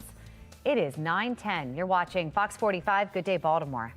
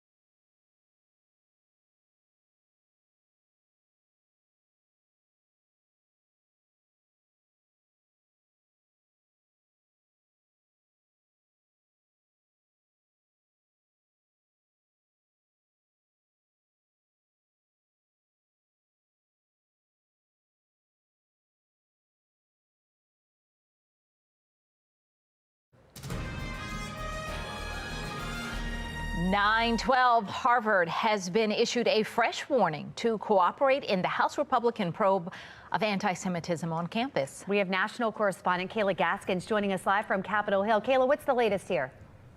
Well, Megan and Patrice, Harvard has been issued a fresh warning to cooperate in the House Republican probe of anti-Semitism on campus. This probe stems back to that October 7th attack of Hamas on Israel. Now, North Carolina Congresswoman Virginia Fox said Harvard has failed to turn over acceptable documents related to this investigation of rising anti-Semitism on college campuses. Last month, the investigating committee here on Capitol Hill asked for all of the documents and communications going back to 2021. That reference anti-Semitism that would include disciplinary records from Harvard. Fox said she's considering issuing subpoenas if the university does not cooperate. UPenn is also still under fire. The House sending a letter to the school this week demanding they also turn over documents related to anti-Semitism. Representative Fox gave UPenn a deadline of February 7th to comply. And this stems from, again, those instances of rising anti-Semitism reports on campus following the October 7th Hamas attacks and the subsequent war between Hamas and Israel. Lawmakers are concerned the universities are not adequately protecting their students. Megan, Patrice. All right, we'll be following Kayla Gaskins live from Capitol Hill. Thank you. 9:14 now, and we need to get another look at our forecast for today. A lot of fog out there, but then looking ahead to the game. Meteorologist Justin Chambers timing it out. Yeah, definitely not as cold as last week's game, but it will be chilly and it will be a little wet, especially as we're tailgating and getting ready for the game. You'll have to get those seats wiped off before you get to M&T Bank Stadium. Live cam right now showing us not much, just that fog as we're kind of socked in. And we do have the update from the National Weather Service. The dense fog advisory for all of Carroll, parts of Howard County, northern Baltimore and Harford counties. This now goes until 11 o'clock this morning. So those visibility numbers will be down as we head out. So here's a look at your HD radar. We are seeing a few of those showers that are moving through. Most of the rain is done for now. It's temporary because we're going to get more and more of those waves of rain that are going to be coming through throughout the day. Down through Charlotte and Atlanta, getting some more of those pop-up thunderstorms. Really seeing a lot of the severe weather down in parts of Louisiana and the Gulf Coast. That's right around where that area of low pressure is. But that low and more of these areas of low pressure will kind of ride along that frontal boundary and bring us the rain showers off and on throughout the day today. This is our hourly future scan through 10 a.m. We'll get a little bit of a break and then a few more showers through midday today, taking you later into the afternoon. Not a lot of rain actually falling, but it's definitely going to be cloudy and misty. And then more of that heavy rain rolls in tonight. We're talking 8 and 9 o'clock this evening. That's when we'll see that heavier rain. And even areas right around midnight, you can see the orange and the red. That's an indication of some heavier rain. So that's really going to get a lot of that snow kind of washed away and melted away as well. High temperatures in Carroll and Baltimore counties, mainly in the mid 50s for a lot of us today, well above average. Howard and Anne Arundel counties, you're also going to see those mid to upper 50s for Ellicott City and Elkridge down through Odenton. Glen Burnie, Pasadena, right about 56 for your high this afternoon. Notice our temps climb to the lower 60s tomorrow and even above average on Saturday with temps in the 50s. But notice those 40s return on Sunday and Monday. So colder air is coming right back into the picture. Now, on your AFC Championship gas, well, of course, the Chefs will be in town against the Ravens coming up 3 o'clock on Sunday afternoon. Upper 40s is what we'll see for kickoff, and temps will get colder throughout the game. Now, what I want to do is show you two different weather models. This is our in-house model. This shows us Saturday night with the rain showers that will be here. We'll dry for the first part of Sunday early, but right about 8, 9 o'clock when you're starting to get ready for the game, that's when that rain will continue. And it's going to stay with us through about noon into the 1 and 2 o'clock hour. This model wants to take a break in the middle of the game and then bring more rain in second half and into when you're leaving the game. Now, this is the American model, also showing us some rain showers on Sunday morning into the middle part of the day Sunday afternoon. But you can see right there, still bringing rain all the way through the game. And then late on Sunday night, we could get some colder air, and that's some blue where we'll see the potential for some rain mixing in with some snow late night into early Monday morning. Shout out to Debbie Harris. This is a great picture of the doggy right there and Poe hanging out, or at least one of those birds. So thank you, Debbie, for sending that picture in on your Ravens pet pics. We continue to see those and love getting those in, and I'll keep showing them all week long. Well, today and tomorrow at least. All right, here's a look at that 7-day forecast. You can see those numbers, upper 40s on Sunday, back to the mid 40s, cooler but drier next week. This Fox 45 News segment is sponsored by the University of Maryland Medical Center. If you arrive at the scene of a traumatic injury before EMS, what can you do to save a life? Trauma program manager at the R. Adams Cowley Shock Trauma Center at the University of Maryland Medical Center, Rebecca Gilmore, standing next to me, is joining us with what we need to know. Rebecca, good morning. Good morning. These are things you don't always want to think about, but when something happens, you got to step up and respond quickly. Absolutely. So bleeding is the #1 cause of death following trauma. Really? So anything we can do to stop bleeding right at the beginning, that is going to help save somebody's life. So it's like having, CPR. Everybody knows CPR. Learning this skill can also save a life. So how do we begin? I mean, let's say this could be, a deep wound. If you got lacerated with something, it could be a gunshot wound. Right. When that happens, what's the first thing you need to do? Yep. So this can be from any wound. If you come across somebody who's been in a car crash, can be in your home, can be at the school playing field, anything like that. You can get a wound that is really bleeding. Okay. So when you take the course that we have, we teach you how to identify life-threatening bleeding. Okay, so that's the first thing, identify life-threatening bleeding. How do you know if it's life-threatening? So you're looking for blood that is saturating clothing, blood that is pooling around the area. So it looks like, hey, there's a lot of blood there. That looks like a lot. And at that point, what's the next So the first thing you're going to do, you're going to grab anything you have with you, okay? If you have a nice kit, you'll have some gauze, but if you don't have anything like gauze, you can get a T-shirt, anything, take it off. Okay. Find the wound, put it on the top, put your hands over, and put pressure. Okay. Okay, you have to And press. just hold it. Press hard, yeah. Okay. Hold pressure until the bleeding stops. And my first thought is that going to hurt them? Are they going to It yell? might. Are they going to cry? And if they do, how do we know if we're doing it right? Right, you're doing it right if the bleeding stops, okay? So if the bleeding doesn't stop, we might need to move on to something else. We have I didn't another. know that. That's good. That's a good piece of information. Anything else we can do before? And again, we're hoping at this point EMS is on their way. This is the interim. Always call 911 first. Okay. 911 is your go-to. Right. Okay, so if that doesn't stop the bleeding and you have a big open wound, what you want to do is put pressure from the inside of the wound. So you're going to get some gauze or even your T-shirt if that's all you've got, and you're going to start sticking it inside. And this is hard to do. I think, I don't have a medical background, and for me, sometimes I think, could I do this? And you just got to understand that this is going to save someone. This is saving somebody's life. And right? this is kind of helping it just clot a little bit without it clotting itself. So what you're doing is you're putting pressure on the inside of the wound. Do you keep your finger in there? So you're going to put as much gauze as or T-shirt or whatever as you can get in there. Then you're going to put some on the top, and then you're going to go back to pressure. Okay. So pressure is always your friend. Pressure is the main thing. That's going to hurt. They're going to make some noise and yell, and you've got to understand this is let you're them doing know, right. hey, I'm trying to save your life. I'm sure there are people out there hoping to take some classes. You are going to be at our Be More Healthy Expo, helping people learn these life-saving skills. We are indeed. Yep. Okay. Anything we need to know when we come to see you, how to find you? It's on February the 10th. Down in the Convention Center in Baltimore. And we will be one of the tables there. We will have limbs there. We can tell you how to sign up for a class. We can get you signed up for a class. All the information will be ready available. So important. How often do you hear people who knew these skills that were able to save someone? All the time. So even at shock trauma, we see people coming in that have had these skills performed. Let's be the difference makers. Thank you so much. You're welcome. Thank you. The plan for Baltimore City Fleet Week officially unveiled. How you can honor service members who serve both at sea and in the air. And we're at Planet Fitness this morning just in case the Ravens need us to play in the game. We'll give you some tips to be ready. Fox 45 Morning News, all local, all morning long. Fox 45 News, winner of 16 2022 Regional Emmy Awards, more than all other Baltimore news stations combined.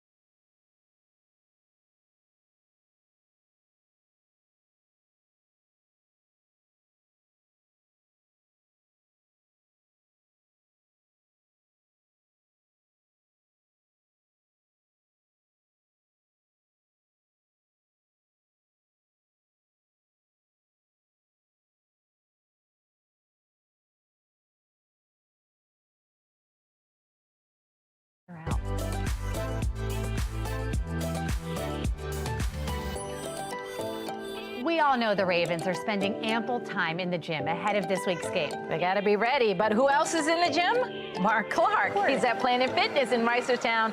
He's got all the moves the Ravens are doing so that they'll be ready on Sunday. Mark. That's right, guys. We're getting ready now. Be careful, man boob alert. Be careful. Teddy's going to put me through the through the test. Teddy. That's right. That's right. We're going to check both of those, but we also want to check his footwork. All right, so let's chop him up. And then we're going to go forward. Let's chop him forward. Let's chop him up. And Mark, this is what we're going to do as athletes, right? In the gym, we just got to move our bodies. So then the next one is what we're going to do is we're going to go 1, 2, 3, 1, 2, 3, 1, 2, 3. Come on with me. 1, 2, 3, 1, 2, 3. And we moving our bodies, and we got big fitness. And let's go back. Let's go back. You didn't even know he could move like that. Then in the next one is a lateral hop because you got to be able to bound out left to right. All right, so feet together, and let's go left, and then let's go right, and let's keep going. Left, right, left, right. And I promise you, we're not doing the electric slide, but what we are doing is we're training our bodies to move in different planes, and he got a little funk to him. That's why I love Mark, but that's also why I love exercising, because you could be a Raven, and you could also go to the cookout after the game, because we going to win. Boogie, woogie, woogie. Hey, listen. I need a nap. There you go. I need a nap, guys. You can see. Didn't take much to get me sweating. Woo, where's the water? Encore.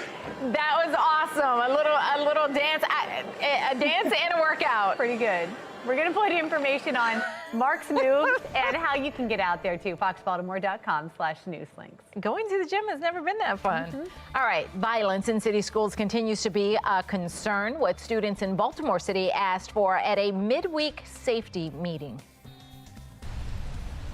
Newly unsealed documents reveal another connection between the notorious Black Gorilla Family Gang and the city's Safe Streets program. Coming up, the link between one Safe Streets site and an attempted murder hit. You're watching Fox 45 News. Good day, Baltimore.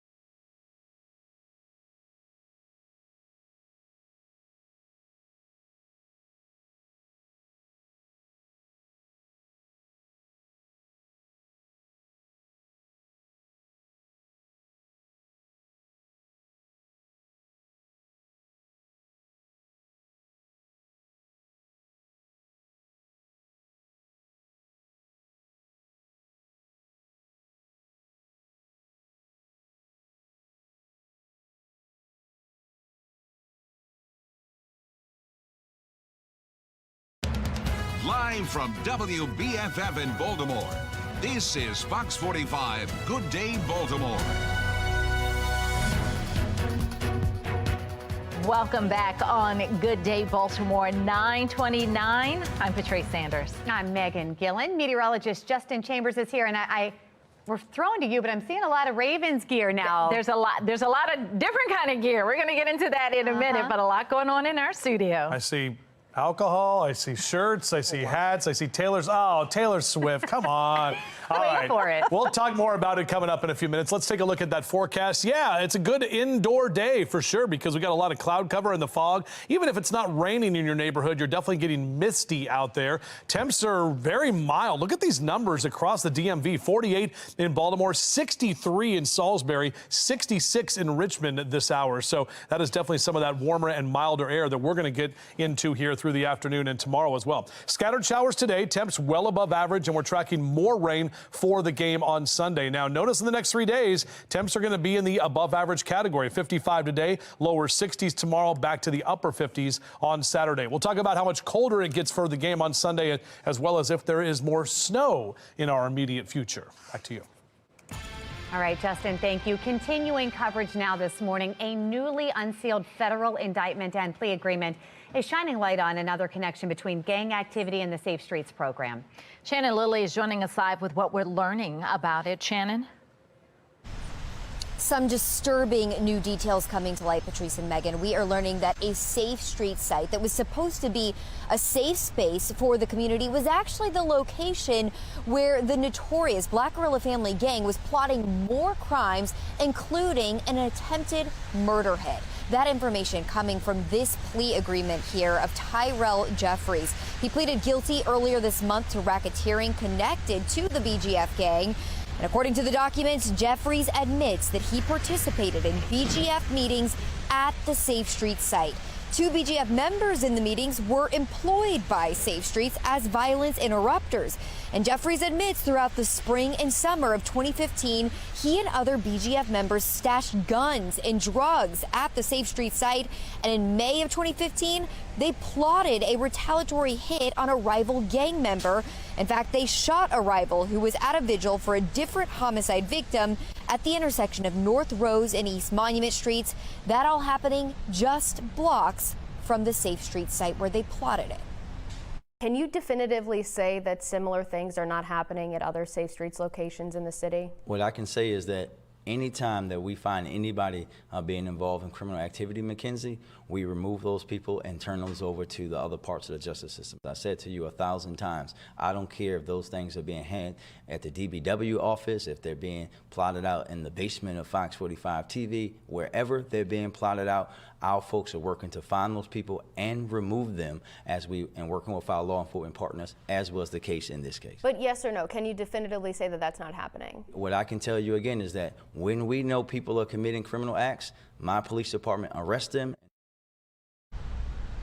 So despite our pressing there, the mayor remains committed to Safe Streets as a cornerstone of his crime prevention strategy, even though the program was potentially once again linked to the BGF during that FBI raid that happened at the Bel Air Edison site back in October. Reporting live from City Hall, I'm Shannon Lilly, Fox 45 News. Good day, Baltimore. All right, Shannon, thank you. Turning now to the crisis in the classroom. As crime continues throughout Baltimore, city council members are looking for ways to address violence in city schools. They held a school safety hearing yesterday addressing the 15-year-old who was caught at Dunbar High School with 3 guns on campus a month ago. City council members speaking about school safety and the placement of at-risk youth within the school system. Concerned students stood up to be heard by the council's committee. We can have more security surrounding the school, or at least by the school. I can feel more safe while I'm in school or not in school. And Robert Stokes also concerned about students who are entangled in the justice system, those under the supervision of the Department of Juvenile Services, and the safety concerns that come with it. How the students proactively tracked by DGS in the school system, and I need the DGS to answer the question also. We track not only their attendance in school, but also we're working to have them engaged in school or re-engaged in school, and also holding them accountable for lack of attendance. Baltimore City School CEO Dr. Sonia Santelice has told Fox 45 News the guns were found and the suspects were caught due to what she calls the high-quality relationships between students and adults at city schools. It was a kiss seen around the world, and now that kiss is landing a man in court. Tom Rogers has a fallout after the women's Spanish soccer team won the World Cup. Tom? Yeah, you remember Spain's former soccer boss, seen right here, Luis Rubiales, is ordered to stand trial now for giving an unwanted kiss to star forward Jennifer Hermosa. Now, in a 5-page ruling the judge wrote after investigating in interviews, it has revealed the existence of solid indications that the kiss to Hermosa was not consensual and was a unilateral and surprise initiative.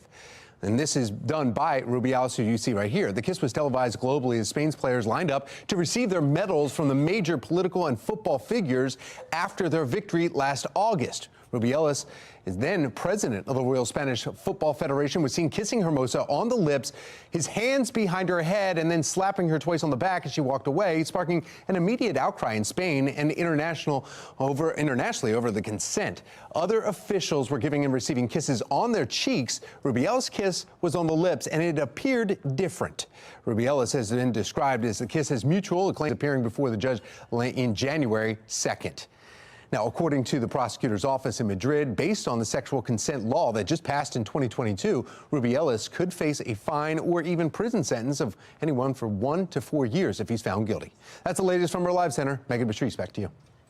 All right, Tom, thank you. Ravens flock, if you're heading to get to the AFC Championship game this weekend, coming up, an MTA official stopped by to tell you all you need to know for traveling around Charm City. And we're milder today with scattered showers throughout the day, but we're also tracking rain for Ravens game day. Meteorologist Justin Chambers is breaking all of that down coming up. 9:36, you're watching Fox 45. Good day, Baltimore.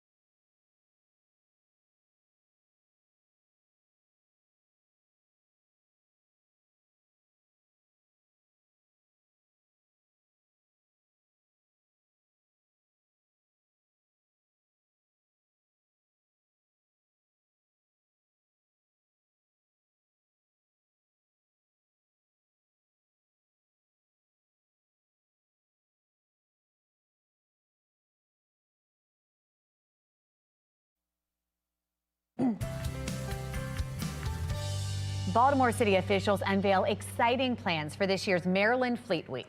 The event honors service members who serve both at sea and in the air. And it offers the opportunity for the public to board the naval ships and see how the sailors work up close and personal. There will also be flyovers in different locations, plus maritime and aviation STEM activities and educational programs, encouraging youth to explore different careers.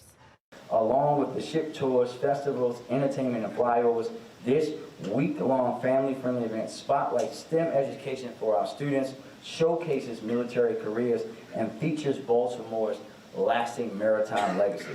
Fleet Week is June 12th through the 18th. For more information on the different events, just go to foxbaltimore.com.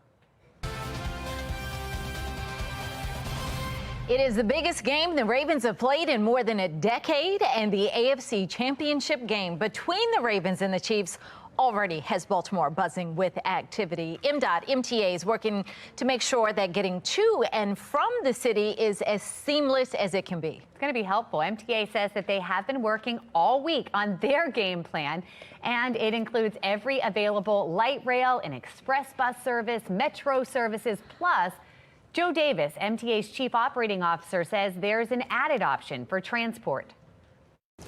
We're also adding a little bit of service because we know a lot of folks are going to be coming into the game. It's really big.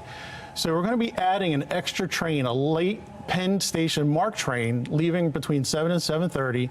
So when the game's over, you'll be able to walk out the Convention Center light rail stop, pick up a bus, and that bus will take you directly to Penn Station. You can jump on the MARC train and go home. Extra buses, bus services are also being added for game day. The overwhelming message from MTA for any and all fans heading to the city on Sunday: patience, especially with the expected volume of fans. Take a look at this here. Mayor Brandon Scott tweeting this out to Quentin Lucas, the mayor of Kansas City, officially challenging him this weekend. Listen in. That you will not be getting from me, which I'm willing to wager. 2 dozen crabs from Captain James Seafood, a can of Obey, a video from me in a Chiefs jersey, and if you win, I'm willing to turn City Hall red. Are you willing to return the favor? Mr. Lucas, how confident are you in your boys? Because remember, the last time you were standing right here in this suite, in this stadium with me, the Ravens defeated the Chiefs. My city got the bird flu. Pretty good. Well, Charm City is ready to bring on the Chiefs, but with the Chiefs comes a superstar who could actually be bigger than any of the players on the field.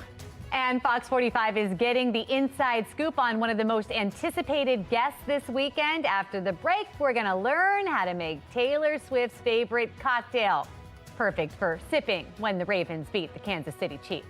It's 9:42 on Good Day Baltimore.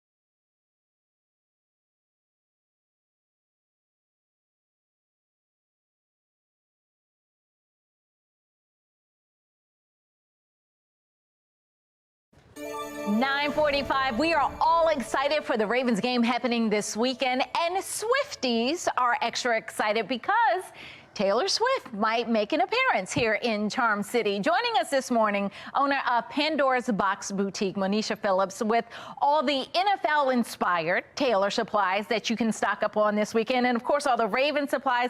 Monisha, welcome. Thank you. Thanks for having me. I was a little questionable about this segment, but you came all Ravens out. So. We're a team Ravens all That's the way. right. But there are a lot of Swifties, and they're looking forward to her being here. So how do they stock up on the stuff they like? Okay, so we have everything for all Taylor Swift fans. Okay. And Taylor herself. We have a special sweatshirt for Taylor. Taylor's, that's cute. Some of our best sellers are the To-Do Taylor notepad, our tote bag, of course, the mug. Okay. We have all kinds of stickers for all the Swifties, key rings. The only one that we can't sell today, I'm sorry, is this one that says "Go Taylor's Boyfriend." We're going to turn that one over. Okay, go ahead. All the other stuff is good. Yes, definitely. So yeah, and just in case once Taylor is here, you know, she wants to switch over on the other side, the purple side, she can join us. We made this specially for her. There you go, Taylor. We have something for you. You can come by the station and we'll give it to you. But there are a lot of Swifties, so I mean, this is good business for Baltimore. It is. As long as the Ravens still win, though, right? Absolutely. Okay, so we got to cheer on the Ravens flock. Of course. This shirt is I love this. So what does this shirt say? Okay, this shirt says, you know we're from Baltimore. You know we're from Baltimore. The way they're raving about us. I love it. This is going to be a bestseller. We want this shirt to sell out. We want to paint Baltimore City purple and black all over this weekend. That is really cute. And then you got the other popular sayings. You got the one around and find out. And just the ones that say Baltimore. And then we have our staple shirt, our Baltimore sweatshirt. You know, you want to show Baltimore pride around the city this weekend. And this one, the purple gloves you need, because, I mean, it's not going to be as cold, but, you know, so you might still want some. And you said these are by a local. Yes, so they're white, they're white run mitts, and they're done by local artists. Okay. Her business is here. So when you shop with us at Pandora's Box, you're also helping the local economy and other business owners. Tell people exactly where you are. So we are 50 East Cross Street. We're in Federal Hill. Okay. 50 East Cross Street, directly across from the Cross Street Market. All right, that's where you get all your Swiftie stuff and also all your Raven stuff. It's a twofer. You can't beat that. All right, let's toss it over to Megan Gillen now. She's in the kitchen. She's got another special guest, and they're drinking over there. Megan. Well, Patrice, you've heard of Eat the Competition. We are now drinking the competition when it comes to the game here and when it comes to tailgating here. Taylor Swift recently had a favorite drink, and she updated that favorite drink of a Diet Coke and vodka to a now classy French blonde. And joining us live here this morning, standing next to me to show us how to make it, we have Director of Beverage Operations for Live Casino, Seth Gibson. Good morning. Good morning. Thank you so much for having us. Of course, we're making this and then we're going to drink it just like drinking the competition. We're not celebrating Taylor this weekend, maybe next weekend, but not this weekend. Absolutely. So start with a shaker full of ice. Okay. To that, we're going to do 1 ounce of a dry gin. I'm using Botanist, which is one of my favorites. Have you ever heard of this drink before? This is a new one to me, but too. in testing, it's French actually a blonde. fantastic cocktail. Really? Just so one of these? 1 small side of your gin. Okay. And then we're going to do 2 ounces of Lillet Blanc. What is that again? Lillet Blanc Lillet is a Blanc. I don't know French that. aromatized fortified wine. Okay. So it is aged over fruits, herbs, other botanicals. Do you expect to be making this a lot this weekend, just Yes, with the indeed. idea that she's in town? And It's then crazy. Saint Germain is your elderflower liqueur. See, my problem is I start talking when I'm mixing and cooking, and then I've mixed it. 2 of these too? Yep, 2 of those. Okay. Got it. And we're going to do 2 dashes of lemon bitter, Okay. Oh, so this is fresh. about a ½ ounce. Just like that Ravens win is going to be.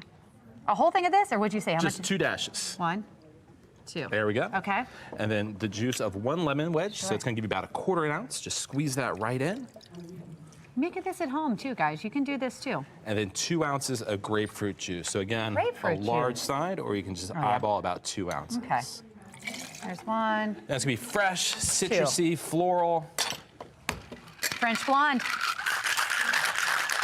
I am nervous to do it how you do it. All right. We're going to drink the competition now? Yep. Or are you just going to pour it out? 1 for the Ravens. Look at that. Beautiful, Seth. That looks pretty good. And if you're refusing to do anything Taylor Swift this weekend because of the game, you could always try it over Valentine's Day, because you guys are going to be making something like this then. Absolutely. Oh, So I it'll be put it in a pretty thing. Oh, I drank mine right out of a beer I'll glass. trade you. Clearly, I need to come to Seth's bar. This, Justin, apparently is how it's done. Seth, thank you so much. Justin, we'll learn a lesson or two in class here. French blonde. Cheers. I came running when I heard the shaker. I was like, hey, what? There's cocktails going on? What's going on?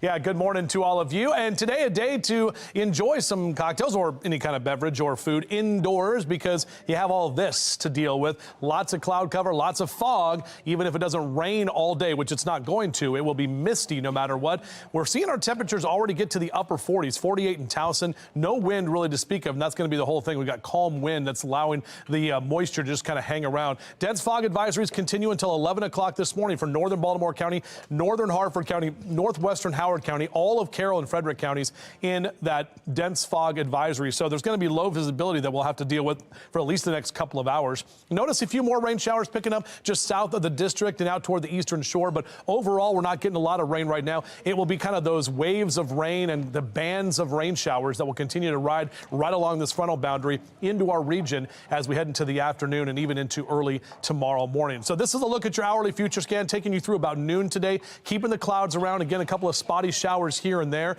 And then as we get to the afternoon time, we'll see mostly cloudy skies, not a lot of actual rain, but watch what happens as we get to about 7, 8 o'clock tonight. More of that green rolls in, and we'll have the potential for seeing some moderate and heavy rain while a lot of us are sleeping. 10, 11 o'clock tonight, maybe even a rumble of thunder or two. Don't be surprised if you hear that. That's going to go on through about midnight tonight with that heaviest rain moving through, and then we should have some leftover showers early tomorrow morning. In terms of your next 12 hours, our temperatures climbing into the mid 50s, so those numbers are well above average for this time of year. 55 in Baltimore City today, 56 Cockeysville, some 60s for you in the eastern shore. Chestertown, Denton down through Easton at 64 in Talbot County, 56 in Annapolis here for the capital. So 62 tomorrow, upper 50s Saturday. Notice these above average temperatures hang on even through Sunday above average, but notice that trend where we're definitely going back down to colder numbers early next week. And that trend is going to begin on Sunday, right as we get into Championship Sunday, with upper 40s for your kickoff temperatures.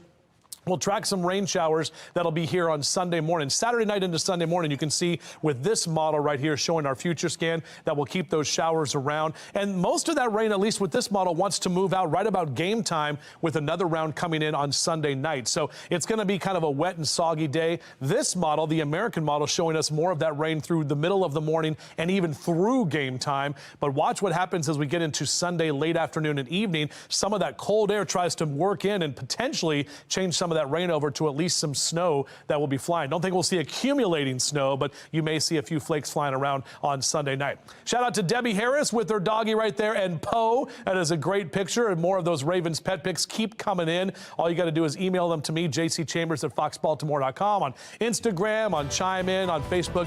Love to get your pet pics and keep that Ravens pride going on. So you can see our 7-day forecast will be in that kind of soggy, wet weather pattern, at least for the rest of today into early tomorrow, and then again Saturday night into Sunday before we dry out next week. A few minutes away, we'll get that 10-day forecast and take you into February.